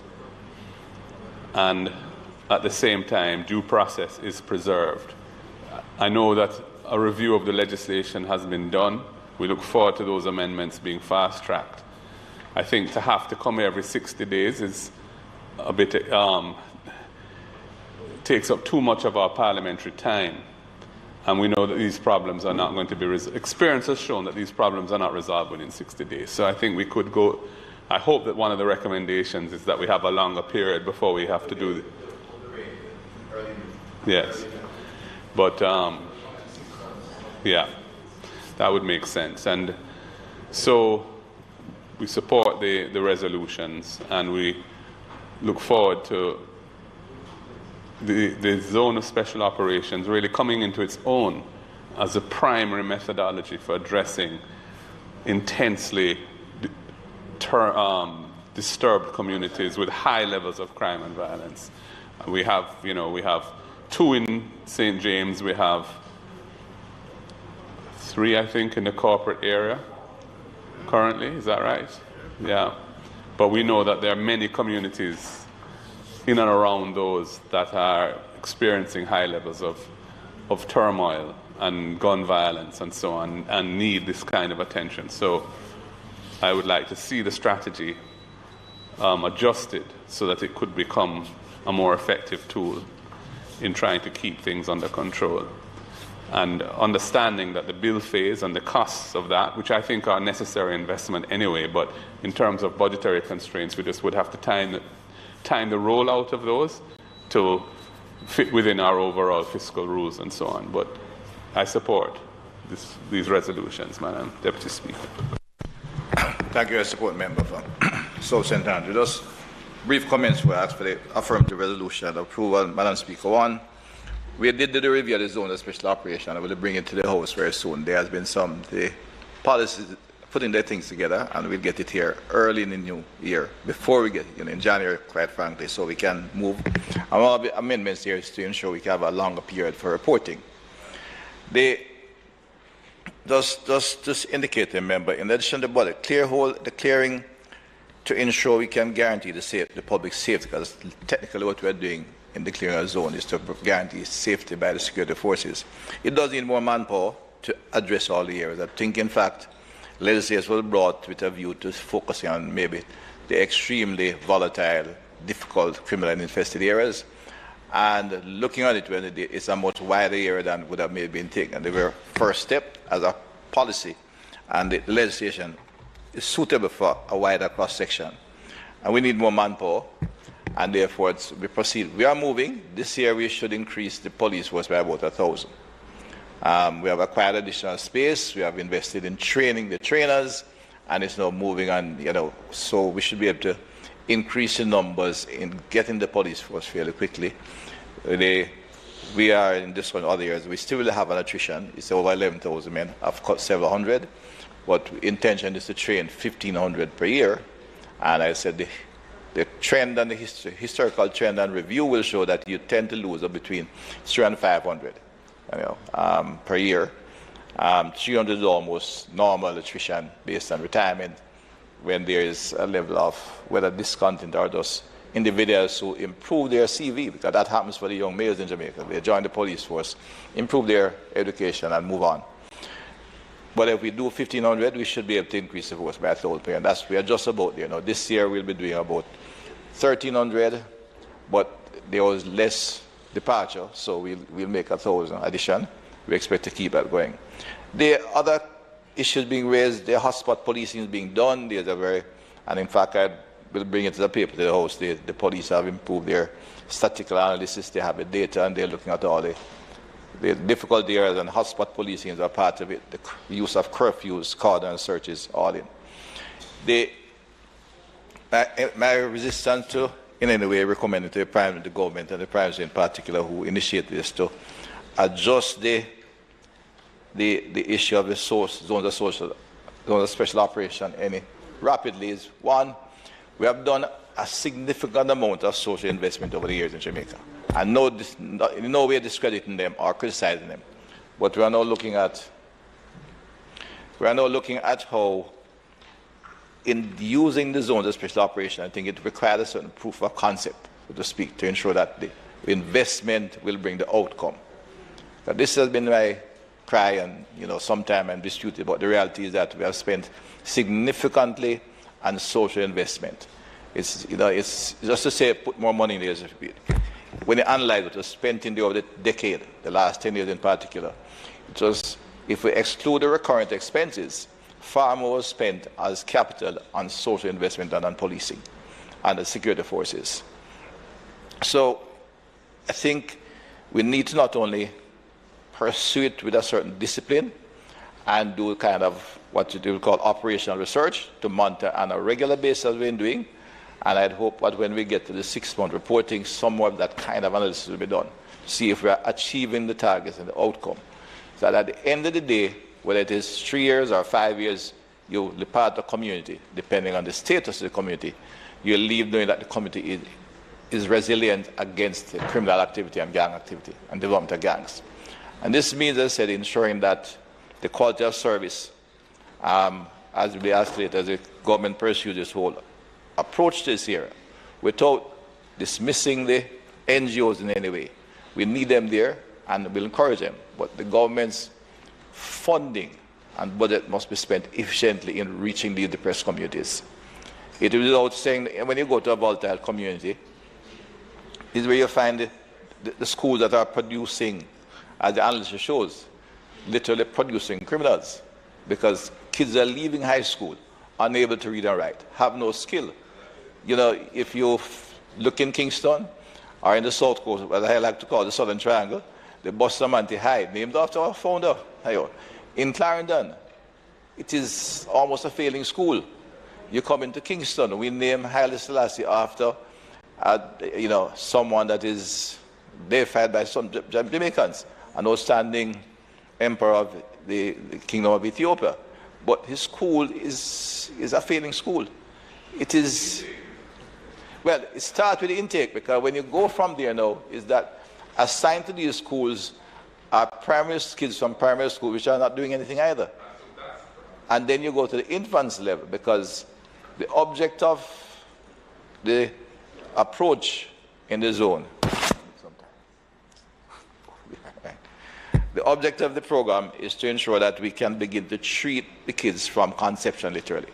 We have to find the single mothers that come into the public health clinics, and it's a very good gateway into the community, where single mothers, even once, will attend a clinic. And when you find a mother who has 3 kids, no job, living under tent somewhere under zinc sheets, that's the embryonic stage of the criminal. If we can provide that mother with a shelter, a sanitary facility, train them so they can get a job while giving them the PATH program. It's very small, but it's a fairly good social safety net. I will give credit to us to traverse many governments, both governments, and also get those kids on PATH and make sure they're healthy and have proper nutrition. Kids who suffer from malnutrition are likely to grow up with emotional problems. And if in that community we impose public safety restore public safety, there's a good chance that that family will grow up in a normal way. That is the basis for successful social transformation. Anything else you do will not succeed if that nucleus remains. And that's why I'm saying to just allow for social intervention in a broad way. You can always get 50 parents who are struggling to come to a meeting and you write a good paper on how many you saw. But unless we get the data in the community, which is the other phase of this operation, and which we are now doing in zone, and we'll bring that data in addition to the various programs identified in the ministry paper, is the demographic data of the community. What's the population? Just initiated one of the zones when we could say the population is just over 10,000. The percentage of elderly is like 5%, 500 plus. So we know to look for people for the old age pension. But you have about 25% below 15, and that was it came about 1,500. We need to know everything about those 1,500 souls in that community if we are going to intervene effectively to break the development of the unhappy, disenchanthed young people who end up joining gangs, especially young males.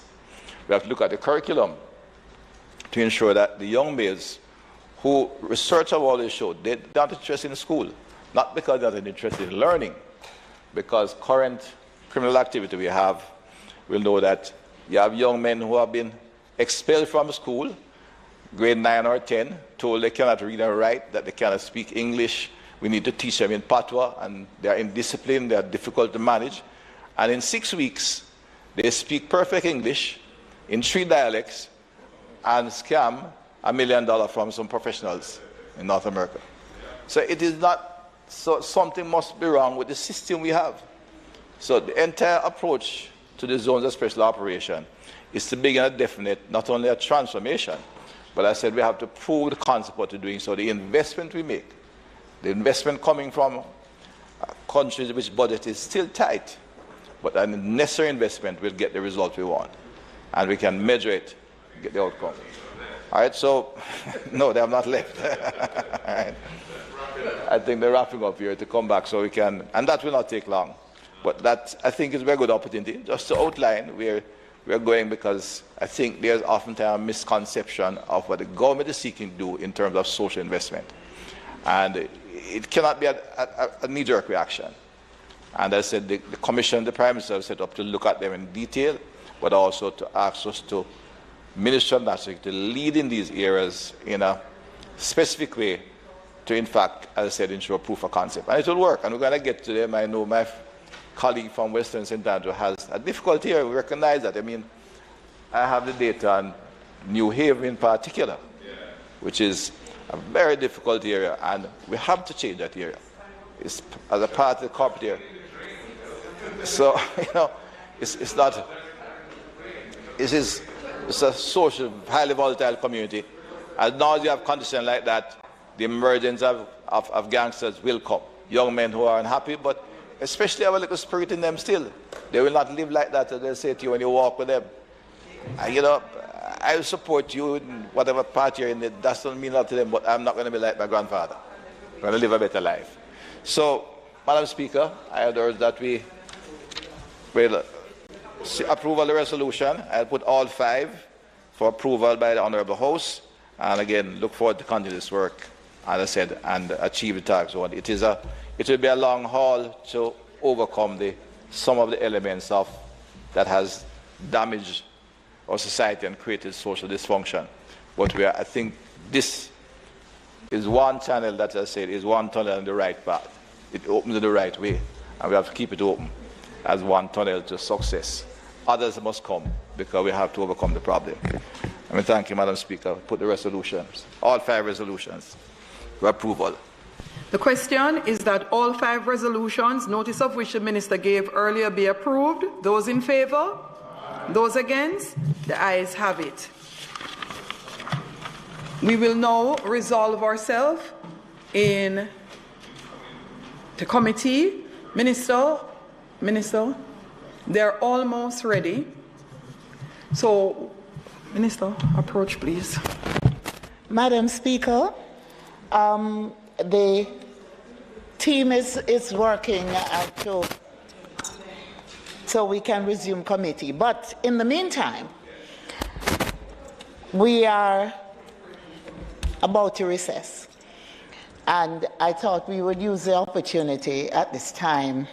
I wanted to make a few comments and to invite the leader of the opposition business to also make a few comments in wishing everyone a Merry Christmas. So we can use the opportunity to do so now.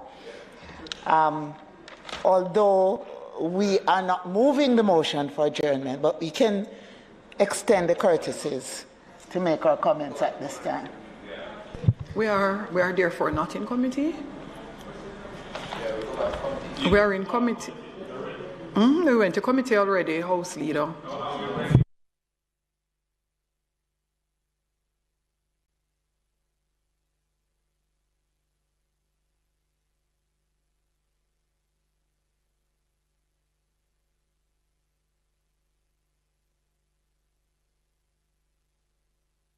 So, Madam Speaker, today should be the final sitting of this Honourable House before the Christmas holiday. This Honourable House was able to accomplish a number of things after we resumed from the summer break. A number of bills have been passed, questions have been answered, and motions moved. As for committees, these have been pretty active during the period. COVID-19 came and is still with us. But this did not prevent us from carrying out the national duties we had to perform day by day, week by week, month by month in this Honourable House. I wish to commend each of you for a job well done. Your dedication to the work is commendable. Madam Speaker and colleagues, it has been another rough year. Some of us have lost loved ones. It has been very, very difficult for many, and we have to thank God for life.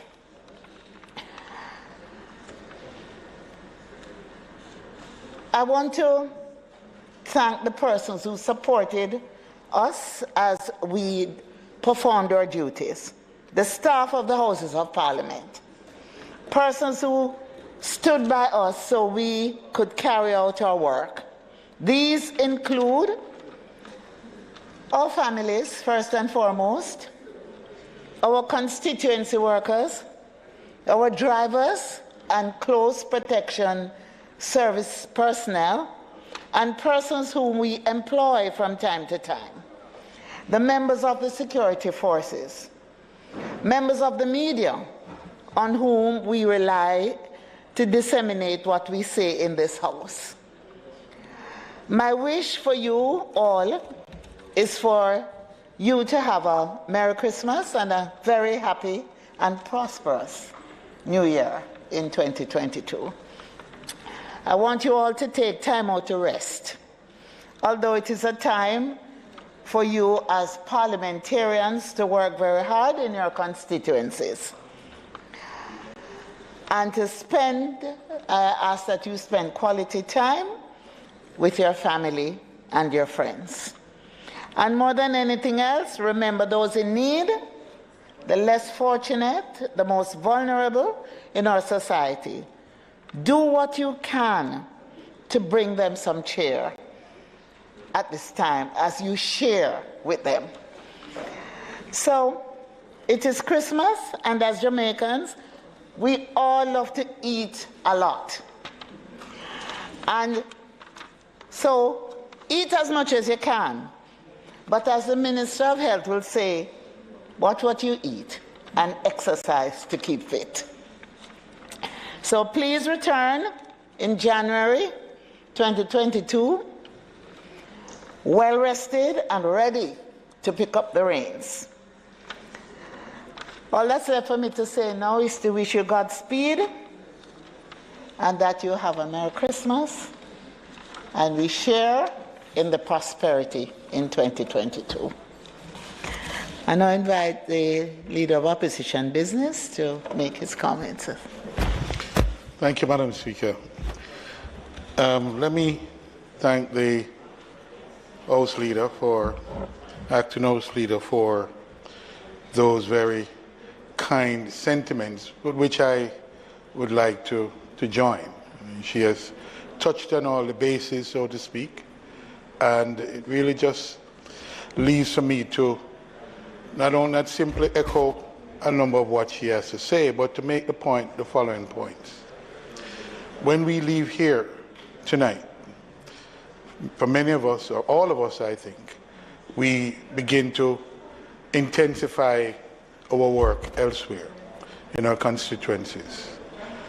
The mere announcement this afternoon that an additional amount was found from by the Minister of Finance, I think it was well appreciated by all of us, but it means now that there's additional work to be done. So, in a real way, our task is unending, and even as we look forward to some time with our family, which we must, that balance is a difficult balance to strike.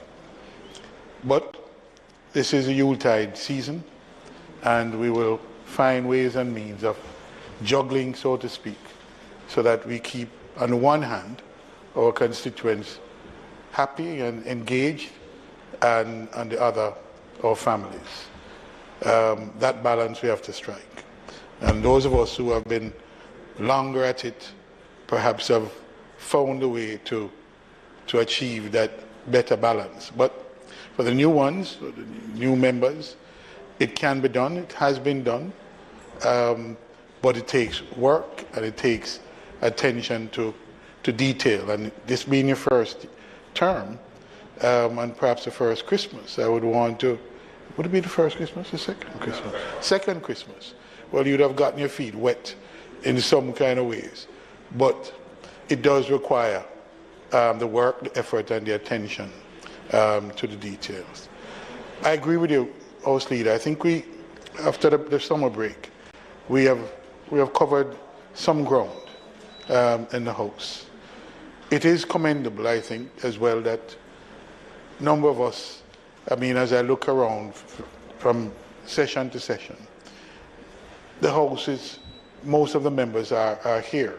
And I'm sure COVID has had its impact, but we have managed to keep going and to keep the business of the House going. And so I think the staff of I want to join you in commending the staff of the House, both here and elsewhere in this House, because they've kept the wheels turning, and in that sense kept us all going forward in their support.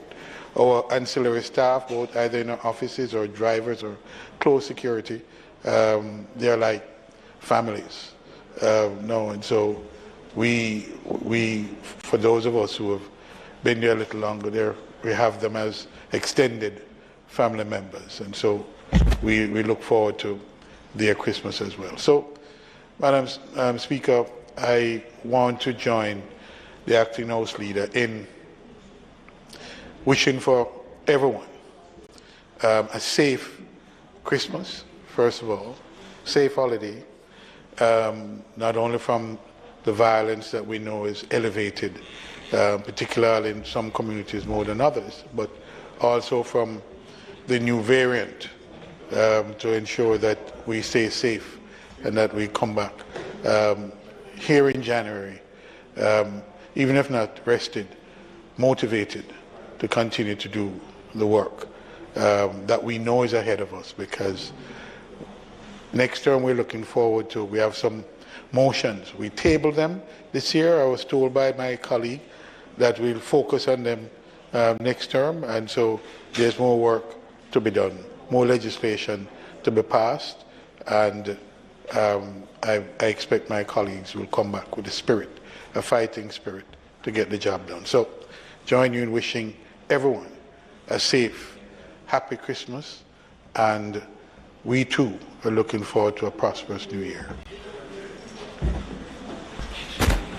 Thank you, Leader of the Opposition Business. Sorry, Madam. I just wanted to join in the sentiments and just wish everybody a happy Christmas when it comes, Happy New Year, staff of Parliament in particular. Just a thought that occurred to me when we were doing the Standing Finance Committee earlier, the inadequacies of the microphone system in the House, in the chamber, were apparent. You know, it was difficult to hear, it was crackly, they kept having to be fussing around and so on with the microphone. And I think that it would be nice if we could treat the chamber to a Christmas present of an upgrade of the microphone system. I know we have great plans to build a wonderful new parliament, but I think that that's going to take a while. And in the meantime, I mean, these microphones are, I think, are past their sell-by date now. So I would think that this would be something that would really enhance the effectiveness of the House too, and make it easier to conduct the kind of activities we had today and other similar exercises more effectively. So I would just commend that to you, Madam Leader of Government Business, Deputy. Yes, sir.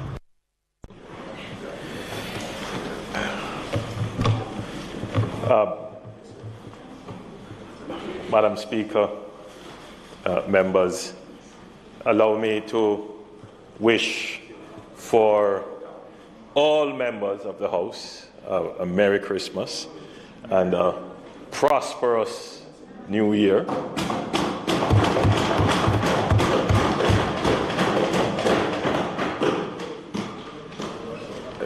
Madam Speaker, let me specifically highlight the work that has been done over the past year by the staff of Parliament.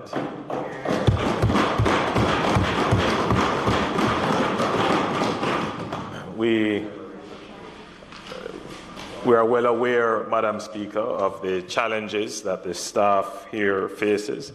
I won't but mention the challenges that they face with the facility itself, but also with their remuneration, which we are very sympathetic and concerned with. But like Madam Speaker, all the members of the public service have that concern. But for the Parliament staff in particular who work long hours and not under always the most convenient circumstances, we acknowledge them. Madam Speaker, this will be the second Christmas that we will have under a pandemic. It has indeed changed our way of life and how we have done things. We have tried this year to be a little bit more facilitating of the festive nature of the season. However, Madam Speaker, I still have a duty to remind persons that there is still the threat of the virus and the disease that it causes, and in particular now there is a new variant which is running, I don't want to say wild, but it is spreading widely in parts of Europe and in Southern Africa. We now know that it is in the region, and once it is in the region, it will be in Jamaica very soon, if it is not already here but undiscovered.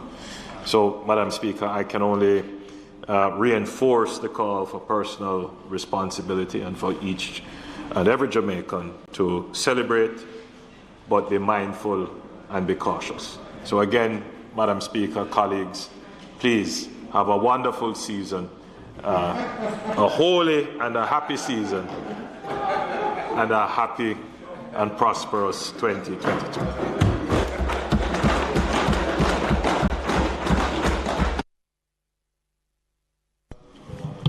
Yes, Minister, I felt that personally. Thanks, Prime Minister.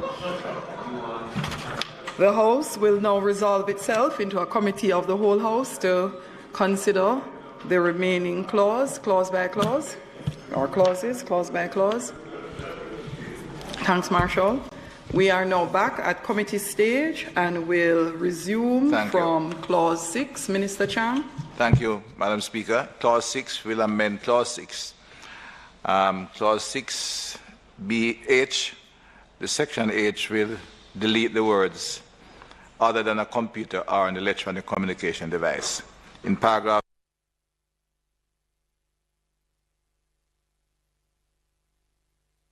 The mic went, Minister. All right. So I can put clause 6 and 7. 6 as amended. So clause 6 as amended. We now put the amendment to clause 6 to the House. Those in favor? Aye. Those against? The ayes have it. We now put clause 6 as amended. Those in favor? Aye. Those against? The ayes have it. Clauses 7 and 8. 8. Those in favor? Those against? The ayes have it. Clause 9. Clause 9, Madam Speaker, in paragraph, clause 9, 80B, 80B, 2B, in subparagraph 1, delete the word 7 years and substitute therefore 15 years.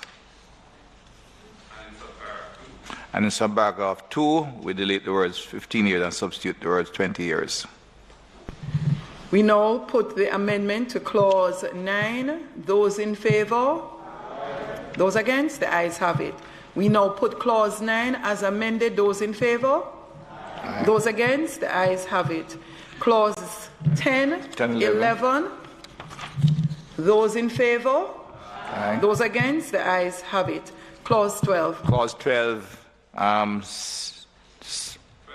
12B, 129(2) will read, insert immediately after the words class of prohibited article, the word subject to such conditions as the Commissioner considers necessary to prevent the use thereof to commit any offense or create any security risk, whether within or outside of the correctional institution.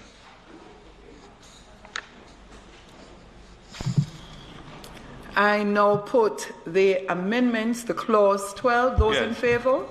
Madam, Yes, just to make it absolutely clear that it's 129(2). It's 129(2). The sheet left 12, off the word 2, but it's 12B. Yeah, it's 129 with 2 in brackets. 129. Those words are inserted. Yeah, I mean, yeah. So noted. It should read, it's 129(2). So it should read paragraph B in the new rule 129, open quotes 2, close quote. Right. Or close bracket. Yeah. So that will be the amendment. So I now put to the House clause 12 as amended. Those in favor? Aye. Those against? The ayes have it. I now put the amended clause 12 to the House. Those in favor? Aye. Those against? The ayes have it. Clause 13. I now put clause 13 to the House. Those in favor? Aye. Those against? The ayes have it. I now put the title and enacting clause. Those in favor? Aye. Those against? The ayes have it. The question is that I do report the bill as having passed committee stage with 3 amendments. 4, 6, 9, and 12. Oh. Where I put that 2. I now put the bill as having passed committee stage with 4 amendments. Those in favor? Aye. Those against? The ayes have it. Marshall? We'll be read a third time. Oh, you do. Move quickly, Marshall. I do report the bill as having passed committee stage without amendments, with 4 amendments, sorry. No, very tired. Minister? Ask the bill be read a third time. Right. Those in favor? Those against? The ayes have it. Clark? A bill entitled An Act to Amend the Corrections Act read a third time and passed.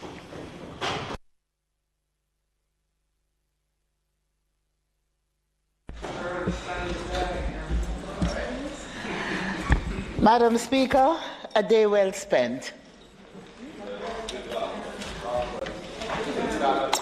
A day well spent.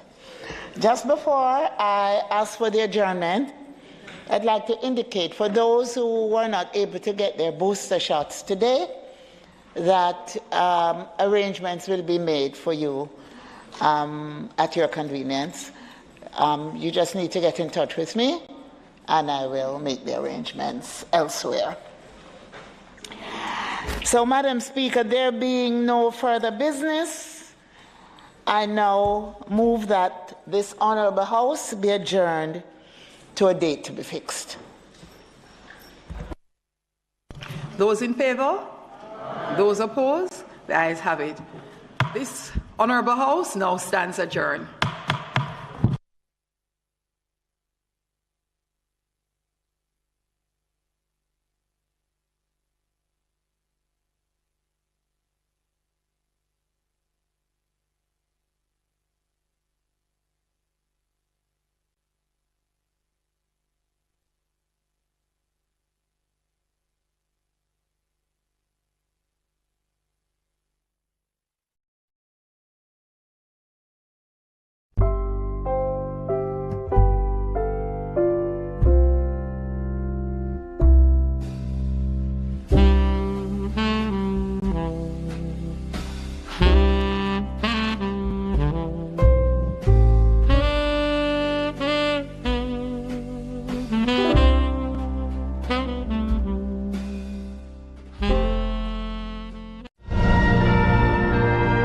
It's a